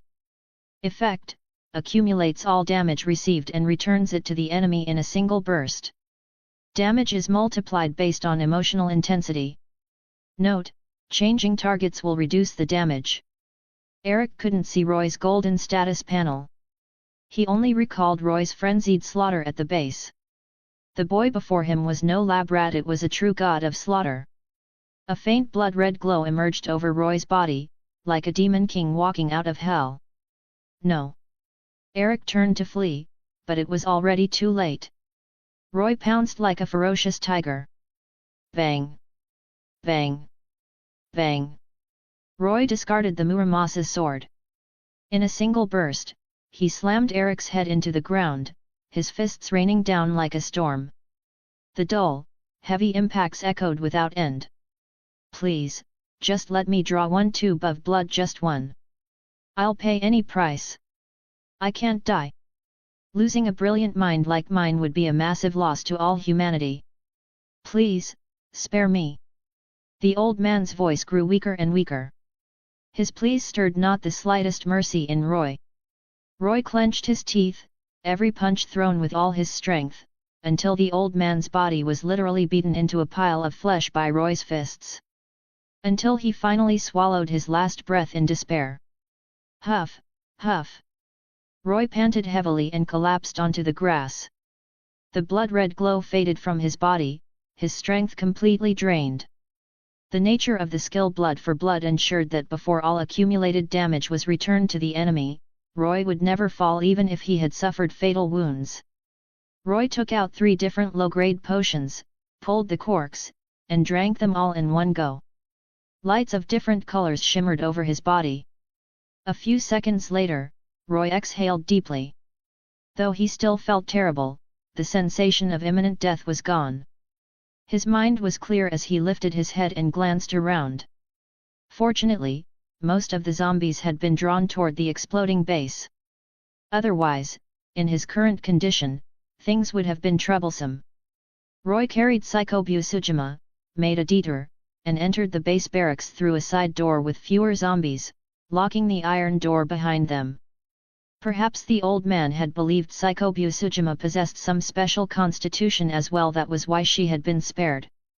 Psycho-Busujima slowly woke up. Her chest still ached faintly, but at least her life was no longer in danger. These are 6 potions, your payment. Use the red ones for injuries, the blue ones when you're exhausted. With your abilities, you can survive even on your own, Roy said. He didn't give her any mental potions. For someone who couldn't use magic, those were no better than 2 cups of coffee. After doing all this, without waiting for Psycho-Busujima's reply, Roy, his consciousness fading, clicked return. Chapter 28, Chapter 28, the most dangerous war game in history. Orario, Babel Tower. The gathering place of the gods was located on the 30th floor of Babel Tower. This floor had no other sections, an entire level consisting of a vast, open hall. Thick, towering columns stood in long rows, supporting the lofty ceiling above. Within the spacious hall, there was only a large round table placed at the center. The surrounding walls were made of enormous glass panels, shrouded in clouds and mist, making the place resemble a palace in the sky. The gods of Orario had all gathered here. A war game under the rules established by the gods was a conflict between 2 familias. And this time, it was the Astraea Familia versus the dark faction's Rudra Familia, which made the gods who loved excitement positively thrilled, their faces filled with anticipation. Justice versus darkness and evil. There were also quite a few gods casting unfriendly gazes toward a dark-skinned male god. The god of the dark faction, Rudra. During the great conflict 2 years ago, many gods on their side had nearly been sent back to heaven. They held no goodwill toward these evil gods who delighted in chaos and death.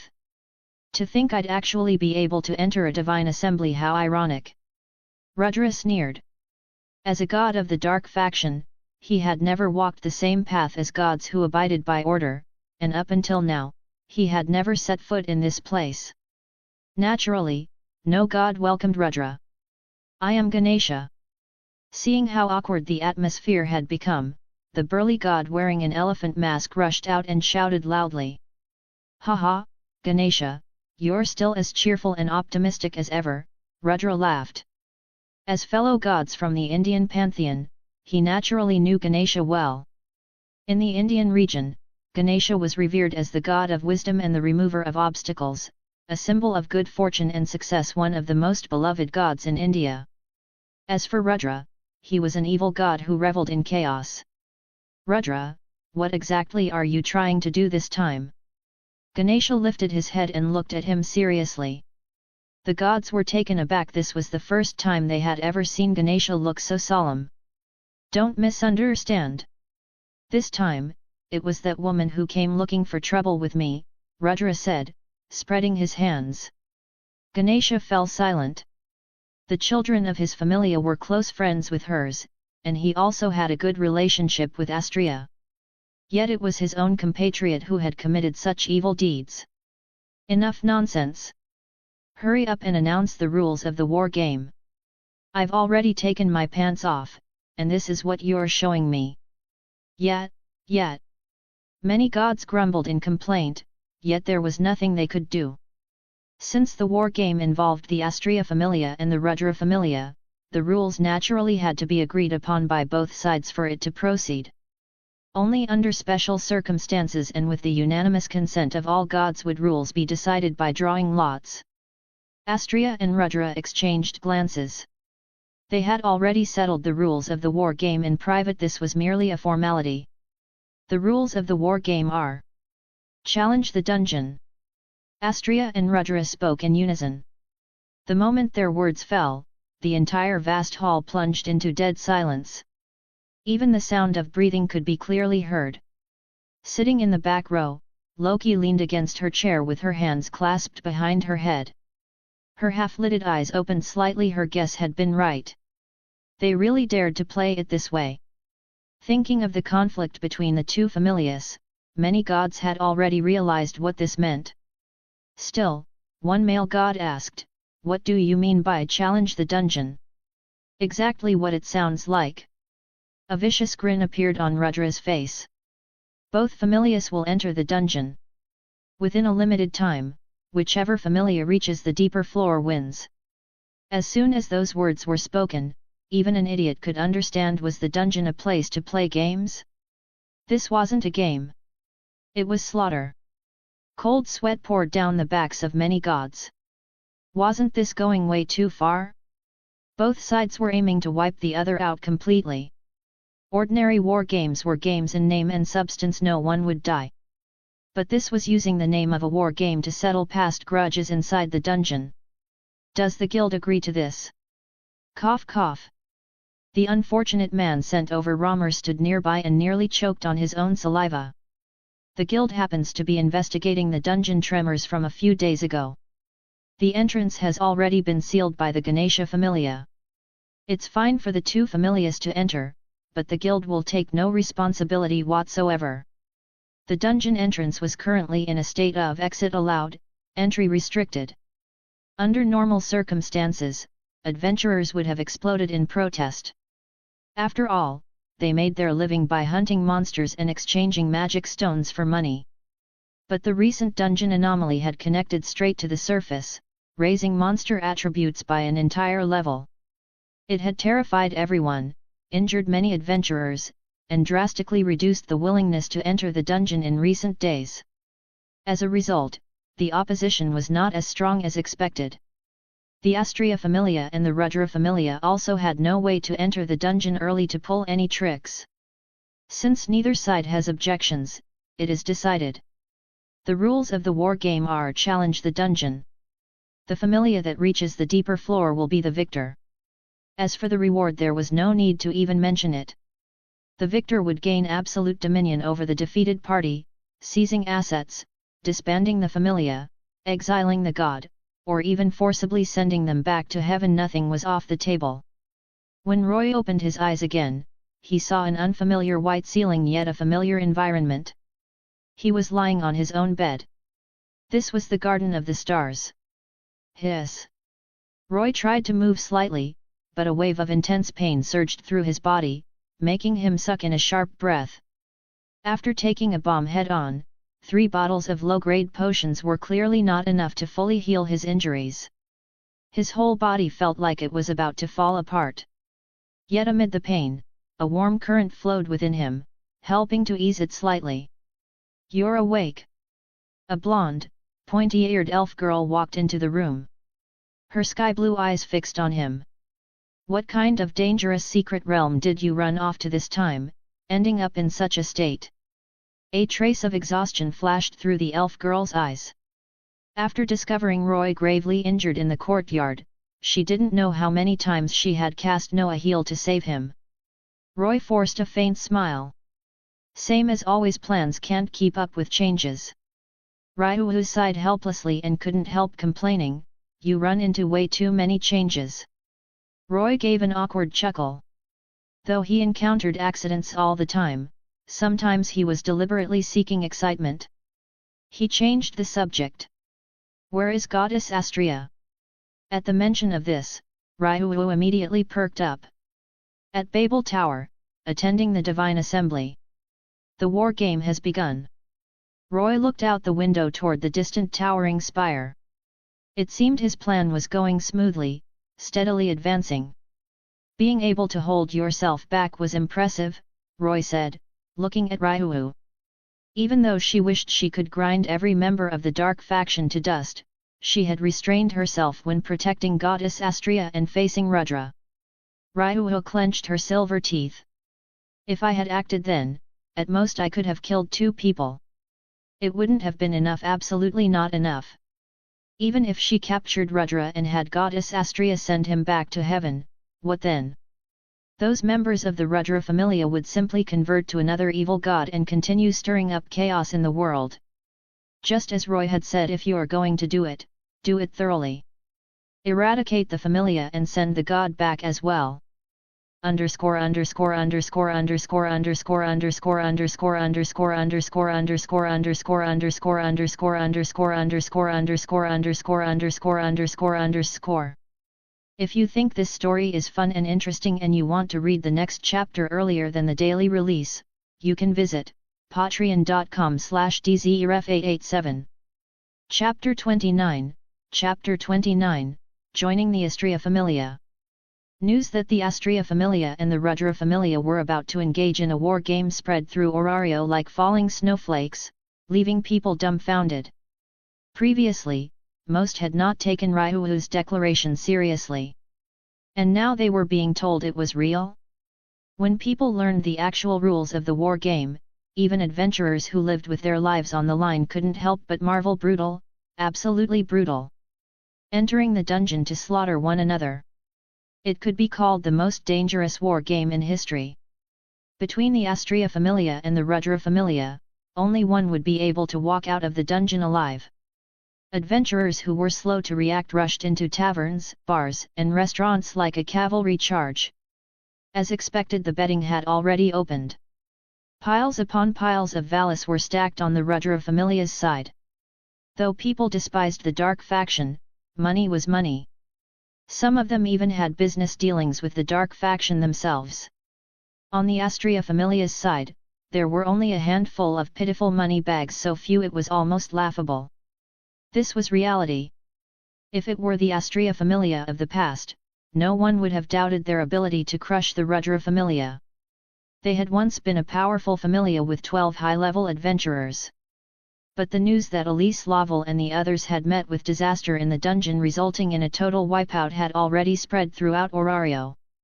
With only the lone Gale left, even with her level 4 strength, she could not possibly stand against an entire familia. Anyone who dared to bet on the Astraea Familia would simply be handing free money to the house. No one wanted to be a sucker. Roy's condition had improved somewhat. He went out to buy ingredients together with Ryuhu, who wore a cloak, and happened to see the odds for the Astraea Familia rise to 1:8. What a shame, no money on hand, Roy muttered softly. The 30,000 Valis he had thrown out earlier using a vagrant to pass along a message had been his entire savings. The Astraea Familia's 80 million Valis were deposited with the guild and couldn't be withdrawn for the time being. 200,000 Valis on the Astraea Familia? Little girl, are you serious? Just as Roy was about to think of some clever way to earn starting capital, a booming voice came from a nearby tavern, drawing both his and Ryuhu's attention. Seeing the overwhelming amount of Valis piled on the Rudra Familia's side had already made Ryuhu feel disheartened by people's lack of faith. Hearing that shout, she couldn't help but look up. Inside the tavern stood a grey-haired girl with well-defined features and a tall figure. She wore a green waitress uniform, a playful smile on her face, cute, lively, and easy on the eyes. 200,000 Valis placed on the Astraea Familia alone, more than everyone else combined. Facing the crowd's incredulous gazes, the grey-haired girl spoke calmly, "The Astraea Familia once fought to protect this city as well. If they are forgotten, then this city itself is truly pitiful, choosing to forget its own heroes." Those in the tavern who still had a conscience fell silent. Living only for entertainment and money, forgetting the heroes who once protected them, it stirred a sense of shame. But that shame quickly turned into irritation. She made it sound as if they were despicable and she was noble. People would rather belittle others than admit their own ugliness. Just as the crowd was about to erupt in embarrassment-fueled anger, the grey-haired girl smiled playfully. "Well? That speech sounded pretty nice, didn't it?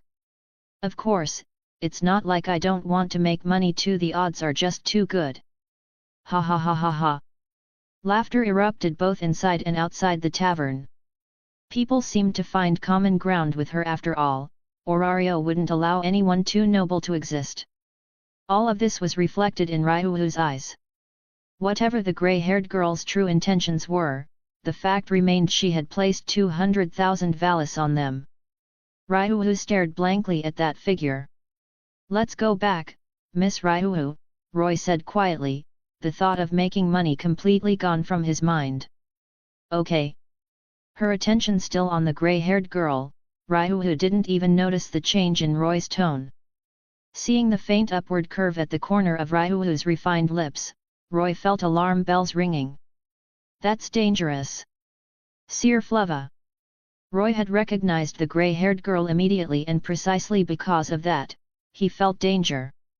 High-level adventurers from the Freya Familia had to be nearby. To be honest, he had gone out of his way to avoid Freya's sphere of influence.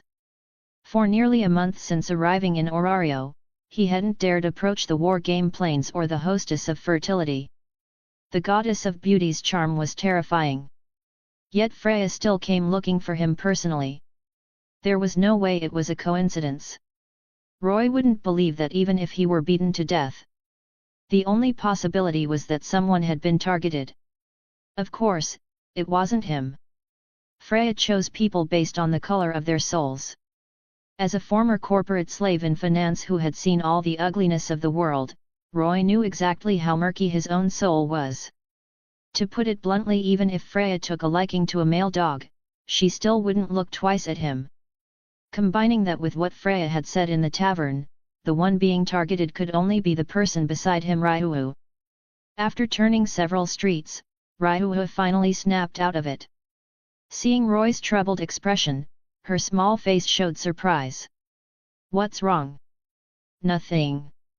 Just mentally exhausted," Roy replied, vaguely recalling a piece of information in the original timeline.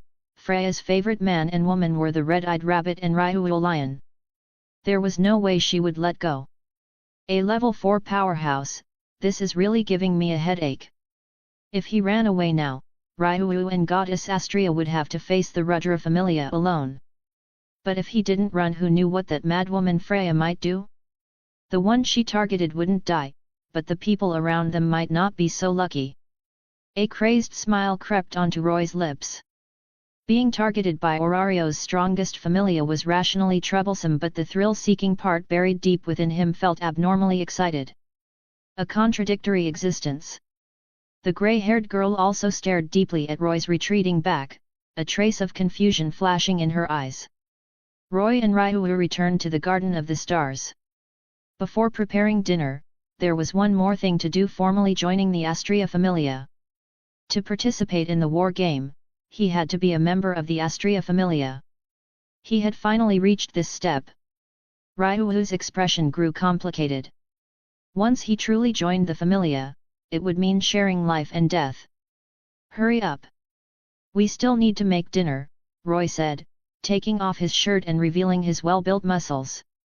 Goddess Astraea pricked her finger with a silver needle, letting her divine blood drip onto Roy's back. Name: Roy. Level: 1. Strength: 636-655, C. Endurance: 698-795, B. Dexterity: 1095, SS. Agility: 1290, SSS. Magic, 0, I. Skills. My lord is here. With faith in the god, I become the god. Allows the user to freely update ability values according to their own will, independently choosing level UPS and developmental abilities.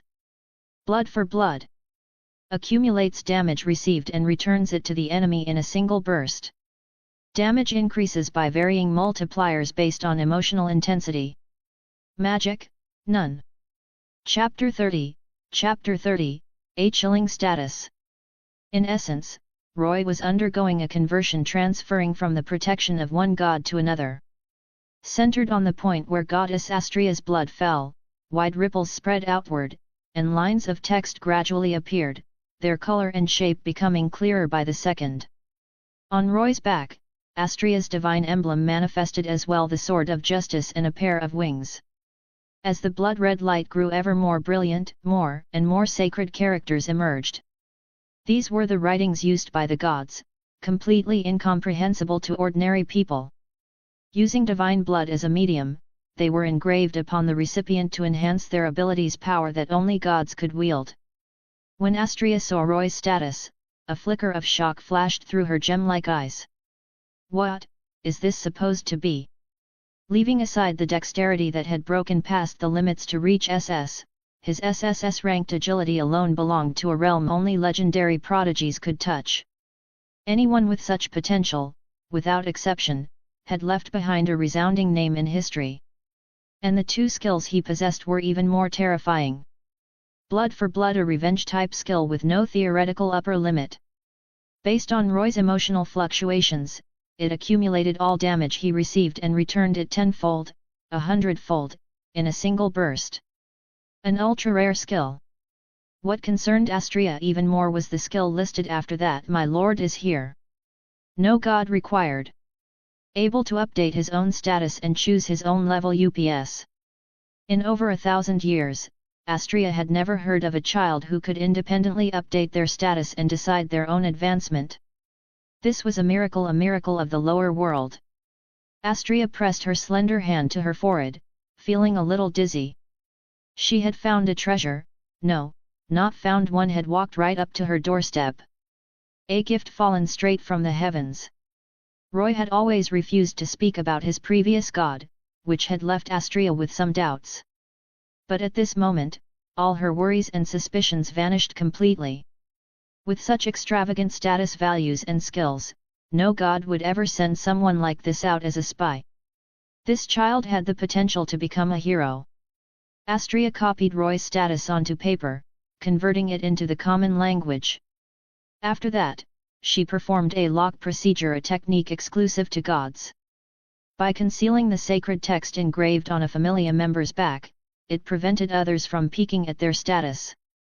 The conversion is complete. After finishing everything, Astraea handed the paper to Roy, her expression complicated. Roy took the paper but didn't look at it right away. How could he not know his own status? He looked at the goddess in confusion. What's wrong with you? I feel a little tired. Sorry, I'll go rest for a bit, Astraea replied, a faintly apologetic and weary smile appearing on her delicate face. Watching that slightly frail retreating figure, a trace of heartache surfaced on Ryuhu's face. She had never seen such an expression on the goddess before, and the root cause of it all was. Ryuhu's sharp gaze shifted to Roy. Roy spread his hands innocently. He hadn't done anything. Ryuhu didn't leave. Her eyes drifted toward the paper in Roy's hand, curiosity flashing within them. That small gesture, of course, didn't escape Roy's notice. If you want to look, just look. There's nothing worth hiding, Roy said, raising the paper. You're the one telling me to look. It's not that I want to, Ryuhu said softly. Revealing one's status and skills was no small matter normally, even Familia members kept such things confidential. But this boy was far too mysterious, making it impossible not to want to probe his secrets. Just one glance. Just one. They were about to face the Rudra Familia together. Understanding a companion's abilities would only help in battle. The elf girl comforted herself with that excuse. Ryu schemed through the contents at a glance. Her beautiful face froze on the spot. What is this? Her eyes widened. No wonder Goddess Astraea had reacted like that. Roy's status and skills could no longer be described as merely shocking. They were downright terrifying. Stats that broke past their limits, a revenge skill with no upper bound, the ability to independently update status and level up. If the contents of this paper ever got out, not just Orario, the entire world would go insane. Other gods would stop at nothing to snatch him away. This boy himself was a miracle. Ryu felt a headache coming on as well. No wonder he was always with her, yet his status kept climbing steadily. So that was the secret behind those absurd skills. Roy glanced at the status values on the paper too. Turning a man into minced meat with his fists and getting blown up once had raised his strength and endurance quite a bit, especially endurance, nearly 100 points. Envious? That came from nearly being blown to death. When he saw the skill "My Lord is here," Roy finally understood why Goddess Astraea had looked that way. Updating status and leveling up on his own. His expression turned strange.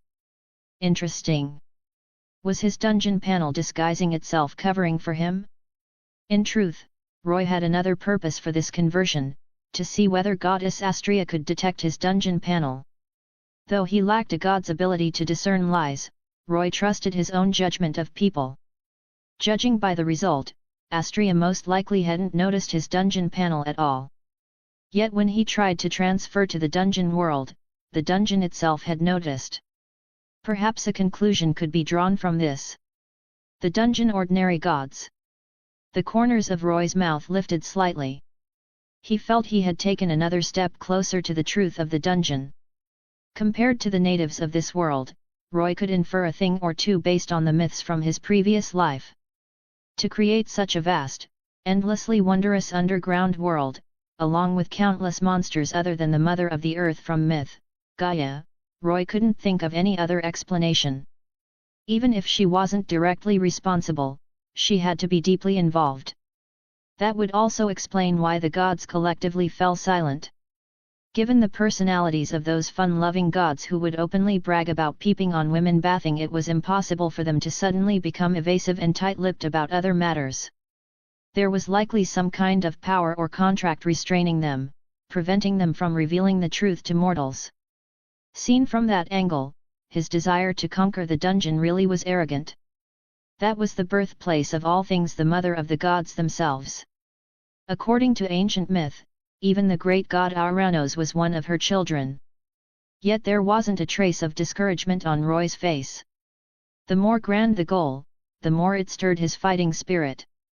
Inside the room, Astraea lay on her bed, tossing and turning, unable to fall asleep. Her rosy lips pouted slightly.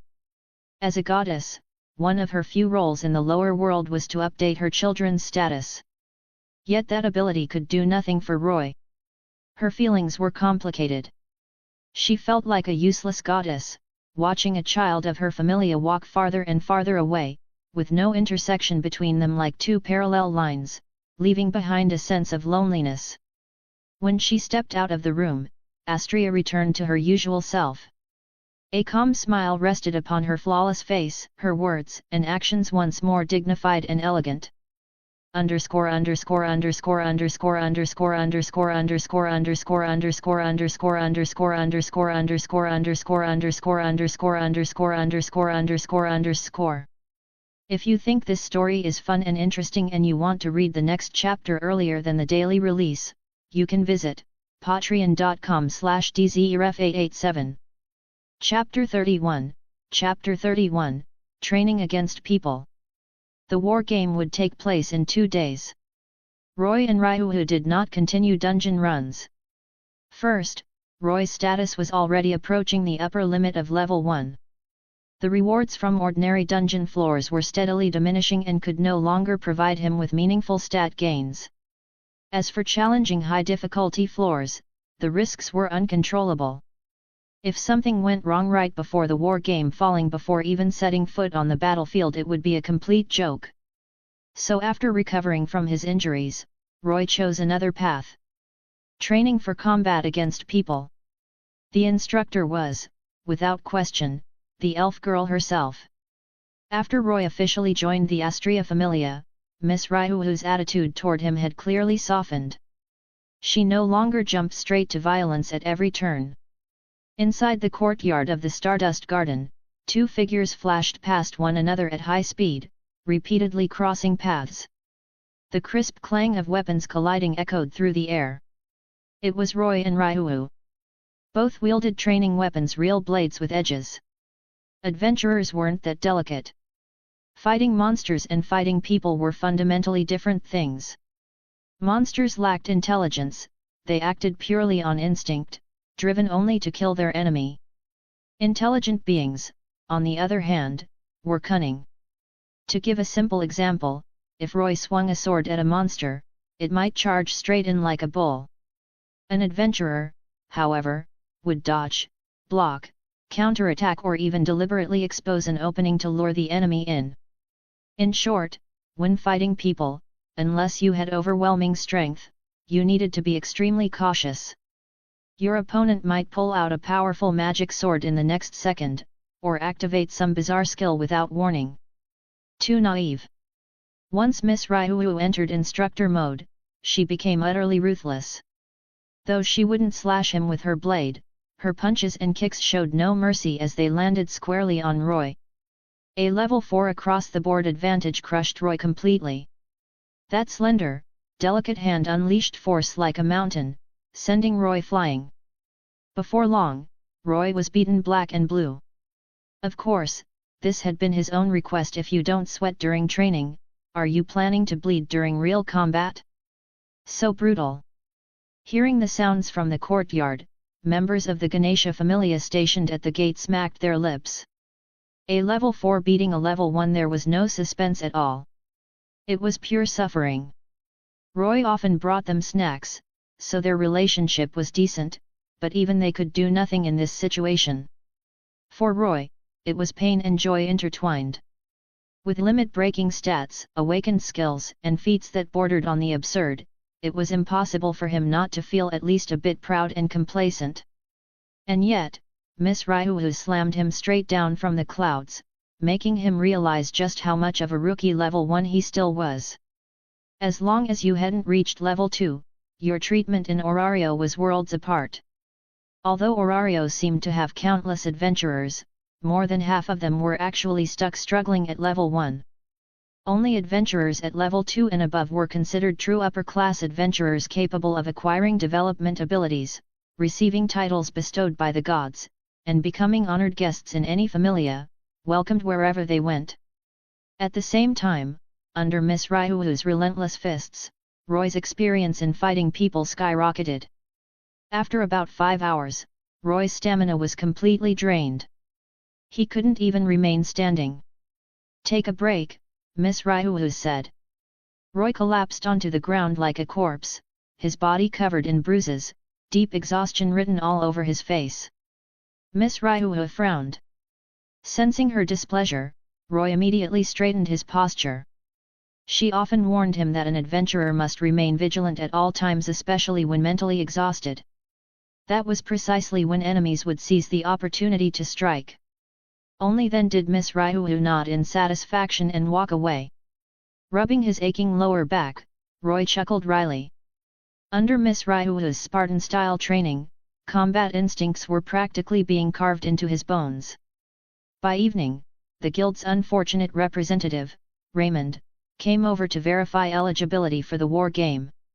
When he saw the sword of justice and wings engraved on Roy's back, a flicker of surprise passed through Raymond's eyes. To still stand with the Astraea Familia at a time like this, he had to admit, that took courage. "All right," Raymond said. "Confirmed participants in the war game, Ryuu, Lion and Roy." Grinning, Roy asked, "How many people from the Rudra Familia are participating?" Raymond's mouth twitched. Asking for insider information so openly, this guy really had a thick skin. By principle, he wasn't supposed to say anything.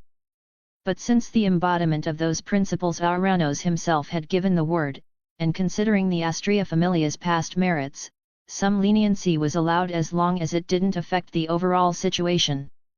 Roy knew this too. Raymond lowered his voice. The Astraea Familia has 152 participants. So few. Both Roy and Miss Ryuul looked surprised. They had assumed the enemy would have at least 300 people. In Orario, where vice was legal, corruption spread easily. The number of people with dark hearts far exceeded imagination, many of them fresh blood for the dark faction. And the evil gods' attitudes didn't help either. The more vile someone was, the more they liked them. Scum were everywhere, and none were turned away. Naturally, dark familias tended to be huge. Raymond gave a bitter smile. Because you raised the bounty, quite a few members of the Astraea Familia have been killed these past few days, including several level 2 adventurers. That explained everything. Pay out the bounties by head count, Roy said with a grin. That cuts our pressure in half. Those adventurers deserve it. Not paying them would be inhumane give and take, that's how business lasts. Artificial Labyrinth Daedalus. The final work of Daedalus, the craftsman who built Babel Tower 1,000 years ago. A maze similar to the dungeon, left unfinished until his death. Now, it had become one of the dark faction's most important strongholds. In the deepest central hall, stones emitted a faint glow, illuminating the surroundings. The walls were decorated with the insignia of a divine faction, a heart of iron and bronze, and a black single wing shaped like a reaper's scythe. The Thanatos Familia. A man sitting on the steps radiated faint divine authority. Upon hearing the report, he laughed. A war game inside the dungeon? Ha ha ha, how interesting. Those surface dwellers always come up with such entertaining ideas. A follower below said, the Astraea Familia wants our help transporting supplies. The dungeon entrance beneath Babel Tower had been sealed by the guild, preventing either familia from entering in advance, but the artificial labyrinth was another route into the dungeon. Tell them to get lost, said Thanatos, the god of death, with disdain. Over 100 people against a single girl, and they still want to play dirty tricks. Disgusting. Their strength and foundation were on a completely different level from the Astraea Familias. Having absorbed the remnants of the dark faction defeated during the Great Feud, the Thanatos Familia boasted large numbers of level 3 and level 4 adventurers and even possessed level 5 and level 6 powerhouses. Chapter 32, Chapter 32, Entering the Dungeon Again. 2 days passed in the blink of an eye. On a bright, clear day, the long-awaited war game finally arrived. All of Orario turned its attention to the two familias. Roy checked his equipment. Gale boots, he had used their special effects so many times that even he had lost count. Combined with normal wear and tear, their durability was down to 29%. Village quality sword, his most frequently used weapon, durability 46%. Frost blade, magic sword, usable one more time. Giant killer, great sword, the larger the enemy's body, the greater the damage. Against ordinary humans, however, its damage dropped to roughly the same level as the village quality sword. What remained were bottles of potions, and his most important trump card. The giant summoning card. Roy took a deep breath. Everything would be decided here. When Roy, Miss Ryuu, and Goddess Astraea arrived at the dungeon entrance beneath Babel Tower, the area was packed solid with people, layers upon layers deep. There were civilians who loved excitement, adventurers who had spent enormous sums on gambling, and a small number of people who had once received help from the Astraea Familia, their faces filled with concern. Because of the special nature of this war game, Aranos and the Guild had forbidden the use of the Divine Mirror, a citywide live broadcast. Whether it was a righteous familia being defeated or the two sides slaughtering one another, neither was something that could be shown publicly. The impact on Orario would be far too great. Everyone could only wait for the result on the surface. Many adventurers nearby were filled with regret. They had been inside the dungeon earlier and only learned about the war game after returning to the surface. By then, it was too late to go back and they had missed a rare spectacle. But looking at it another way, even if they had been inside, they might not have wanted to stay. The dark faction was like a pack of rabid dogs, they might just turn around and bite them as well. Several gods of the same faction gathered around goddess Astraea. Astraea, do you have confidence? Astraea wore a gentle smile. I believe in my children. Children. The surrounding gods looked surprised. The Astraea Familia should have only gale wind left. Could it be that they had powerful reinforcements? After all, the Astraea Familia had good relations with many Familias. Borrowing a few high-level adventurers temporarily shouldn't be difficult. But when they saw Roy, he looked fairly handsome and clean-cut, yet unfamiliar. After learning his background, their expectations fell. He was only level 1. They couldn't understand Astraea's thinking. How could a level 4 plus a level 1 stand against more than 100 opponents? In truth, Roy and Ryu had been acting mysteriously all this time, and even Astraea didn't know what they were planning. She had only gone along with it out of unconditional trust and support, letting things progress this far. If she said she wasn't worried at all, it would be a lie. But as a goddess, she couldn't show hesitation or doubt in front of her children. Above Babel Tower, seated high upon her throne, Freya's eyes glimmered faintly. They're here. Otter, you must find it strange why I didn't let you help that child, Freya said as she lifted her wine glass, gently swirling the red liquid inside. No. Everything follows the goddess's will, Otter replied, standing behind her like a steel tower. I don't dislike that obedience of yours, Freya smiled. Her flawless face, as if crafted by the heavens themselves, was enough to charm even other gods at a glance. Freya continued softly, don't forget the one who proposed this war game was that child himself. Only a very small number of people still remembered that fact. Most saw only the overwhelming difference in numbers between the Astraea Familia and the Rudra Familia. High-level adventurers didn't lose their heads so easily. If they lacked confidence, they would choose assassination, poisoning, or bounties. Not a direct confrontation. What a shame, Freya murmured. It was far too conspicuous. Even secretly using the divine mirror would create ripples that other gods could detect. Being sent back to heaven would ruin the fun. Otter, could you knock out all those boring gods? If that is your wish. Never mind. At that moment, the crowd parted to either side. God Rudra arrived, leading his Familia members in a vast procession over 100 people. This was the entire Rudra Familia. At a glance, vicious smiles covered their faces. Although they hadn't received help from the Thanatos Familia, they were still brimming with confidence. Looking closer, most were level 1, but there were also 7 or 8 level 2 adventurers. Their captain and vice-captain, 2 dark-skinned men, were both level 3. They had once defeated the floor boss of the 17th floor, Goliath, so even when facing level 4 Ryu, not a trace of fear appeared on their faces. The citizens looked upon these thugs with disgust and fear, yet there was nothing they could do. Roy noticed the elf girl beside him trembling slightly with rage, her beautiful face tightly drawn. He lowered his voice. Just wait a little longer. Only then did she suppress the fury in her heart. A guild staff member announced. The war game between the Astraea Familia and the Rudra Familia now begins. The challenge is the dungeon floors reached within 1 day. The supervisor will be Shakti Varma, captain of the Ganesha Familia. A blue-haired woman in fitted combat attire stepped forward. A level 5 adventurer, bearing the title Elephant God's Staff. The Rudra Familia adventurers had no objections. Shakti Varma might be friends with Gale Wind, but would she dare openly interfere? As long as even one of them escaped alive, the Ganesha Familia's reputation would be ruined. That would be gambling with the future of an entire familia. Shakti let out a quiet sigh, the helplessness in her eyes already revealed her stance. Ryu whispered, so softly it was barely audible. Shakti, don't go to the 10th floor. Stay on the 9th. Shakti looked at the elf girl before her and inexplicably felt a chill.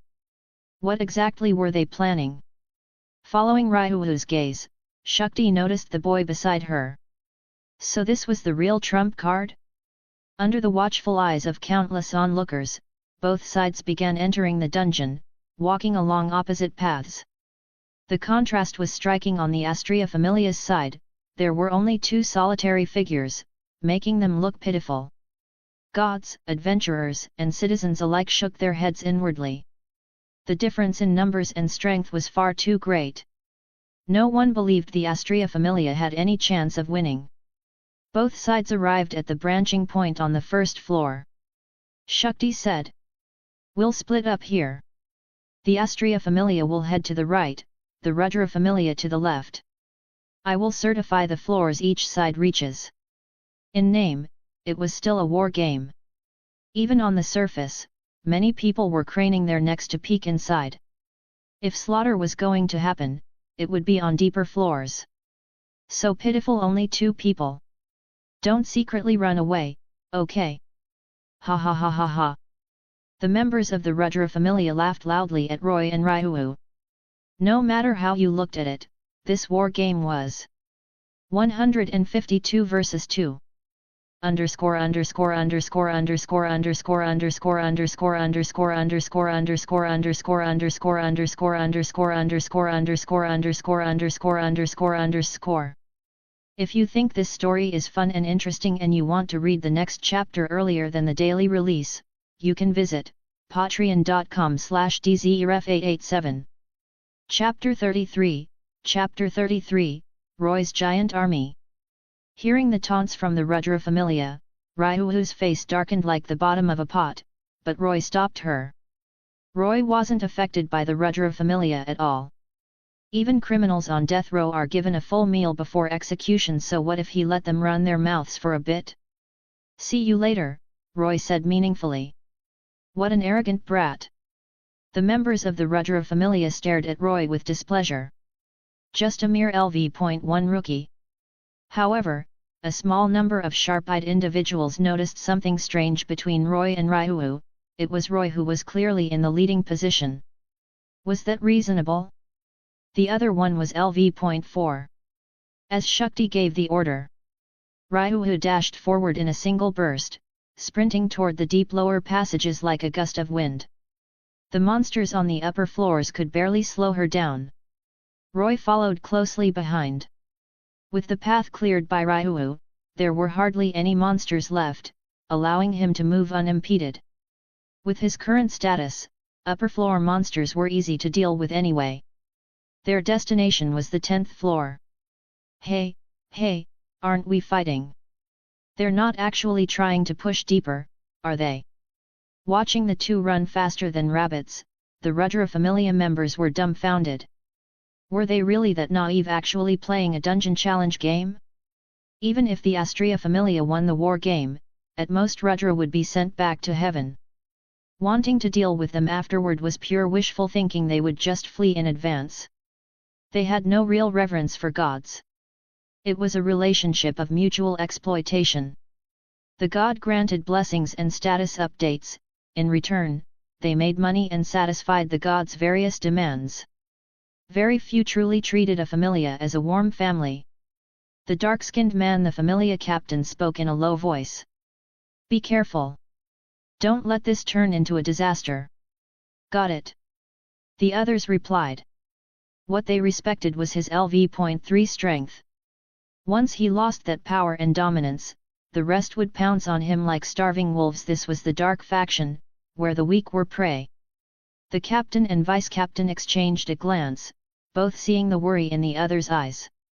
The worst-case scenario had happened. Ryuu, relying on her LV.4 strength, was maneuvering around them in the spacious dungeon. Even if they eventually succeeded in surrounding and killing her, the losses would be severe. The vice-captain shouted, 10 people per squad. If you encounter gale wind, just stall her. Under the command of the captain and vice-captain, more than 100 people quickly split into over a dozen squads. Most squads included one LV.2 adventurer. If they encountered those two, briefly holding them back wouldn't be a problem. Once reinforcements arrived and swarmed them, even a powerful LV.4 adventurer would eventually run out of stamina and mental focus. A large-scale manhunt began. Roy and Ryu had no intention of fighting at all. Using the dungeon's complex terrain, they repeatedly avoided the Rudra Familia squads and pushed deeper. Because their strength far exceeded the standards of those floors, both sides advanced quickly, soon reaching the 10th floor. The 10th floor consisted of vast cavern chambers, thick fog filling the air and blocking vision. From this floor onward, the dungeon's difficulty increased sharply. People often witnessed sudden mass monster spawns in this area. Places that were empty one moment would be filled with monsters the next, a phenomenon known as the monster feast. It was extremely dangerous, especially if it happened in the center of a cavern. Being instantly surrounded by large numbers of monsters would send ordinary adventurers into panic. The Rudra Familia's vice-captain led 2 squads in pursuit and was the first to arrive on this floor, but the thick fog blocked their view.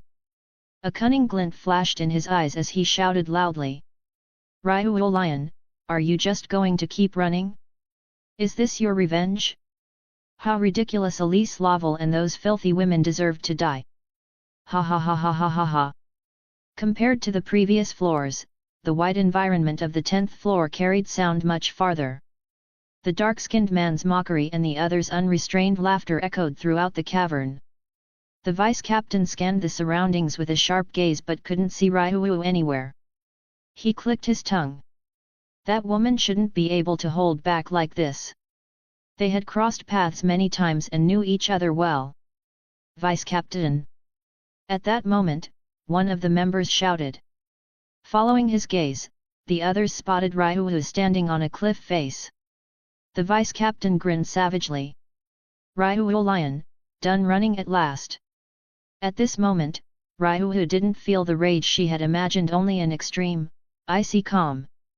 Her cold, sky-blue eyes fixed on the group of villains. "There's no need to run anymore. This is where it ends," Ryu said, her voice filled with killing intent. Before long, the rest of the Rudra Familia squads arrived, entering the floor. At a glance, over 100 people gathered together, forming an imposing force. The Rudra Familia captain sneered. "Didn't expect you to face us head-on. Did Elise Laval's death scramble your brain? Kill her!" With that command, everyone charged toward Ryu. Boom! Suddenly, 100 perfectly aligned golden spheres of light appeared in the open space, crackling with golden lightning. The dazzling brilliance illuminated the entire floor. "What's going on?" The blinding light made the Rudra Familia members squint. When it faded, they saw a massive army of giants. Everyone froze in shock. Ryu was no exception. She recognized them immediately, pure titans they had once hunted. How had Roy brought these pure titans into the dungeon? A summoning card that called forth 100 pure titans, dropped from a giant dungeon instance, an absurdly powerful item. Among them, the average height was around 10 meters. About 30% were aberrant types, equivalent to LV.2 monsters with a particular attribute heavily enhanced. LV.2 minotaurs only appeared below the 15th floor. For so many powerful monsters to suddenly appear on the 10th floor, what that meant was obvious. Many members of the Rudra Familia, especially the LV.1 adventurers, were already so frightened their legs went weak. Setting aside the pure titans' combat power, their sheer size surpassing even the 17th floor boss Goliath loomed like mountains, inspiring instinctive fear. Thud! Thud! Thud!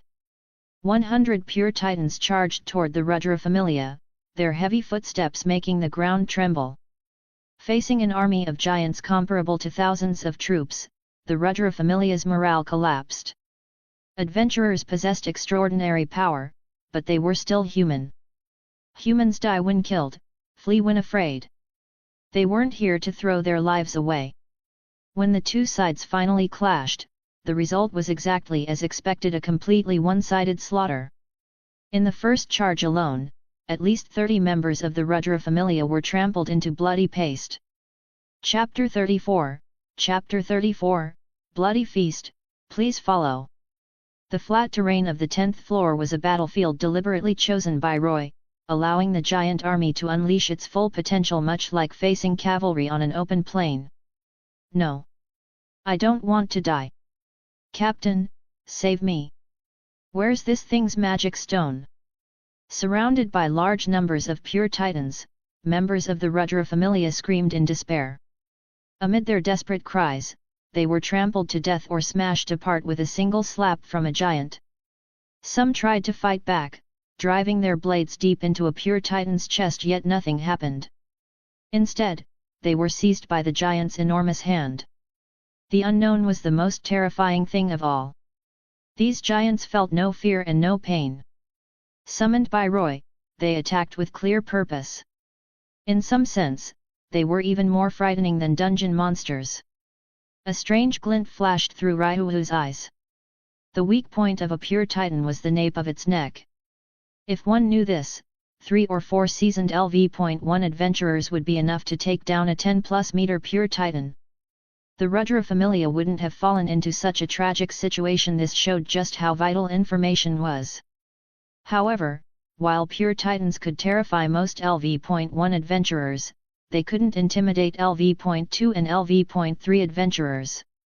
There was a fundamental difference between them. Ha! The Rudra Familia captain leaped into the air, swinging his great sword at a giant roughly 15 meters tall, cleaving it cleanly in half from top to bottom. The bisected giant collapsed onto the ground, steam rising from its body as the massive form gradually faded away. Unlike ordinary dungeon monsters, the Rudra Familia captain ground his teeth and shouted, "Ryu Lion, where did you get these new kinds of monsters?" Humph! Ryu snorted coldly. Of course she wouldn't answer. Those 2 LV.3s were hers to deal with. Seeing the elf girl charge straight toward them, the Rudra Familia's captain and vice-captain didn't dare be careless. She was an LV.4 adventurer, only by working together could they contend with her. Boom! The cavern walls shattered as large numbers of monsters poured out. Large class monsters, orcs with bloated bodies and pig-like heads, ragged old hides wrapped around their waists, standing over 3 meters tall. Imps, pitch black in color, with oversized heads bearing a single sharp, stone-like horn. Their long, slender bodies moved with speed and razor-sharp agility. Above them appeared evil bats, dark-colored bat monsters with sharp fangs that emitted eerie sonic waves to disrupt concentration. Their total number exceeded 200. It's a monster feast. Why now of all times, damn it! The Rudra Familia members' expressions changed drastically. Ryu and the Pure Titans, dungeon monsters, and Rudra Familia members slaughtered each other wildly within the vast cavern, turning it into a chaotic three-way melee. All units, retreat! The Rudra Familia captain shouted loudly. At this point, it was no longer about whether they could kill Galewind, it was about whether they could survive this massive chaos. In theory, the 10th floor posed almost no danger to LV.3 adventurers. But this sudden abnormality filled them with unease, as if something even more bizarre was yet to happen. And there was no way Ryu would allow them to escape. With an air of mutual destruction, she charged straight at them. "Ryu Lion, if you want to die, don't drag us with you," the Rudra Familia captain growled. Boom! With a thunderous roar, a violent explosion erupted. The entrance back to the 9th floor was blown apart and collapsed. Heeding Ryu's earlier warning, Shakti Varma, who had stayed on the 9th floor, hesitated about whether to enter. Then she saw the cave-in, countless rocks blocking the passage completely.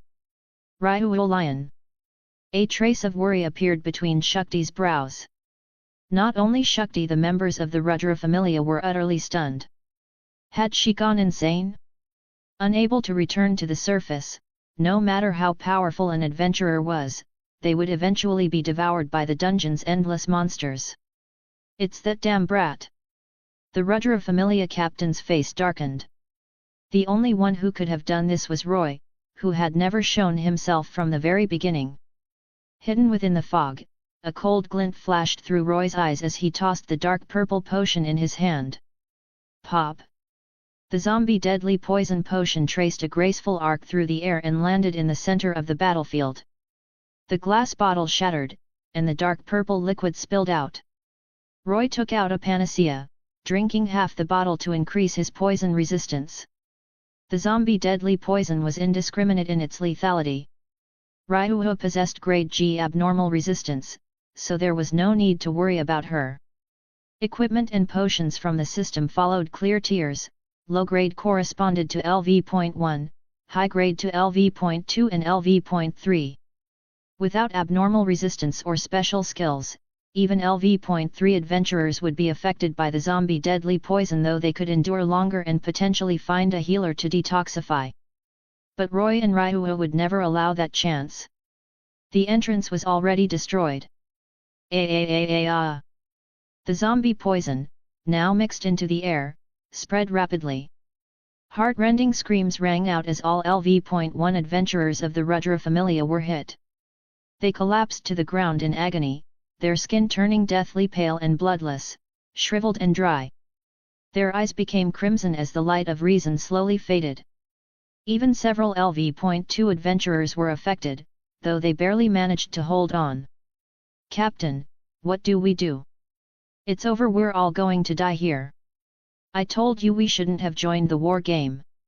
The captain and vice-captain clearly possessed abnormal resistance, so the poison had little effect on them. But the situation had spiraled far beyond their expectations. Doubt, confusion, and anguish surged toward them like a tidal wave. "It's poison gas." The two quickly realized what had happened, their expressions turning ugly. Wasn't this kind of despicable tactic supposed to be the dark faction's specialty? "You're the righteous Astraea Familia, how could you do this?" What terrified them even more was that Ryuho and Roy were using a gas-type poison. Ordinary poisons required direct contact, while poison gas was rare, let alone something this potent, capable of bringing down over 100 people in an instant. And the effects of the zombie deadly poison weren't over yet. Those who had completely lost their sanity slowly stood back up, transforming into zombies. With physiques far beyond normal humans, they were nothing like ordinary zombies. The three-way melee became a four-way battlefield. Ryuho and the Pure Titans relentlessly hunted down the remaining Astraea Familia members. The remnants tried to flee, while zombies and dungeon monsters attacked indiscriminately. At the passage leading from the 10th floor to the 11th floor, several monster heads quietly appeared in an unnoticed corner, hidden within the fog, secretly observing. Watching the chaotic battlefield, human-like expressions appeared on the monsters' faces, stunned and dumbfounded. Lyd, Ray, and Gro exchanged glances, seeing the same shock in each other's eyes. As the number of adventurers in the dungeon decreased, the activity range of the Xenos expanded. Fells had told them about the war game, and driven by curiosity, the Xenos had climbed up from the 20th floor. The moment they arrived, they were greeted by this utterly explosive scene. Underscore underscore underscore underscore underscore underscore underscore underscore underscore underscore underscore underscore underscore underscore underscore underscore underscore underscore underscore underscore. If you think this story is fun and interesting and you want to read the next chapter earlier than the daily release, you can visit patreon.com/dzeref887. Chapter 35, Chapter 35, The Information Gap. Amid the chaotic melee, in less than half an hour, the Astraea Familia suffered devastating losses. Only the two captains and two level 2 adventurers were left, barely clinging to life. The entrance had been blown shut. Their only chance of survival was to escape to the 18th floor, the safe zone. Roy knew this as well. He stationed more than 20 Pure Titans to guard the passage leading downward, sealing it completely shut, and unintentionally providing cover for the Xenos at the same time. The elf girl was covered head to toe in blood, though none of it was her own, all of it belonging to the dead. She had vented all her rage on these people. Although most members of the Astraea Familia had died to poison and the Pure Titans, more than 20 had fallen by her hand alone, including several level 2 executives. Deep within her sharp gaze, the flames of vengeance burned fiercely as she stared at the remaining survivors. On closer inspection, the 4 remaining members of the Astraea Familia were in no better condition. Their stamina and mental strength were at their limits, and fear of death weighed heavily on them. They stood back to back, resisting the pure titans, zombies, and dungeon monsters. Ironically, the dark familia that never trusted its own members now had no choice but to entrust their backs to one another at this life and death moment. Roy emerged from the fog. 5 pure titans remained at his side at all times, protecting him and clearing away any zombies or monsters that approached. When they saw him, the 4 survivors' faces turned cold, killing intent surging forth. New monsters. Poison gas. A collapsed entrance. As the saying went, the ones who understood you best were often your enemies. They knew that such a meticulous and insidious plan could never have come from Gale Wind, that single-minded elf. That left only one possibility: the boy standing before them. So the younger generation is truly terrifying. To think we'd fall at the hands of a brat like you. If I escape, I'll hunt you down to the ends of the world, the Astraea Familia captain sneered. A threat from a level 3 adventurer would make most people's scalps tingle. Roy, however, was utterly unimpressed. In that case, he said with a grin, I really should make sure you all stay here. The dark-skinned man twitched at the corner of his mouth. You're only level 1, could you at least show some respect to a level 3? Failing to intimidate Roy, his gaze shifted to the elf girl. Ryuo Lion, do you really think you've already won? Do you think we came unprepared? Ryuo's expression remained cold, her killing intent only growing stronger. The dark-skinned man spread his grin wide. Using firestones to blow up the passage. I have to say, we thought of the same thing. Ryuo frowned. The man barked an order. Jura. Help her remember how terrifying that monster was. One of the remaining level 2 adventurers, an orange-haired catman named Jura, stepped forward. A previously unseen excitement gleamed in his narrow eyes. Ryuo Lion, aren't you curious? About where that monster came from? Ryuo's face darkened. What are you trying to say? Jura sneered. That day, we used a huge number of firestones. Based on my theory, if you cause large-scale destruction to a floor, that monster will appear. Ryuo already knew this from Roy, but hearing it spoken aloud still filled her with unease. Jura spread his arms wide and shouted, that's right. We're going to summon that monster again. They were still only working on speculation and had no time to test it, but cornered like this, they had no choice but to gamble on a dead horse. If it worked, all the better. Roy watched their performance with an indifferent expression. Ryuo, however, had her deepest fear stirred. She hugged her slender body, breathing rapidly. Stop! If that thing appears... Boom! Boom! Boom! Jura lit the fuses without hesitation. More than 50 firestones they had secretly brought and detonated at various points, violent explosions erupting as blazing light filled the cavern.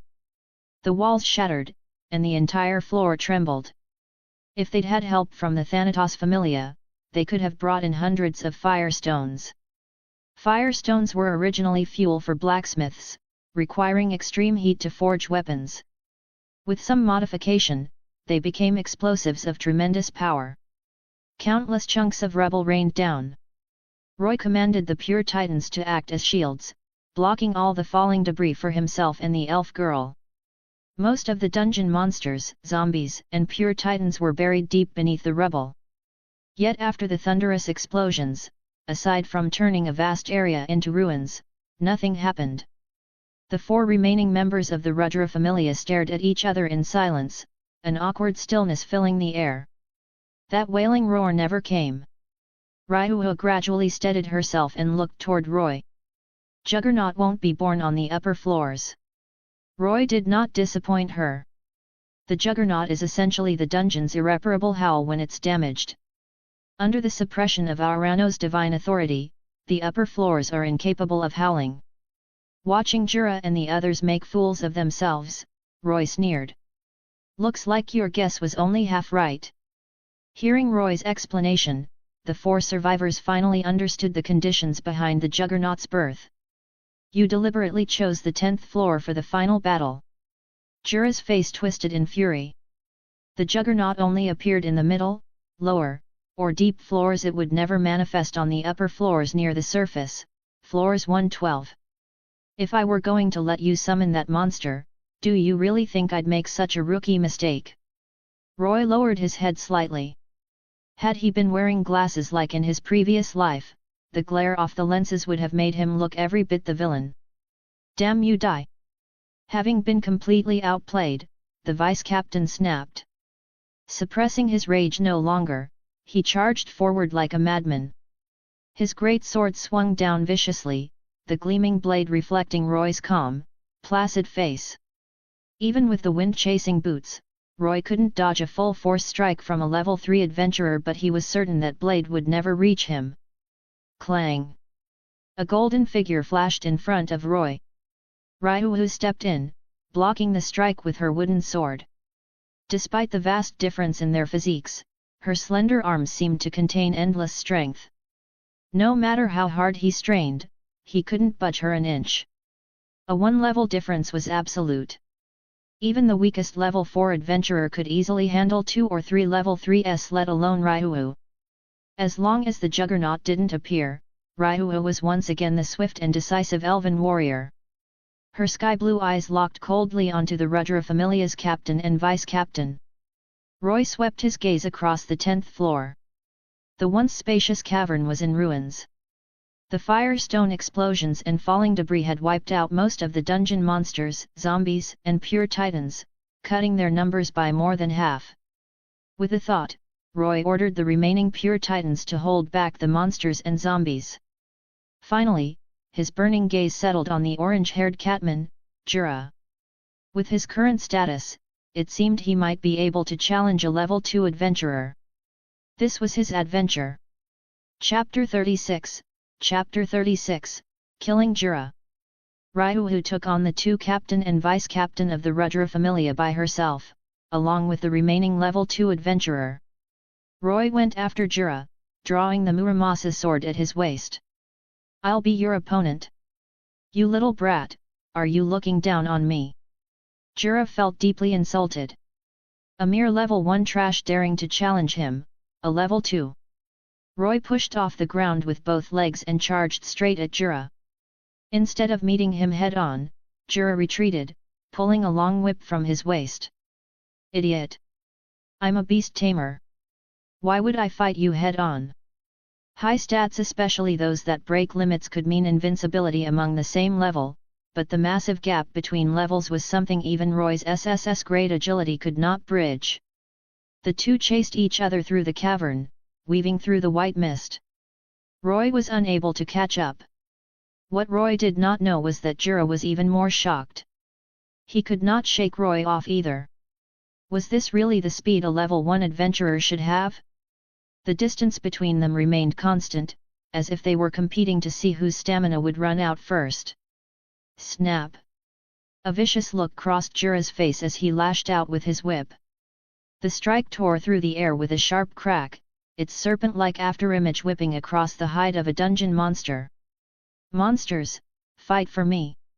With his strikes and roar, nearby dungeon monsters dragged their wounded bodies back to their feet. Orcs, imps, evil bats, war shadows, killer ants, monsters that moved to block Roy's path. In this world, beast tamers did not truly tame monsters. They crushed their will to resist, forcing them to understand the power difference between themselves and the tamer. The clearest proof was that tamed monsters would still attack anyone other than their tamer. Making monsters remember complex commands was extremely difficult. Jura executed this perfectly, making the monsters realize that Roy, a level 1, was an easier target than himself. The war shadows and killer ants alone were known on the upper floors as rookie killers. If Roy dealt with them first, he would have no strength left to fight Jura. Roy decisively pulled out the frost blade. With a light swing, icy cold exploded outward. Magic on par with a level 3 adventurer surged forth as a blizzard engulfed the area, freezing every monster into ice sculptures. Crack! The next moment, all the ice statues shattered, dissolving into glittering ice crystals that scattered like starlight. The translucent ice blade in Roy's hand shattered as well. This reliable magic sword was finally completely destroyed. Jura's speed dropped slightly as he controlled the monsters, while Roy wiped them out in one strike with the magic sword. Seizing the opening, Roy closed the distance and slashed. Jura twisted his body, grabbing the whip with his other hand and blocking Roy's descending sword sideways. Seeing Roy's magic sword easily annihilate 20 to 30 monsters, Jura sneered.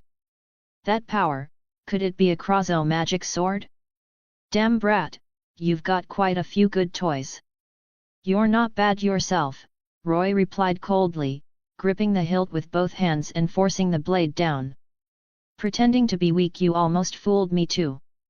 During the earlier chaos, Jura had been slippery, never fighting the pure giants or dungeon monsters directly, always hiding cleverly behind others. Though he looked battered and exhausted, his injuries were nothing more than superficial. Those in the fray were confused, only an observer could see clearly. And Roy had seen it once he entered the battlefield. That's how the dark faction does things, brat. Jura snarled. He still had over 70% of his stamina left as he suddenly pushed forward. In a pure contest of strength, the overwhelming force transmitted from Jura forced Roy to retreat again and again. Challenging me at level 1 is the stupidest thing you could have done. Jura laughed. Even as a beast tamer, Jura was still a genuine level 2 adventurer. An adventurer who leveled up was no different from a superhuman. Even someone who barely crossed the threshold into level 2 would see a dramatic leap in physical ability, leaping onto a 2-story rooftop with ease, lifting hundreds of pounds without effort. Seizing the initiative, Jura swept his leg in a whipping kick. Roy instinctively stepped back to dodge. Whoosh! Roy retreated 2 or 3 meters, but before he could steady himself, a blur like a venomous snake shot toward him. He raised the Muramasa sword to block, but the whip precisely struck the back of his hand. Snap! Skin split open as a sharp pain surged into Roy's brain. He sucked in a breath as he saw the flesh on the back of his hand torn away, the wound so deep that bone was visible. The Muramasa sword nearly slipped from his grip. He hurriedly switched it to his other hand. Ha ha ha ha ha!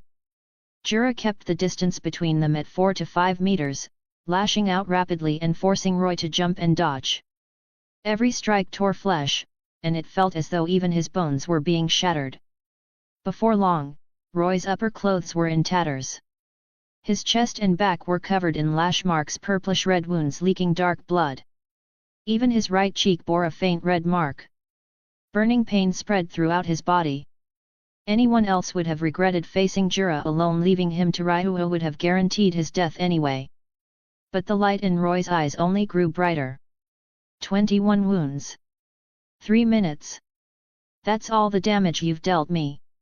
Jura froze for a moment. A crimson glow surged from Roy's body, like flames distorting the air around them. This, a skill? Impossible. You're only level 1. Jura's pupil shrank. He himself had only obtained his first skill, a beast taming one, after reaching level 2. Roy stepped forward in a burst, crossing 5 meters in an instant. The Muramasa sword thrust viciously toward Jura's heart. So what if you have a skill? My level is still higher. Jura roared, forcing his courage up as he lashed out with his whip like a striking viper. The instant sword met whip, Roy gripped the hilt with both hands and spun it rapidly. The rotating blade tangled the whip like a twisted rod. Blood for blood, double repayment. Roy discarded the Muramasa sword along with the entangled whip. His muscles tensed as the crimson glow gathered around his fist, which slammed straight into Jura's face. Jura abandoned the whip as well and threw a punch of his own. With both sides losing their weapons, the fight devolved into pure hand-to-hand combat, the battle reaching its climax. Crack! When their fists collided, power far beyond what a level 1 should possess surged from Roy's punch. The sound of bones fracturing rang out from Jura's fist, forearm, and upper arm. Fear flooded Jura's face as he staggered backward. Roy spun around and brought a knife hand strike down on the back of Jura's neck, snapping his spine. Nerves severed, the light vanished instantly from Jura's eyes. Thud! His body collapsed to the ground. Jura's eyes stared fixedly at Roy. Even at the moment of death, he could not believe he had been killed by a level 1 nobody without any underhanded tricks. Huff, huff! Roy gasped for breath. Killing a level 2 adventurer with level 1 strength was undoubtedly a great achievement. Upgrade available. Underscore underscore underscore underscore underscore underscore underscore underscore underscore underscore underscore underscore underscore underscore underscore underscore underscore underscore underscore underscore. If you think this story is fun and interesting and you want to read the next chapter earlier than the daily release, you can visit patreon.com/dzeref887. Chapter 37, Chapter 37, The Fall of the Rudra Familia. Since this chapter was published, there are now more than 100 chapters of this novel on my Patreon. Use the discount code below if you would like to subscribe. 4A89C. Patreon.com/dzeref887. Underscore underscore underscore underscore underscore underscore underscore underscore underscore underscore underscore underscore underscore underscore underscore underscore underscore underscore underscore underscore. Name: Roy. Level: 1. Strength: 655 780, B. Endurance: 795 998, S. Dexterity: 1095 1120, SS. Agility: 1290 1330, SSS. Magic: 0, I. Skills: My Lord is here, blood for blood. Magic: none. Great feat achieved. Upgrade. Roy looked at his updated status window and the prompt that had appeared. After killing Jura, a level 2 adventurer, he could unquestionably advance to level 2.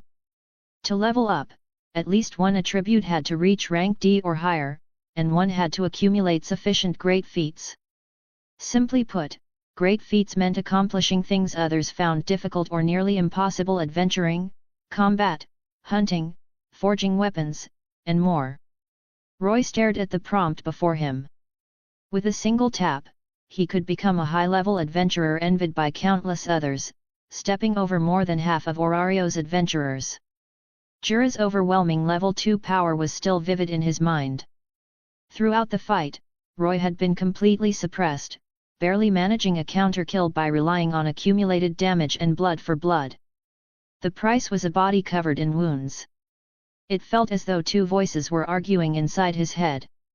One insisted that he had come here in pursuit of power. No amount of improvement at level 1 could compare to the leap forward. Reaching level 2 as soon as possible would allow him to do far more. The other argued that strength had to be accumulated step by step.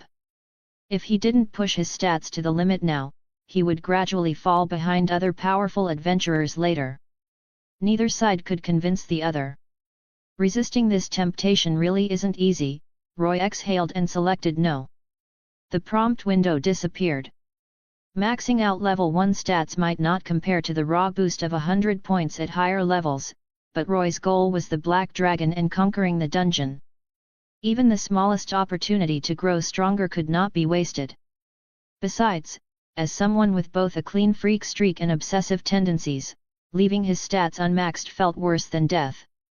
Roy took out 3 different potions, one for injuries, one for stamina, and one for mental fatigue, and gulped them down. Multicolored light flickered across his body. Under the continuous glow, his condition steadily recovered. Impossible. The scene of Roy killing Jura stunned everyone who witnessed it. Shock spread across their faces, causing even the intense battles to pause for a brief moment. A level 1 adventurer defeating a level 2 monster wouldn't have surprised them much. Monsters had magic stones as fatal weaknesses. Destroy the stone, and the monster died. But a level 2 adventurer wasn't just vastly superior in stats to a level 1 rookie, they were also far more cunning. They had never heard of such a thing. Watching the boy's exhausted back, Ryuho pressed her lips together. No matter how extraordinary the things that happened around him were, they somehow felt only natural. On the other side, the elf girl's battle was nearing its end. With Jura killed by Roy, the remaining 3 members of the Rudra Familia fell into complete disarray. This was what adventurers often called fortune. When luck favored you, it kept favoring you, when misfortune struck, it never stopped. They were clearly the latter. Holding the Kodaki Futaba, Ryuho used the sword technique of her former comrade Gajao no Kagaya and in a single strike took the heads of both the captain and vice-captain of the Rudra Familia. At this point, the Rudra Familia was completely annihilated. Standing atop the pile of their corpses, the elf girl lowered her head slightly, lost in thought. The light in her sky-blue eyes gradually dimmed. Then her thoughts were interrupted. Catch! Roy walked over and, without hesitation, tossed 3 potions her way. Ryuho snapped back to her senses and caught them clumsily, hesitation flashing across her small face. Seeing that she didn't drink them right away, Roy said irritably, "If you die, who's going to protect me? Just treat it as payment for guarding me." Ryuho clenched the 3 bottles tightly and said seriously, "I'll pay you back for these potions." Roy waved it off indifferently. He was already speechless at this single-minded elf. He had thought he'd picked up an extremely reliable fighter, but now it seemed her usefulness and the trouble she brought were perfectly balanced. If he didn't interrupt her, who knew what kind of mental deadlock she'd spiral into? After completing her revenge, Ryuho had never once thought about how to go on living like a kitten abandoned by the whole world, collapsing in an alley before being picked up by Seer Flover to work as a tavern waitress. Roy was exhausted. He leaned against a withered tree to rest, ordering the remaining pure giants to deal with any dungeon monsters that appeared while he took it easy. After drinking the 3 potions, Ryuho's condition visibly improved. What do we do next? Without realizing it, Ryuho had begun instinctively asking Roy for his opinion. Staying here would mean being worn down by endless dungeon monsters. They had 2 options: head to the safe zone on the 18th floor, or wait for someone to dig open the collapsed passage back to the 9th floor. There's no need to choose. Just watch, Roy said, gesturing toward the collapse on the 9th floor. Ryuho looked over. Hurry up! Adventurers' voices came from beyond the rubble. Thinking it through made it obvious. Shakti, who had remained on the 9th floor, would have returned to the surface immediately and brought members of the Ganesha Familia down to clear the collapse. With a loud bang, the passage was fully opened. Ryuho! Shakti rushed in anxiously. Only after seeing Ryuho still alive did she finally breathe a sigh of relief. That corpse, it's a Rudra Familia executive. There are more over here. What in the world happened? And those are the heads of the 2 captains. They were level 3. The Ganesha Familia members following Shakti entered the cavern. The sight of countless corpses made them cry out in shock. After counting the bodies, some already devoured by dungeon monsters and pure giants, the remaining corpses were still enough to prove one fact. The Rudra Familia had been wiped out. As more adventurers arrived, the Xenos dared not linger on the upper floors and quietly retreated downward.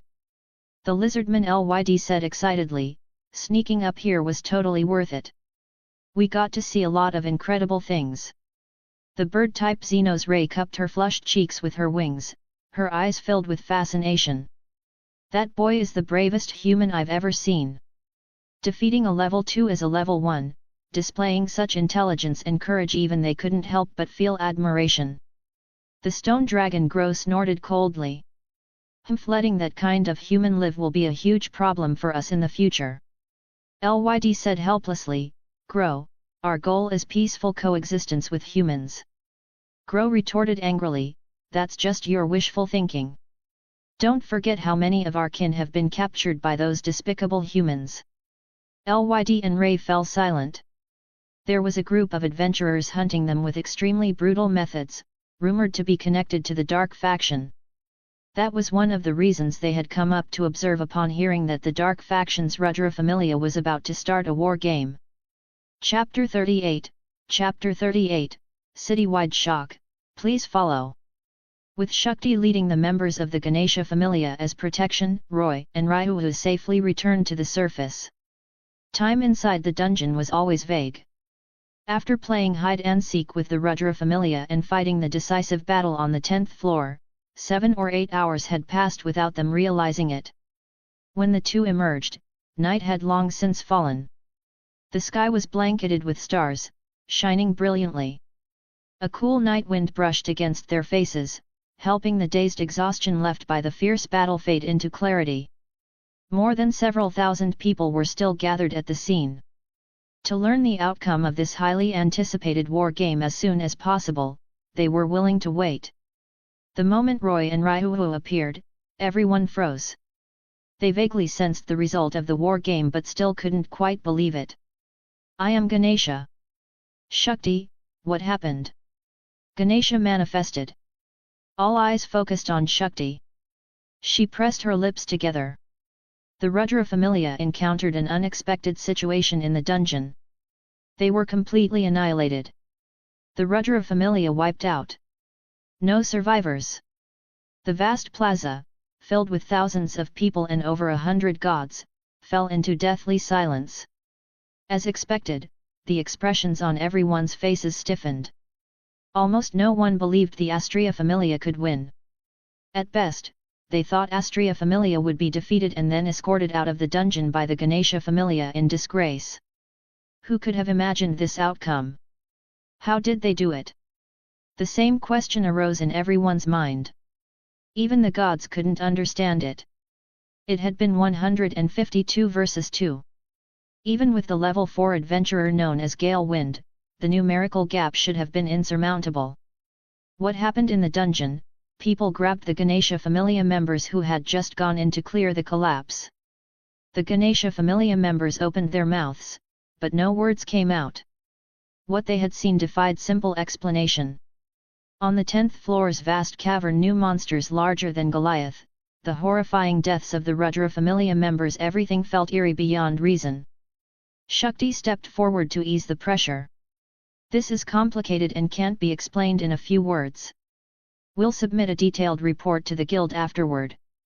If you want answers, go there.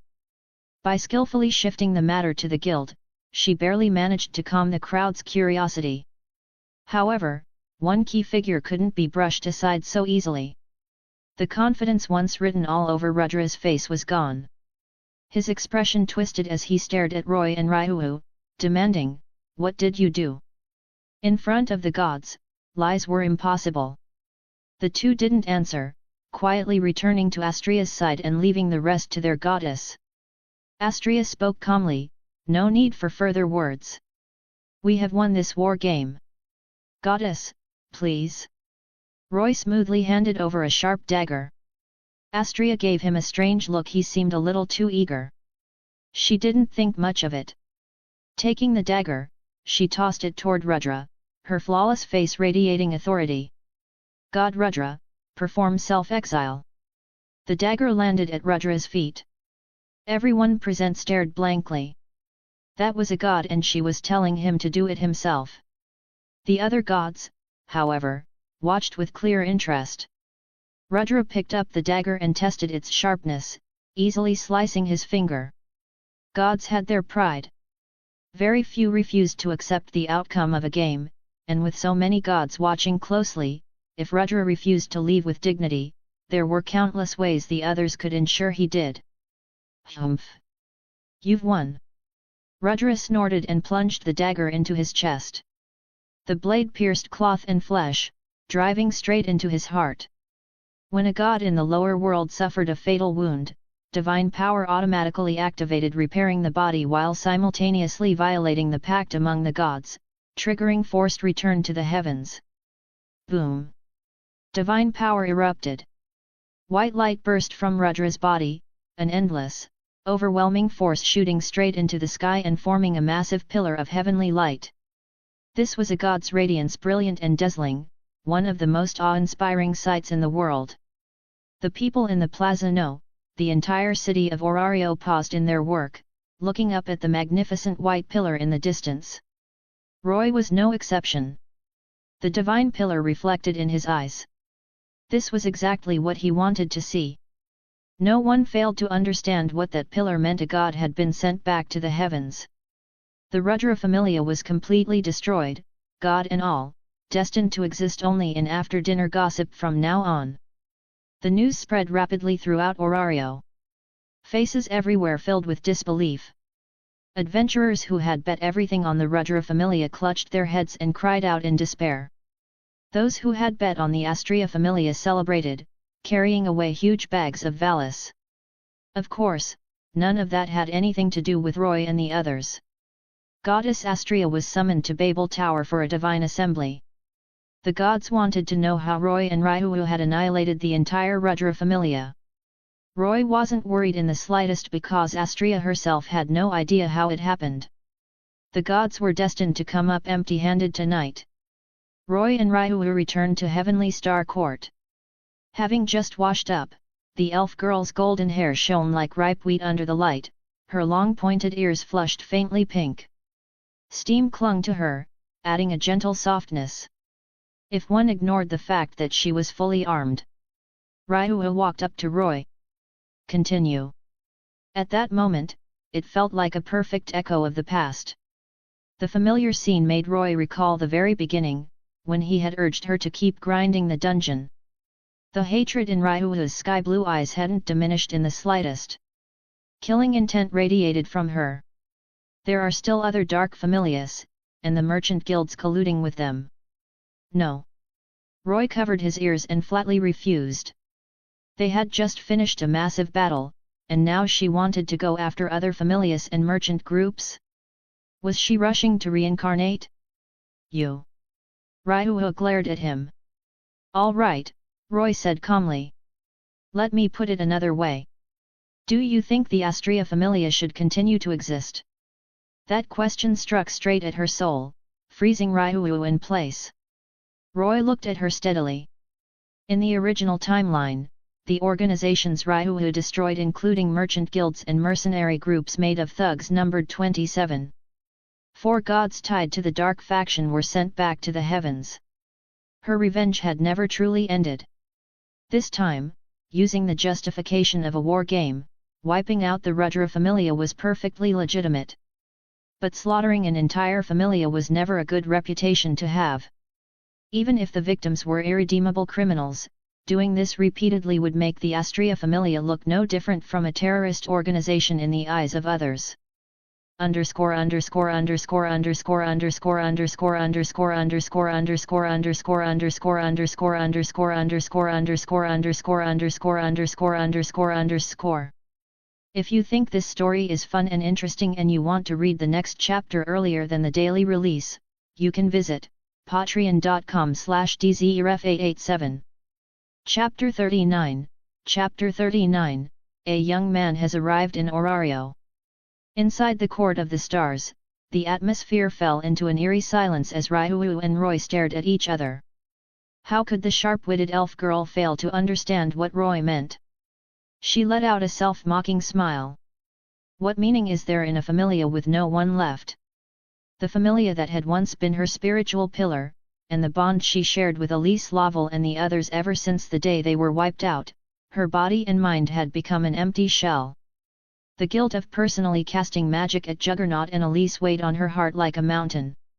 Unable to take revenge, yet also unable to forgive herself, in the end she could only succumb to desire and choose self-destruction. Is that something you'd dare say in front of Goddess Astraea? Roy curled his lips. A trace of irritation surfaced in Ryu's eyes.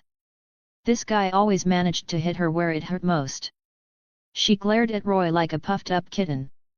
After a long while, her expression finally softened. A hint of confusion flashed in her eyes as her thin lips moved slightly. Elise and the others, can they really be revived? Roy's expression turned serious. I can't guarantee it. But I'm willing to stake my life to try. The unwavering resolve in the boy's eyes moved the elf girl slightly. A smile appeared on her face. Then I'll have to seriously help you hunt monsters too. Roy clutched his chest, looking as if he'd been deceived. So you weren't being serious before. Starting now isn't too late. Ryuho muttered softly, her gaze flickering. Outside the court of the stars, the victory of the Astraea Familia undoubtedly caused a massive uproar. 2 people defeating over 100, with no overwhelming difference in level. This was something that had never happened before. The entirety of Orario was shaken. Countless people rushed into the guild headquarters, wanting to know how Roy and Ryuho had done it. The Ganesha Familia did submit a complete report to the guild. But the information released by the guild was extremely limited. Matters like the Immaculate Giant and the Undead were suppressed and classified as top-level secrets within the guild. All people knew was that an abnormal event had occurred in the dungeon that day, a monster festa, with large numbers of monsters, even new types appearing, which ultimately led to the total annihilation of the Rudra Familia. Dungeon anomalies were not uncommon. Those unaware of the truth merely marveled at the Astraea Familia's luck, managing a miraculous comeback at such a critical moment. But some things could not be explained by luck alone. Ryuho was highly well known in Orario, which also meant many people knew her well. They knew she was not someone who used schemes or tricks. That left only one other person. Roy officially entered the sight of a certain group. The Twilight Manor. The 3 great leaders, having concluded their expedition, gathered together. All were level 6, among the strongest adventurers in the city. The braver Findium. The mighty Gareth Landrock. The 9 Hell Reverial Joe's elf. You suspect the abnormal situation we encountered during our last expedition is related to the Astraea Familia. Reveria's emerald eyes looked toward Finn. Gareth frowned as well. During their deep floor expedition, a sudden roar from beneath the ground had directly boosted the strength of all monsters by an entire level, causing them serious trouble. It had forced them to end the expedition early. I can't be certain. For now, that's my assumption, Finn said, licking his thumb. Whenever danger approached, Finn's thumb would ache faintly, his unique intuition. Just thinking about the monster riot that day made his thumb throb with unprecedented pain. Using bounties to force the Rudra Familia into agreeing to a war game, then completing revenge in one stroke inside the dungeon, but how did they convince the guild? Finn murmured to himself, a glint of wisdom flashing in his eyes. He had heard that on the day the Astraea Familia was wiped out, someone had also heard strange roars. The total annihilation of the Rudra Familia meant Ryuho must have had an expert guiding her from behind. As for whether that person was Roy, Finn could not yet be sure. Gareth spoke up. Either way, the remnants of the dark faction won't have it easy now. Finn and Reveria exchanged knowing smiles. After this war game, the dark faction's arrogance was thoroughly suppressed. The Familias, merchant guilds, and bandits that had cooperated with them all became much more restrained. Finn suddenly remembered something. By the way, why is there a sign hanging at the front gate that says no entry for unauthorized persons or dogs? That was after Bet got drunk and cursed Loki as a flat-chested hag. While we were away on the expedition, Loki said she didn't want to see any werewolves for the time being, so she had someone hang that sign, Reveria explained. When not entering the dungeon, Bet spent most of his time drinking. His behavior while drunk was atrocious, he would even call her an old hag. Occasionally, Reveria would teach him what manners were through physical means. Isn't Bet a werewolf? Loki said it's all the same. Dog sounds nicer, Reveria said, a bitter smile appearing on her beautiful face. Finn sensed something off. What is it? Reveria could only recount the whole story honestly. On the day of the war game, members of their familia had recognized Roy at the Babel Plaza. Roy had previously come to the Twilight Manor, lingering for a long time, hoping to join the Loki Familia only to be turned away by that sign. Loki had been unwilling to meet him. Hearing this, even Finn couldn't help but show a helpless, astonished smile. Was this the unpredictability of fate? Their own goddess had very clear preferences when accepting members. She adored beautiful women, resulting in a severe gender imbalance within the Loki Familia. If they had taken Roy in that day, perhaps they would already know the truth behind the dungeon riot and the destruction of the Rudra Familia, instead of brainstorming here now. What a willful goddess! Instead, she had pushed Roy toward the Astraea Familia, letting a sure catch slip away. Wait, Finn suddenly said, catching a blind spot. That means half a month ago, that boy hadn't joined any familia yet. But his movements didn't look like those of a rookie. Riveria and Gareth's expressions grew serious. Thinking carefully, Roy's steady footsteps were comparable to those of a seasoned level 1 adventurer. Riveria voiced her doubt. Could he have previously joined a familia and accumulated status? Finn replied, the Ganesha Familia might have his city entry records. Have someone investigate. Finn, is he worth that much attention? I'm a bit concerned. Send Raoul. Finn looked out the window at the dazzling night sky. If his guess was correct, this was serious. Orario had gained a young man, and the days ahead were bound to become lively. Finn sighed.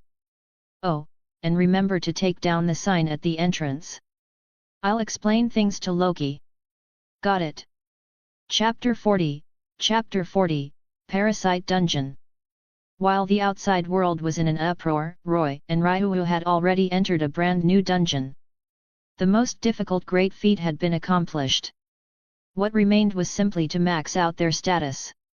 Roy couldn't wait a second longer. His injuries had only just healed, yet he impatiently dragged the elf girl straight into another dungeon. After all, it wasn't like he had to do any of the work himself. Dungeon, Parasite. Difficulty, LV.2 LV.4. Description. Cold-blooded, emotionless mysterious insects have appeared. They burrow into living bodies, seize control of the brain, lurk within human society, and hunt humans. Rewards. For every parasite killed, gain 100-300 attribute points. Accumulate 20 kills to obtain a silver treasure chest. Bonus quest. Hunt the strongest parasite, go to reward, 1200 attribute points. Skyscrapers towered overhead. Vehicles streamed endlessly through the streets, crowds surged back and forth, and the prosperity of a modern metropolis was on full display. Roy and Ryu emerged from a narrow alley off a commercial street, instantly drawing quite a bit of attention. Their adventurer-style clothing was far too eye-catching. What are you staring at? Never seen cosplay before. Roy snapped irritably at the passers-by. Hearing this, realization dawned on the pedestrians' faces. Their gazes lingered briefly on the beautiful elf girl before they went back to minding their own business. Compared to the world of giants, Ryu could actually show her face openly in this modern society. Generally speaking, no one dared to get handsy either. After all, in this island nation, sexual harassment was a serious crime.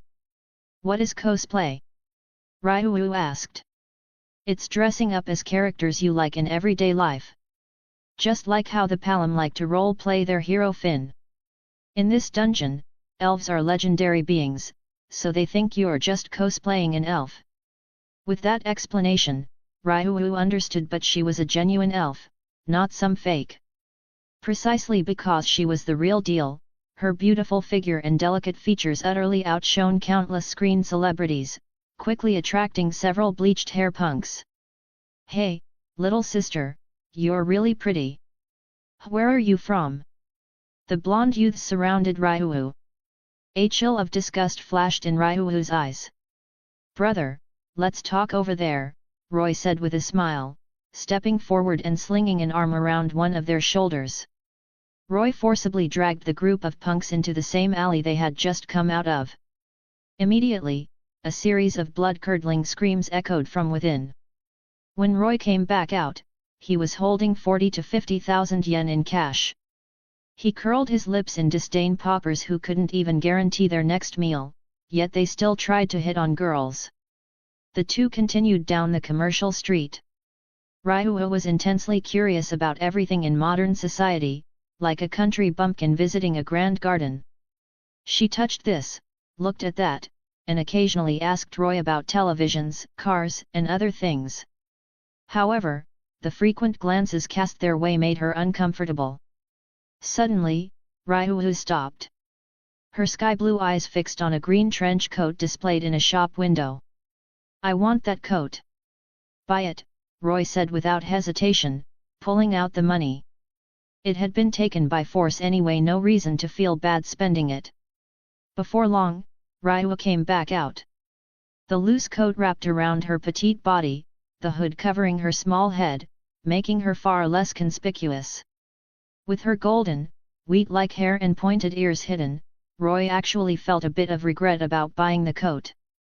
"I'll pay you back for the clothes," the elf girl said seriously, looking at Roy. "No need. It's nothing," Roy replied. But Ryuho was resolute.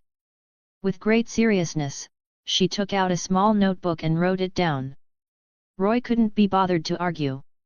He was busy thinking about how to find the parasites.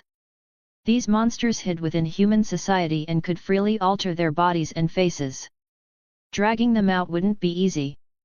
There were two options. Shinichi Izumi, who lived in a symbiotic relationship with a parasite, or humans who could sense the parasite's unique wavelength. You always pick the softer target. Roy chose the latter without hesitation. Asking passers-by for directions to North High School, he and the elf girl soon arrived at a school in a nearby town. Fortunately, schools in this country let out early. They didn't have to wait long. After about half an hour, the bell rang and students began filing out. "A second year named Kana Kimishima is my older sister. Do you know where I can find her?" Roy stopped students now and then, wearing a bright, friendly smile. Ryuho felt this man was nothing but lies. She'd had the same impression back in the giant dungeon. He lied without blushing or skipping a beat. His skill was practically perfected, worthy of a veteran actor. Still, Roy's handsome face and sunny smile made it easy for people to let down their guard. One simple-minded first-year girl fell for it. "A second year, Senior Kimishima? I'll go call her for you." 7 or 8 minutes later, a long black-haired girl stormed out of the school gates with a group of people, anger written all over her face. Her eyes swept the area, locked onto Roy, and she strode over. "So it was you? You've got some nerve," she said coldly. Kana Kimishima didn't have a younger brother at all, so she instantly saw through the lie. Roy dropped his sunny smile. "Miss Kimishima, let's talk somewhere else." Kana Kimishima froze slightly, sensing danger. Under normal circumstances, once a liar was exposed, they would immediately try to run. "Kid, don't get too cocky." A young man behind Kana Mitsuo, with stubble on his face and the look of a typical delinquent, snorted viciously and reached out to grab Roy. But Roy was faster. He seized the man's wrist, gave a light pull, and Mitsuo's body flipped in an instant. With a heavy thud, he slammed onto his back. Mitsuo was completely stunned, eyes wide. In this area, he was considered pretty good in a fight, but he hadn't even been able to see Roy's movements. They were too fast. "Bastard!" 3 or 4 youths behind Mitsuo rushed forward together. Ryuho didn't even need to move. Even injured, Roy dealt with them effortlessly. In less than 10 seconds, the ground was filled with groans of pain. The fight left the surrounding students pale with fear. They looked at Roy in terror. Mitsuo was a notorious delinquent at this school, yet this man had taken down several people by himself. It was as if a terrifying power lay hidden within that body. Even the security guard at the gate stayed far away. For a few hundred yen a day, why risk his life? Making a phone call to the police was already more than enough for his paycheck. Roy smiled pleasantly. Let's go. Kana Kimishima had no right to refuse. Her hand slipped into her pocket as she sent a message she had just typed on her phone to Shinichi Izumi. Roy noticed the small movement but said nothing. If Shinichi came as well, all the better, 2 birds with 1 stone. Shinichi Izumi's right hand was host to a parasitic organism, while Kana Kimishima possessed an extraordinary sensory ability, allowing her to foresee the approach of parasitic beings. Underscore underscore underscore underscore underscore underscore underscore underscore underscore underscore underscore underscore underscore underscore underscore underscore underscore underscore underscore underscore. If you think this story is fun and interesting and you want to read the next chapter earlier than the daily release, you can visit patreon.com/dzeref887. Chapter 41. Chapter 41, The Hunt Begins. The 3 of them left the area around the school. A flicker of fear passed across Kana Kamishima's face. Where are you taking me? No need to be so nervous. We're members of a special task force investigating parasitic organisms, Roy said with a smile. Kana Kimishima looked puzzled. Parasitic organisms? Roy replied meaningfully, aren't you able to sense the special wavelengths they emit? Kana Kimishima was startled. When she focused, she could occasionally perceive a strange signal, but she had never told anyone about this ability. Helping us locate those parasitic organisms is your job, Roy said. In truth, the lie he made was full of holes. If they were really an official agency, there would be no need to block someone at a school gate. But Kana Kamishima's mind was in turmoil. She had no spare capacity to question their identities. Kana.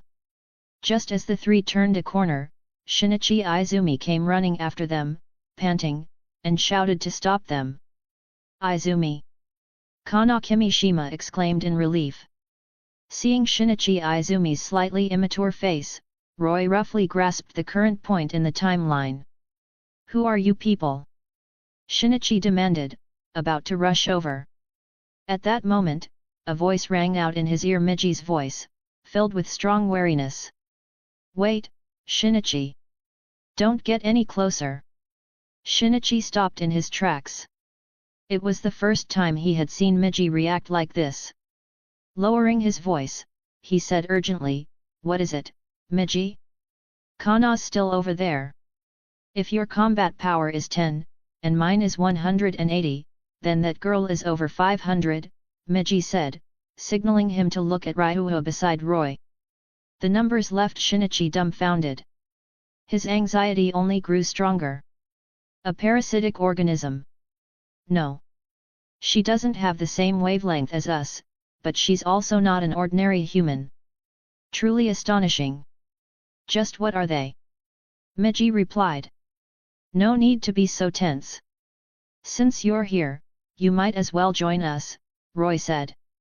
Sensing no hostility from Roy or Ryuho, Shinichi and Miji followed them cautiously. The 4 of them found a family restaurant. Kana Kimishima told Shinichi about the fake identity Roy had fabricated, but Shinichi was clearly not as easy to fool as she was, especially with an intelligent parasitic organism living in his right hand, one that could even use a computer. Roy looked at Shinichi first. Your parents went on a trip. They left yesterday, Shinichi replied, confused. The topic had suddenly shifted to his parents, and the person asking looked even younger than him. Roy sighed with exaggerated sympathy. That's really unfortunate. You should tell them to leave that area immediately. Why? Roy's expression gave Shinichi a bad feeling. His voice began to tremble slightly. Recalling the plot, Roy smiled. There have been murder cases in that area. The news didn't say it outright, so who do you think did it? Bang! Shinichi suddenly stood up, his face twisted with shock. Parasitic organisms. The loud crash of the chair hitting the floor drew everyone's attention in the restaurant. Sorry, I need to make a phone call, Shinichi apologized hurriedly before rushing outside. Young people are always so impatient, Roy muttered. Coming from someone his age, it sounded odd, but both Ryuu and Kana Kimishima tacitly agreed that an old monster seemed to be hiding inside that young body. "Do you believe us now?" Roy asked Kana Kimishima. She nodded, lowering her guard. Knowing both her secret and the truth behind the murders reported in the news, only a government organization should have access to that kind of information. "Then let's go hunt parasitic organisms." After eating their fill, the three left the family restaurant and began wandering the streets, using Kana Kimishima's special perception to search for traces of parasites.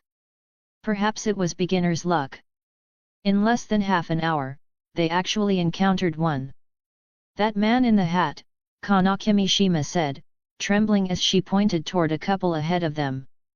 Like parasites, Kana Kimishima could emit signals that allowed mutual detection, but the range of her signal was very short. As a result, the parasite hadn't noticed her at all, a natural protective shield. The couple entered an underground parking garage. Roy and the others followed closely behind.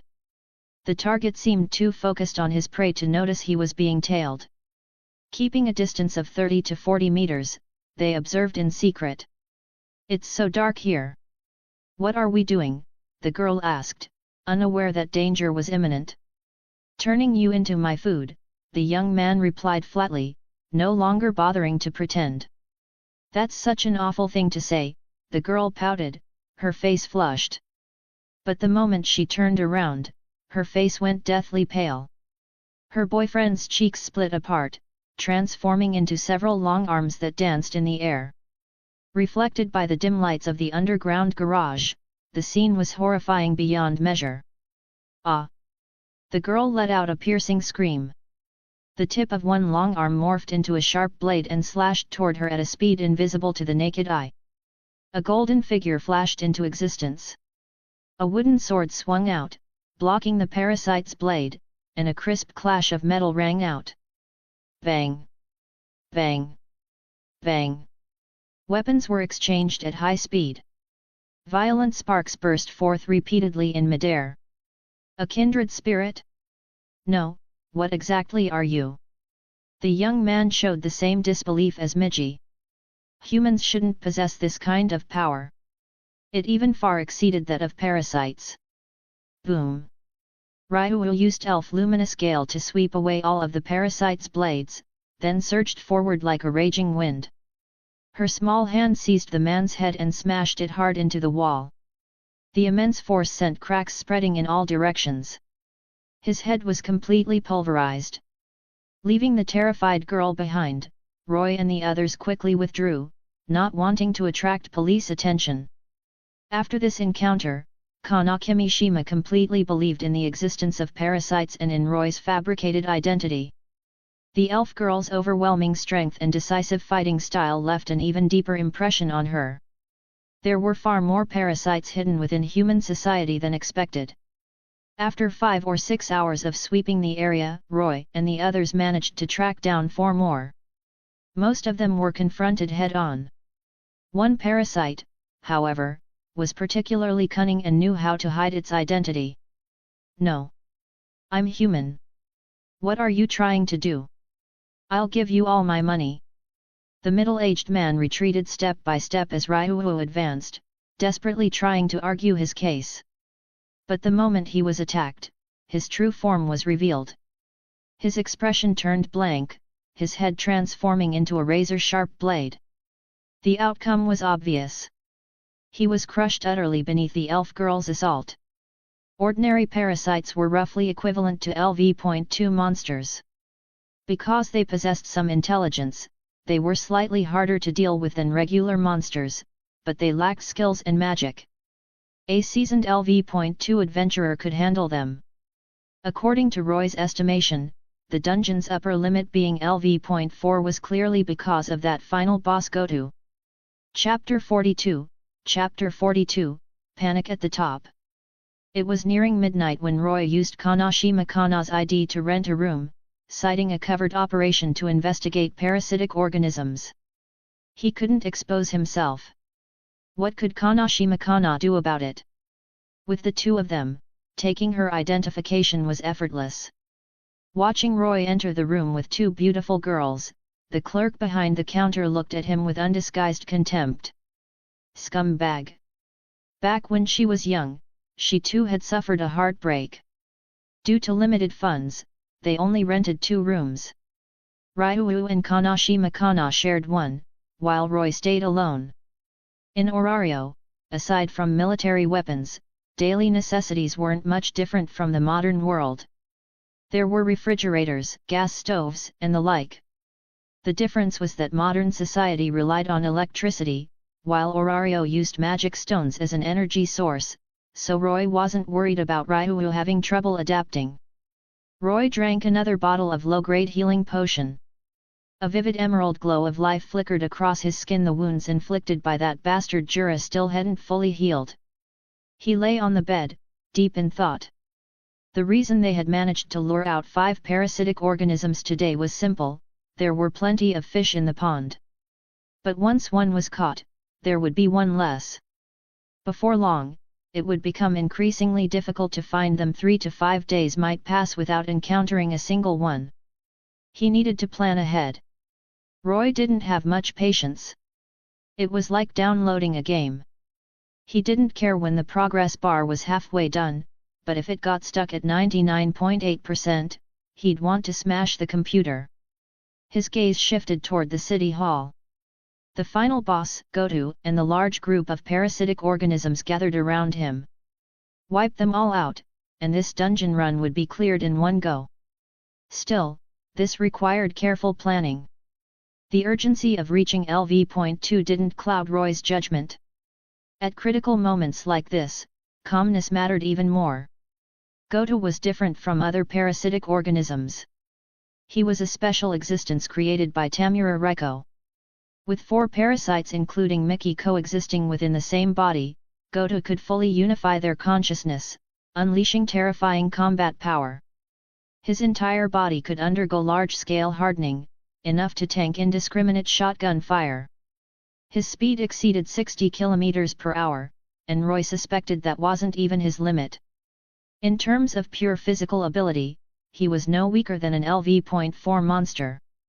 The night passed without incident. After the 3 of them got up, washed up, and finished breakfast, Izumi Shinichi came running over without stopping. "Thank you so much."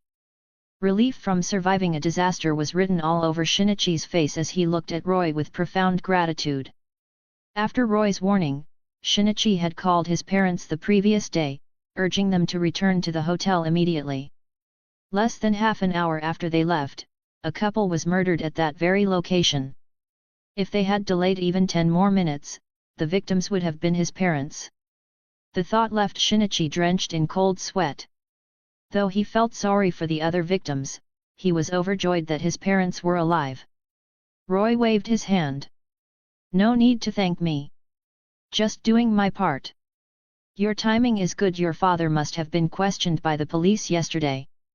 Have him contact them for me. Tell them I have important information about parasitic organisms." Shinichi's eyes widened. He almost thought he'd misheard.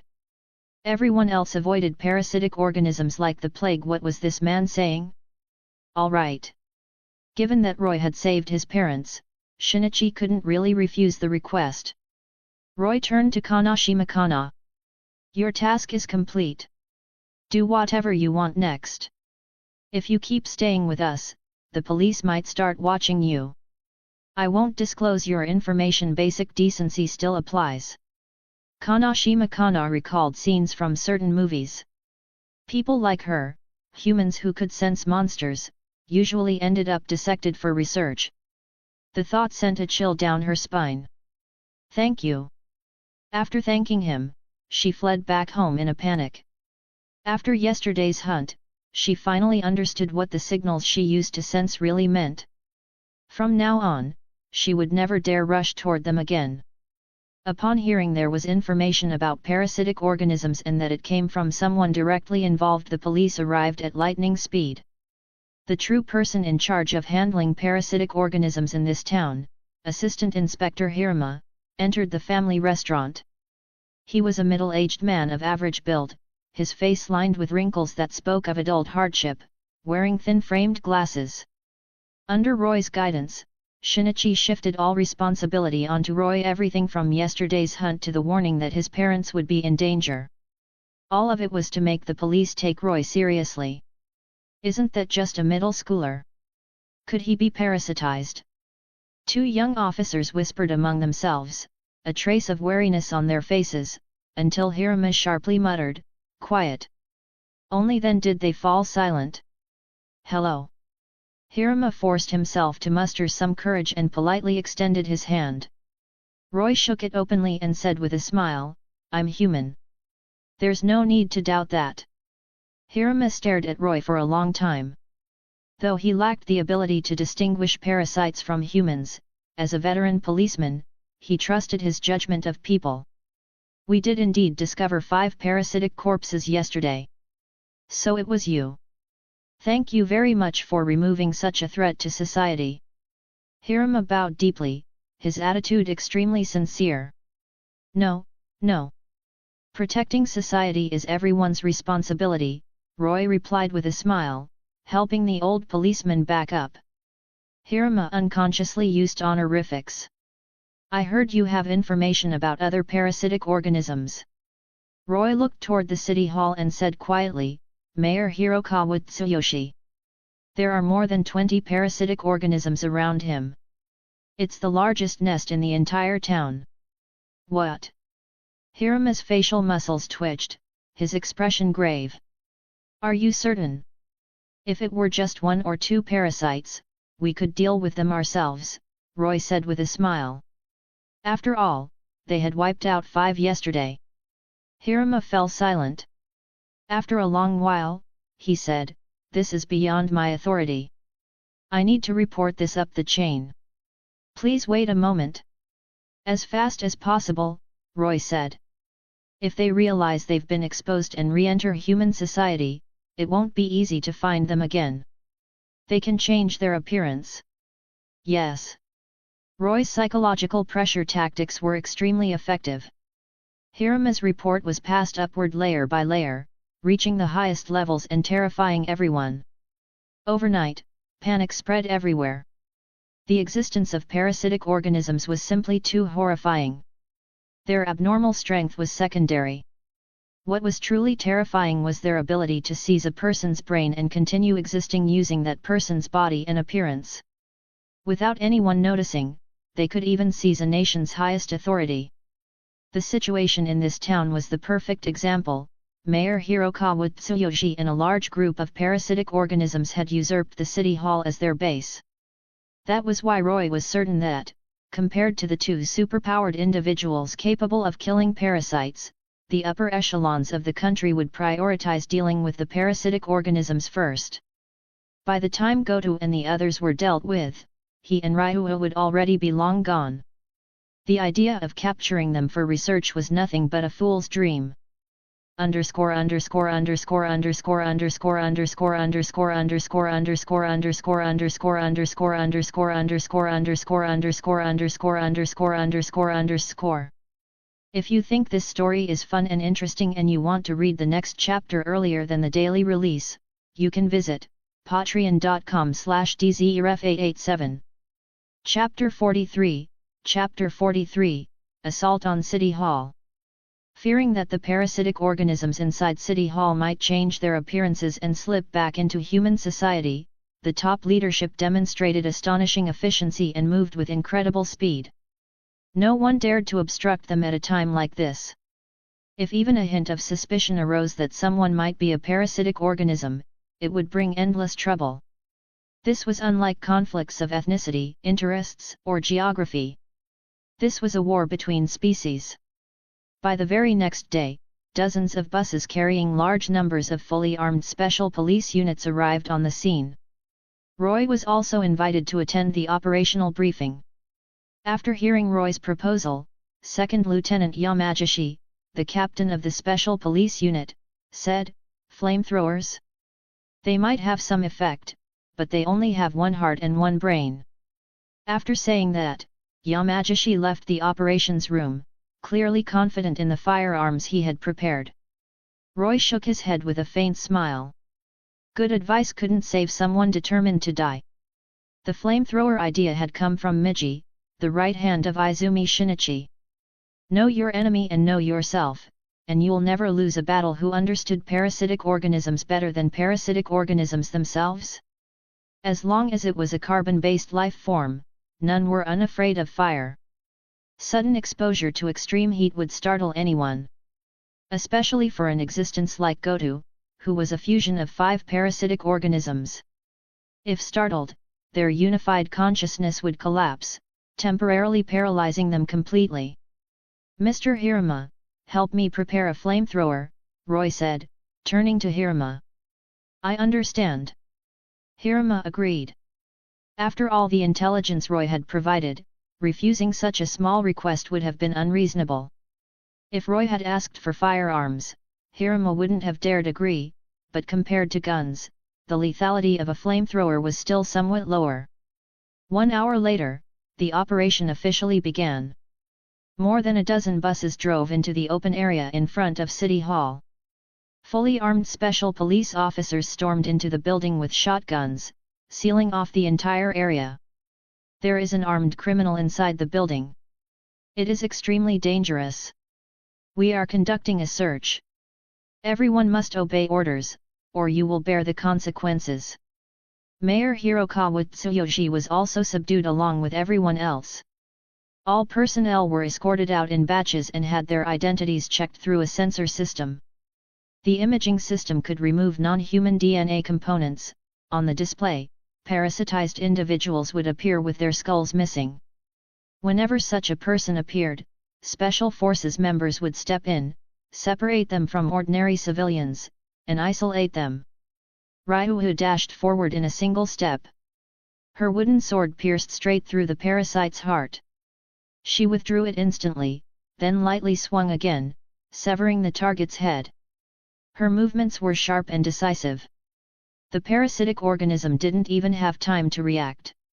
Her figure was like a gust of wind, so fast it was hard to track with the naked eye. The surrounding Special Forces members stared in stunned disbelief. Gunshots would alert the parasitic organisms inside the building, so Roy had proposed that they handle the parasites themselves. In truth, he didn't want anyone else stealing experience points. For that reason, Roy deliberately concealed the fact that parasitic organisms possessed electrocardiographic sensing. Before they were exposed, he wanted to kill as many parasites as possible. Watching the surveillance footage of Ryuu's overwhelming combat ability, far surpassing that of the parasitic organisms, Yamagishi exclaimed, "Amazing! Movements like that don't seem human." "They've already been checked by the sensor system. Neither of them is a parasitic organism," Hirama replied. Yamagishi caught the implication. Hirama had only said that Roy and Ryuu were not parasites, he hadn't said they were human. In fact, both of them had received subtle hints from higher UPS. If the suppression of the parasitic organisms went smoothly, Roy and Ryuu could later be invited to pay a visit. In the blink of an eye, Ryuu had already killed 7 parasitic organisms. She felt no psychological burden at all when dealing with creatures that preyed on humans. Ordinary parasites were usually killed in a single strike. Even if one was on guard and dodged the first blow, it would be dealt with within 3 moves at most. Parasitic organisms eliminated, 12. Seeing the notification panel, Roy smiled in satisfaction. If nothing unexpected happened, he would clear the dungeon today. "What are you doing? Put him down, now!" At that moment, a terrified shout echoed from inside the building, instantly putting everyone on alert. Roy glanced over. As expected, it had begun. They wouldn't just sit there and allow themselves to be suppressed one by one. Bang! Inside the building, a burly man went berserk, lifting an elderly man and smashing him violently into a glass wall, shattering the massive pane into pieces. The Special Forces members who had received orders immediately opened fire. Bang! Bang! 2 gunshots rang out. The overwhelming power of the shotgun blasted the burly man backward. Steel pellets shredded his heart, blood spilling from his chest as he collapsed into a pool of crimson. After a brief struggle, his vital signs vanished. A parasitic organism.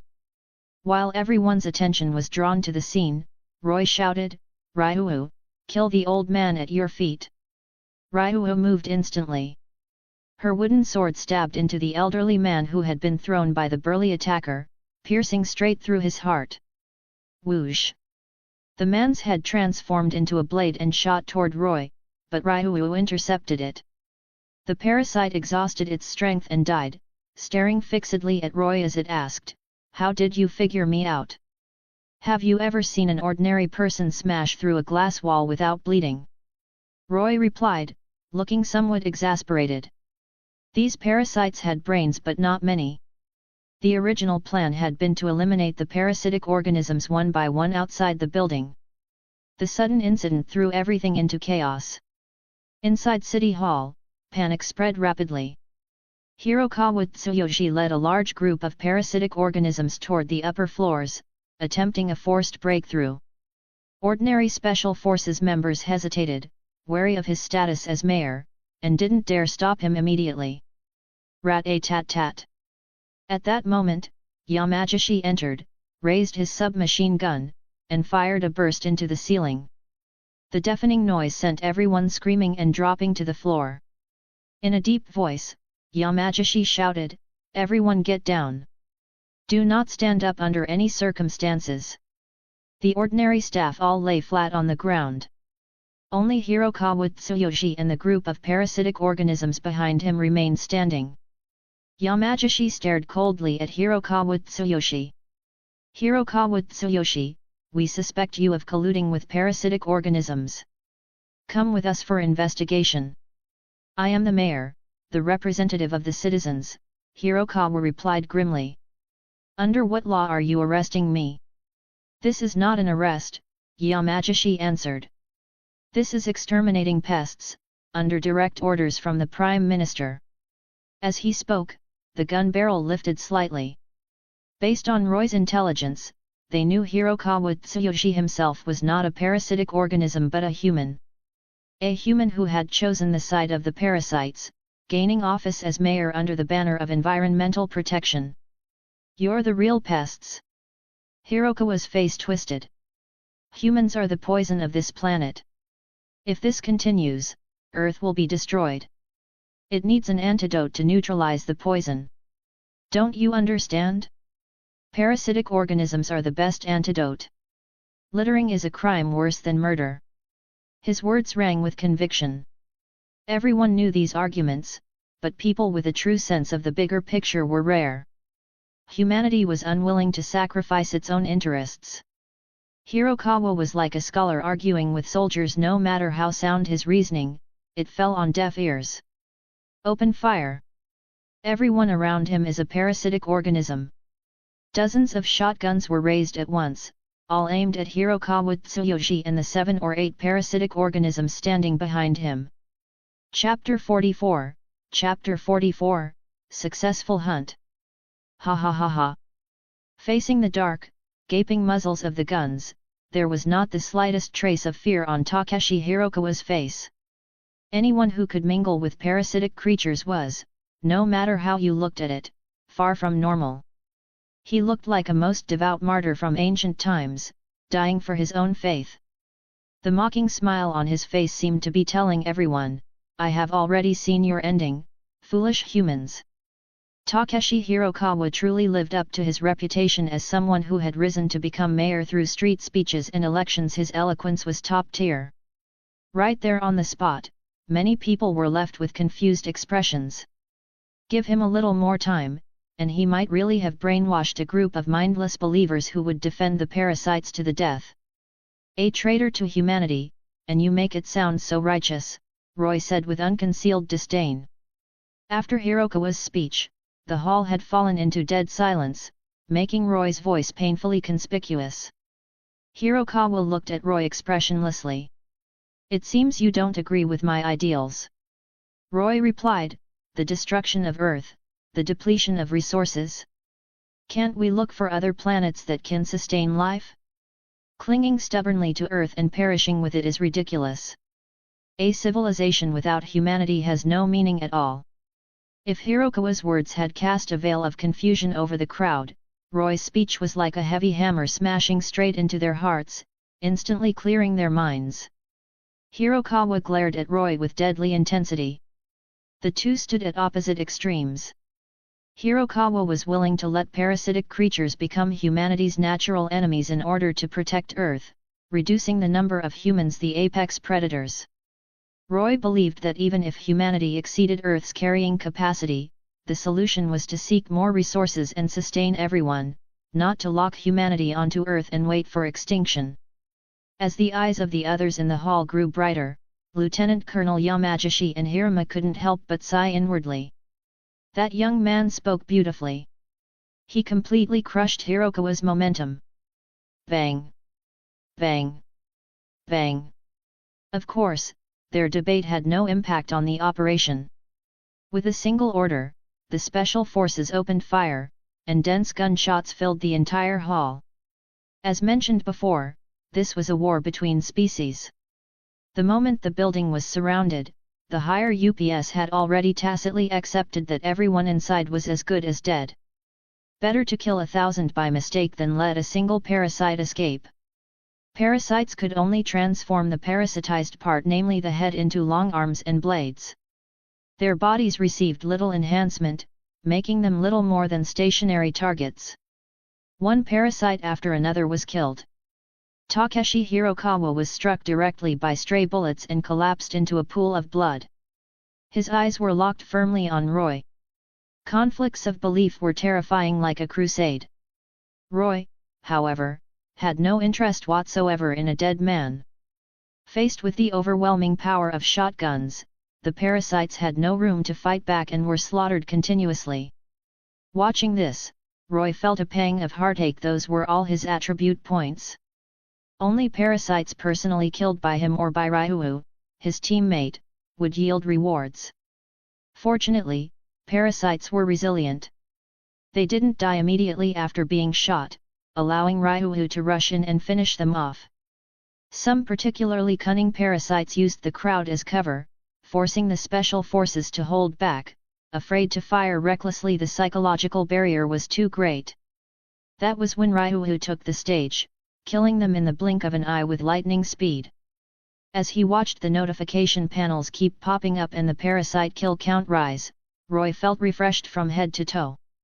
Finally, most of the parasites were eliminated. Only one remained, a middle-aged man with a stiff, expressionless face, and the strongest, most dangerous parasite of them all, Goto. This guy's shotguns are useless against him. Goto had been riddled with holes. His body and head were covered in dense punctures, a horrifying sight, yet not a single drop of blood flowed from him. Even now I still don't understand what you were thinking, but I'll avenge you. I'll wipe out humanity. Goto said, looking at the dead Hirokawa. In a sense, he was inheriting the man's will to become humanity's natural enemy. Boom! Without any regard for the safety of others, Lieutenant Colonel Yamagishi raised a compact grenade launcher, aimed at Goto, and pulled the trigger. With a thunderous explosion, black smoke billowed out, and the deafening blast at close range left everyone stunned. Goto appeared on the ceiling. I'm not faster than bullets. I'm faster than you by reading your eyes and fingers. I can judge the moment you fire. Bastard! Yamagishi's face darkened as he raised his shotgun toward Goto. A flash of cold light streaked past. It was Goto's extended arm. Yamagishi was sent flying, his massive body arcing through the air before crashing more than 10 meters away, his fate unknown. Whoosh! Goto's skin bulged all over as shotgun pellets wriggled beneath it, gathering in his hands. With a flick of both arms, countless steel pellets rained down like a storm. Gale wind. As the pellets were about to slaughter both special forces and civilians, Ryuhu, already informed about Goto, completed her chant at that very moment. Dozens of emerald green spheres of light appeared around her, their dazzling glow illuminating the entire hall. In that instant, it was as if the world itself had frozen. For the first time, a hint of shock appeared on Goto's placid face, like ancient humans witnessing fire for the first time and mistaking it for a miracle sent by the gods. His instincts screamed of lethal danger. Without hesitation, Goto hardened most of his body, but his lower back remained a soft weak point and the emerald sphere's attack range covered his entire body. Boom! The spheres of gale wind surged upward, destroying all the steel pellets and blasting Goto away as well. Goto was blown apart by the emerald light, blood spraying everywhere, half his body gone. Terror filled his eyes as he looked at the elven girl, and he fled outward in a sorry state. Straight into Roy, who was holding a flamethrower. A ferocious grin spread across Roy's face. He aimed the flamethrower at Goto and pulled the trigger. Roaring flames burst forth, instantly engulfing him. Thud! Goto's face was filled with utter horror. In his panic, all the parasites within his body went out of control, breaking free from his command as the central commander. His vision went black. His steel-like body slammed heavily into the ground. What followed was simple. Ryu rushed forward and, in a few swift moves, dismembered Goto's body, chopping it into countless pieces. But he still wasn't dead. The fragments of flesh slowly crawled toward one another. No one doubted that if they were allowed to gather, the monster that feared neither guns nor bullets would fully regenerate. Its tenacious vitality made everyone's scalp tingle. Just as Ryu was about to cast another spell, Roy stopped her. He patted the flamethrower in his hands. This thing's not much worse than magic. Roy pulled the trigger again. Roaring flames poured out, burning the writhing flesh on the ground into ashes. Only when the notification panel appeared did Roy finally confirm that this incredibly resilient parasite was truly, completely dead. Successfully hunted the strongest parasitic creature Goto. Congratulations, you have obtained 1200 attribute points. Underscore underscore underscore underscore underscore underscore underscore underscore underscore underscore underscore underscore underscore underscore underscore underscore underscore underscore underscore underscore. If you think this story is fun and interesting and you want to read the next chapter earlier than the daily release, you can visit patreon.com/dzeref887. Chapter 45, Chapter 45, Level Up. Dungeon Quest completed. Please return within 24 hours. Remaining time. Roy did not hesitate and immediately clicked return. After defeating Goto, the looks the Special Forces members gave him and Ryu were clearly off. They had most likely received certain orders. For a level 4 adventurer to clash head-on with a modern nation's war machine would be extremely difficult. Fearing that several helicopters might suddenly appear out of nowhere, Roy did not dare to delay. Before everyone's eyes, Roy and Ryu vanished directly, leaving behind a crowd of utterly dumbfounded people. They returned to the Stardust Garden. As expected, Ryu went to take a bath. An elf's cleanliness would not allow her to tolerate the blood stains clinging to her body. Roy began counting the rewards from this dungeon run. Teammate Ryu Lion killed 21 parasitic creatures. Congratulations, you have obtained 2,650 attribute points. Kill count has reached 20. Additional reward obtained, silver treasure chest. Adding the 1,200 attribute points from hunting down Goto, the total came to 3,850 attribute points. Name, Roy.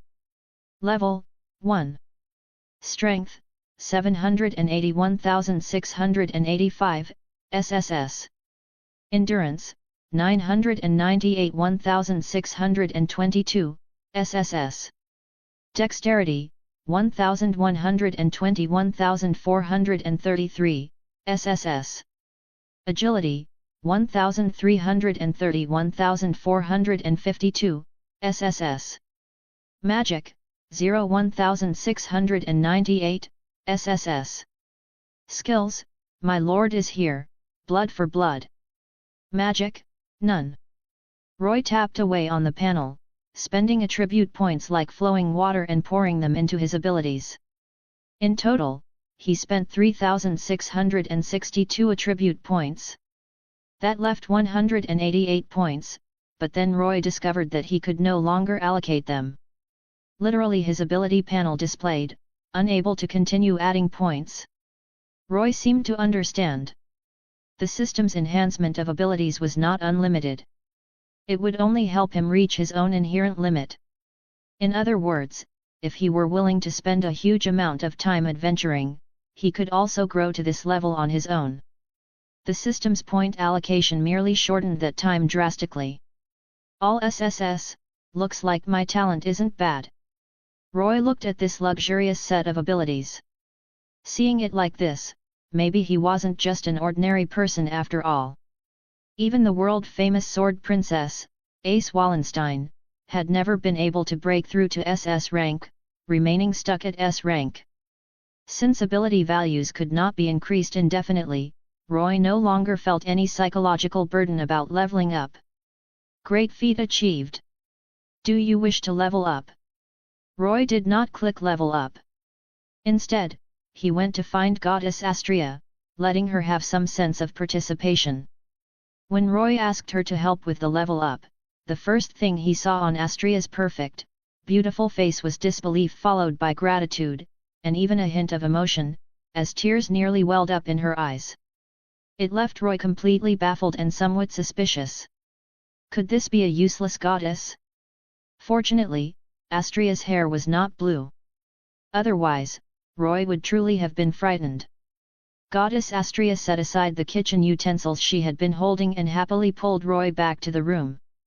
Her soft, boneless little hand felt delicate and smooth, like warm jade, making Roy's thoughts inevitably wander. If Ryua was like an unripe, slightly astringent kiwi, then Goddess Astraea was a fully ripe white peach, plump and graceful, brimming with temptation, yet carrying the intellectual charm of a mature woman. Less bewitching, more elegant and dignified. At this moment, Astraea was extremely excited, like a child who had found a new toy. Roy silently prayed, hoping she would be reliable. If not, he would have to do it himself. The level up began. Goddess Astraea pricked her finger with a silver needle, letting divine blood drip onto Roy's bare back. Ability values formed from sacred letters began to surface. As expected, the full SSS rank ability panel gave Goddess Astraea quite a shock. She stared at Roy's handsome profile, her rosy lips slightly parted. A long time passed without her uttering a single word. The level-up process continued as the sacred letters shifted. Roy also watched his own ability values. The luxurious all-SSS panel gradually faded away, replaced by a new panel, everything at 0, I. The difference was that his level had become LV.2. The LV.1 panel had not disappeared, it was hidden within his body, continuing to enhance his strength. Judging purely by numbers, he now looked like nothing more than 0, I. In reality, however, if he went head-to-head with a LV.2 adventurer whose abilities were all around 500 or 600, he would not be at a disadvantage at all. Development abilities you can choose from are Abnormal Resistance, Hunter, and Adventure. Which one do you want? Goddess Astraea's gentle voice sounded beside Roy's ear as she carefully explained the characteristics of the three options. Congratulations on reaching LV.2. Available development abilities, Abnormal Resistance, Hunter, Adventure. Roy could see the new prompt panel as well. Development abilities were additional abilities that could be learned upon leveling up, usually serving as a kind of secondary specialization. For example, a blacksmith would choose smithing to enhance weapon or armor crafting, while an alchemist would choose mixing to better brew potions. Skill awakening depended on an adventurer's will, while development abilities were related to what one had recently experienced. Abnormal resistance. Having encountered poisons recently, this could be obtained upon leveling up. It allowed resistance against abnormal states such as poisoning. Dungeon mushrooms, red umbrellas, white stalks. Others eat them and lie flat forever, but if you eat them, you might only feel a little dizzy. Hunter. Having slain a large number of monsters recently, this could be obtained upon leveling up. When fighting monsters one has previously killed, one's own ability values would be enhanced. It was a rare ability, highly favored by both gods and adventurers. As for adventure, goddess Astraea herself had rarely seen such a development ability. According to her speculation, it was probably obtained by people who loved exploration and proactively headed into dangerous places when leveling up. Note that this was not for any purpose, purely for the thrill. Ordinary adventurers who entered the dungeon for money or fame did not qualify. As for its exact effect, even she did not know. Do not assume that gods are omniscient. Ability values were merely a trigger. They could excavate possibilities that a person might never have had the chance to discover in their entire life, giving them concrete form as explicit abilities. Through the accumulation of countless experiences, they could transform and evolve like seeds buried in the soil, blooming into different flowers depending on the environment. Only in this aspect was there a mysterious realm even gods could not fully perceive. That was why, whenever rare skills appeared, all the gods' eyes would glow green with excitement. The adventure ability before them was undoubtedly even rarer than hunter enough to drive the gods into a frenzy. Goddess Astraea did not know its concrete effect, but Roy could see it through his panel. Adventure, the blessing bestowed by the goddess of fate upon the brave. By proactively heading into dangerous places, one's ability values, recovery, luck, and more are greatly increased. Roy spoke with firm resolve. Goddess Astraea, I choose the adventure development ability. Hearing this, Goddess Astraea gave him a reproachful yet helpless look. The appearance of such a development ability made her seem to understand the nature of this particular child of hers. Chapter 46, Chapter 46, Roy's Magic. Adventure. Roy felt no surprise at all about obtaining this special development ability. In his previous life, living in a safe and stable country, he had deeply yearned for heroic-style adventures, essentially an alternative version of single-minded admiration. Name, Roy. Level, 2. Strength, 0, I. Endurance, 0, I. Dexterity, 0, I. Agility, 0, I. Magic, 0, I. Development ability, Adventure, I. Skills, My Lord is here, blood for blood. Magic, none. The level up and selection of a development ability are complete. Goddess Astraea casually locked Roy's status, and the sacred letters on his back faded away. Gods rarely refuse the requests of their children, much like parents who hope their children will become independent, offering different opinions but letting them make their own choices. Watching the children of the lower world live extraordinary lives was one of the greatest pleasures for most gods. Looking at his new status panel, the golden LV.2 lettering gleaming brightly, Roy clenched both fists, his face flushing red. Power is surging out. Pfft. Seeing this, Goddess Astraea burst out laughing, revealing a gentle, motherly smile. Don't fool around for too long. I'll go prepare dinner. Roy smiled back. Advancing to LV.2 did not bring the imagined explosive surge of power, it felt calm and ordinary. Both increasing ability values and leveling up did not immediately boost combat strength, the body needed time to adapt. Staring at that breathtakingly beautiful figure as she left, Roy felt somewhat absent-minded. A goddess's charm was truly terrifying, even if she was not a beauty goddess like Freya. Once that heart-stopping sensation faded, Roy turned his attention to something else. The silver treasure chest he had obtained. Roy clicked Open Treasure Chest on the panel. Silver treasure chest opened. Congratulations, you have obtained 3 bottles of Panacea, high grade. Strength Enhancement Potion, high grade. Grimoire. Steel Bracers, epic.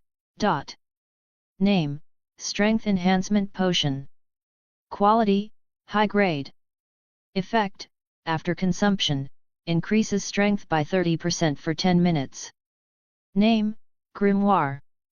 Quality, unable to determine. Effect, a tome that can only be written by those who have developed the rare abilities Magecraft and Mystery to their limits. Reading it can forcibly awaken magic. Name, steel bracers. Quality, epic. Attributes, can withstand all attacks from LV.4 adventurers or monsters with overall ability values below rank D. As durability decreases, defensive power declines. Special effect, Guardian activates a magic shield that provides full body protection. Each activation reduces durability by 10%. Durability, 99%. Roy's eyes lit up. Panacea went without saying. If purchased from the Astraea Familia, each bottle would cost 500,000 valis. The strength potion, the steel bracers, and most importantly, the grimoire that could forcibly awaken magic. Roy's gaze was completely drawn to it. Magic. A power capable of causing supernatural phenomena, immensely destructive, and usually treated by adventurers as their trump card. He had seen Ryuu's luminous wind several times. Once released, it almost always meant instant annihilation. Magic was divided into innate magic and acquired magic awakened through divine blessings. Innate magic was tied to racial bloodlines and individual potential. Magical races could learn it through their own latent power and training, such as elves and spirits. Acquired magic, on the other hand, was related to one's interests and beliefs, awakened through a god's blessing. Under divine blessings, each person could possess up to 3 spells, but magic awakening was a matter of fate. Most people went their entire lives without ever learning magic. By reading a grimoire, one could forcibly awaken and learn magic. The moment he obtained it, even Roy could not suppress the excitement on his face. Grimoires were extraordinarily valuable, usually appearing only at auctions, starting at 100 million valis, with no upper limit. Even Roy could not afford one, and before receiving a divine blessing, buying one would have been useless anyway. But now, things were different. It meant that he was about to awaken magic. Roy retrieved the grimoire from the system.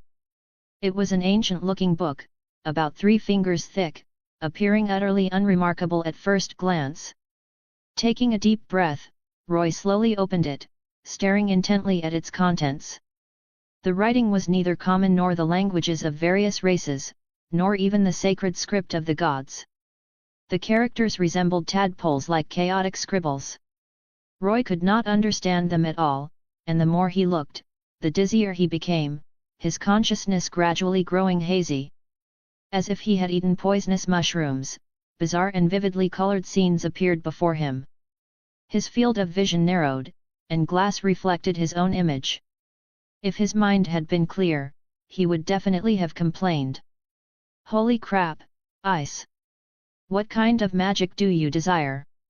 A vague, ghost-like figure drifted before Roy's eyes, questioning him at the level of his soul. Without thinking, following the deepest choice in his heart, Roy murmured. Destructive power that can shatter everything and the fastest speed in the world. How brutal! Speed and destruction combined. Only thunder in nature can satisfy your demands, the youth with the same appearance as Roy said with a smile. And then? Is that enough? Something that can fight alongside me, something that will never betray me. So you want a companion? Calling it a weapon might be more accurate. I understand. In this world, there are always problems a single person cannot solve. You want a weapon that will never betray you, one that possesses the overwhelming destructive power and speed of thunder. How greedy! Can your ambition control such power? It is a double-edged sword. Accept it. This is your magic. The lingering echoes remained by Roy's ears for a long time. In a daze, Roy caught a whiff of a pleasant fragrance. It soothed his mind, bringing immense comfort to his utterly exhausted spirit. His nose twitched as he greedily breathed it in. When he slowly opened his eyes, he met a pair of sky-blue eyes. Peeking at me while I sleep, Miss Ryu? Since when did you develop such a hobby? Roy teased the elf girl as he usually did. But Ryuu's reaction was different this time. Her voice was like a winter night's wind, cold and cutting. What are you doing on Lady Astraea's bed? Roy snapped back to his senses, his pupils widening in shock as he sat upright. He remembered now he had been reading the grimoire, awakening magic. Had it succeeded? Reading a grimoire did not guarantee a successful magic awakening. Failure was possible. One could not help but think of a certain fox-eared girl who had consumed grimoires worth tens of billions of valis from fells and still failed to awaken a third spell. Magic has been awakened. Lord of Thunder, no chant magic. Freely control lightning and alter its form. The power of the lightning is determined by the amount of mind supplied. It can also self-destruct. Controlling lightning consumes additional mind. Underscore underscore underscore underscore underscore underscore underscore underscore underscore underscore underscore underscore underscore underscore underscore underscore underscore underscore underscore underscore. If you think this story is fun and interesting and you want to read the next chapter earlier than the daily release, you can visit patreon.com/dzeref887.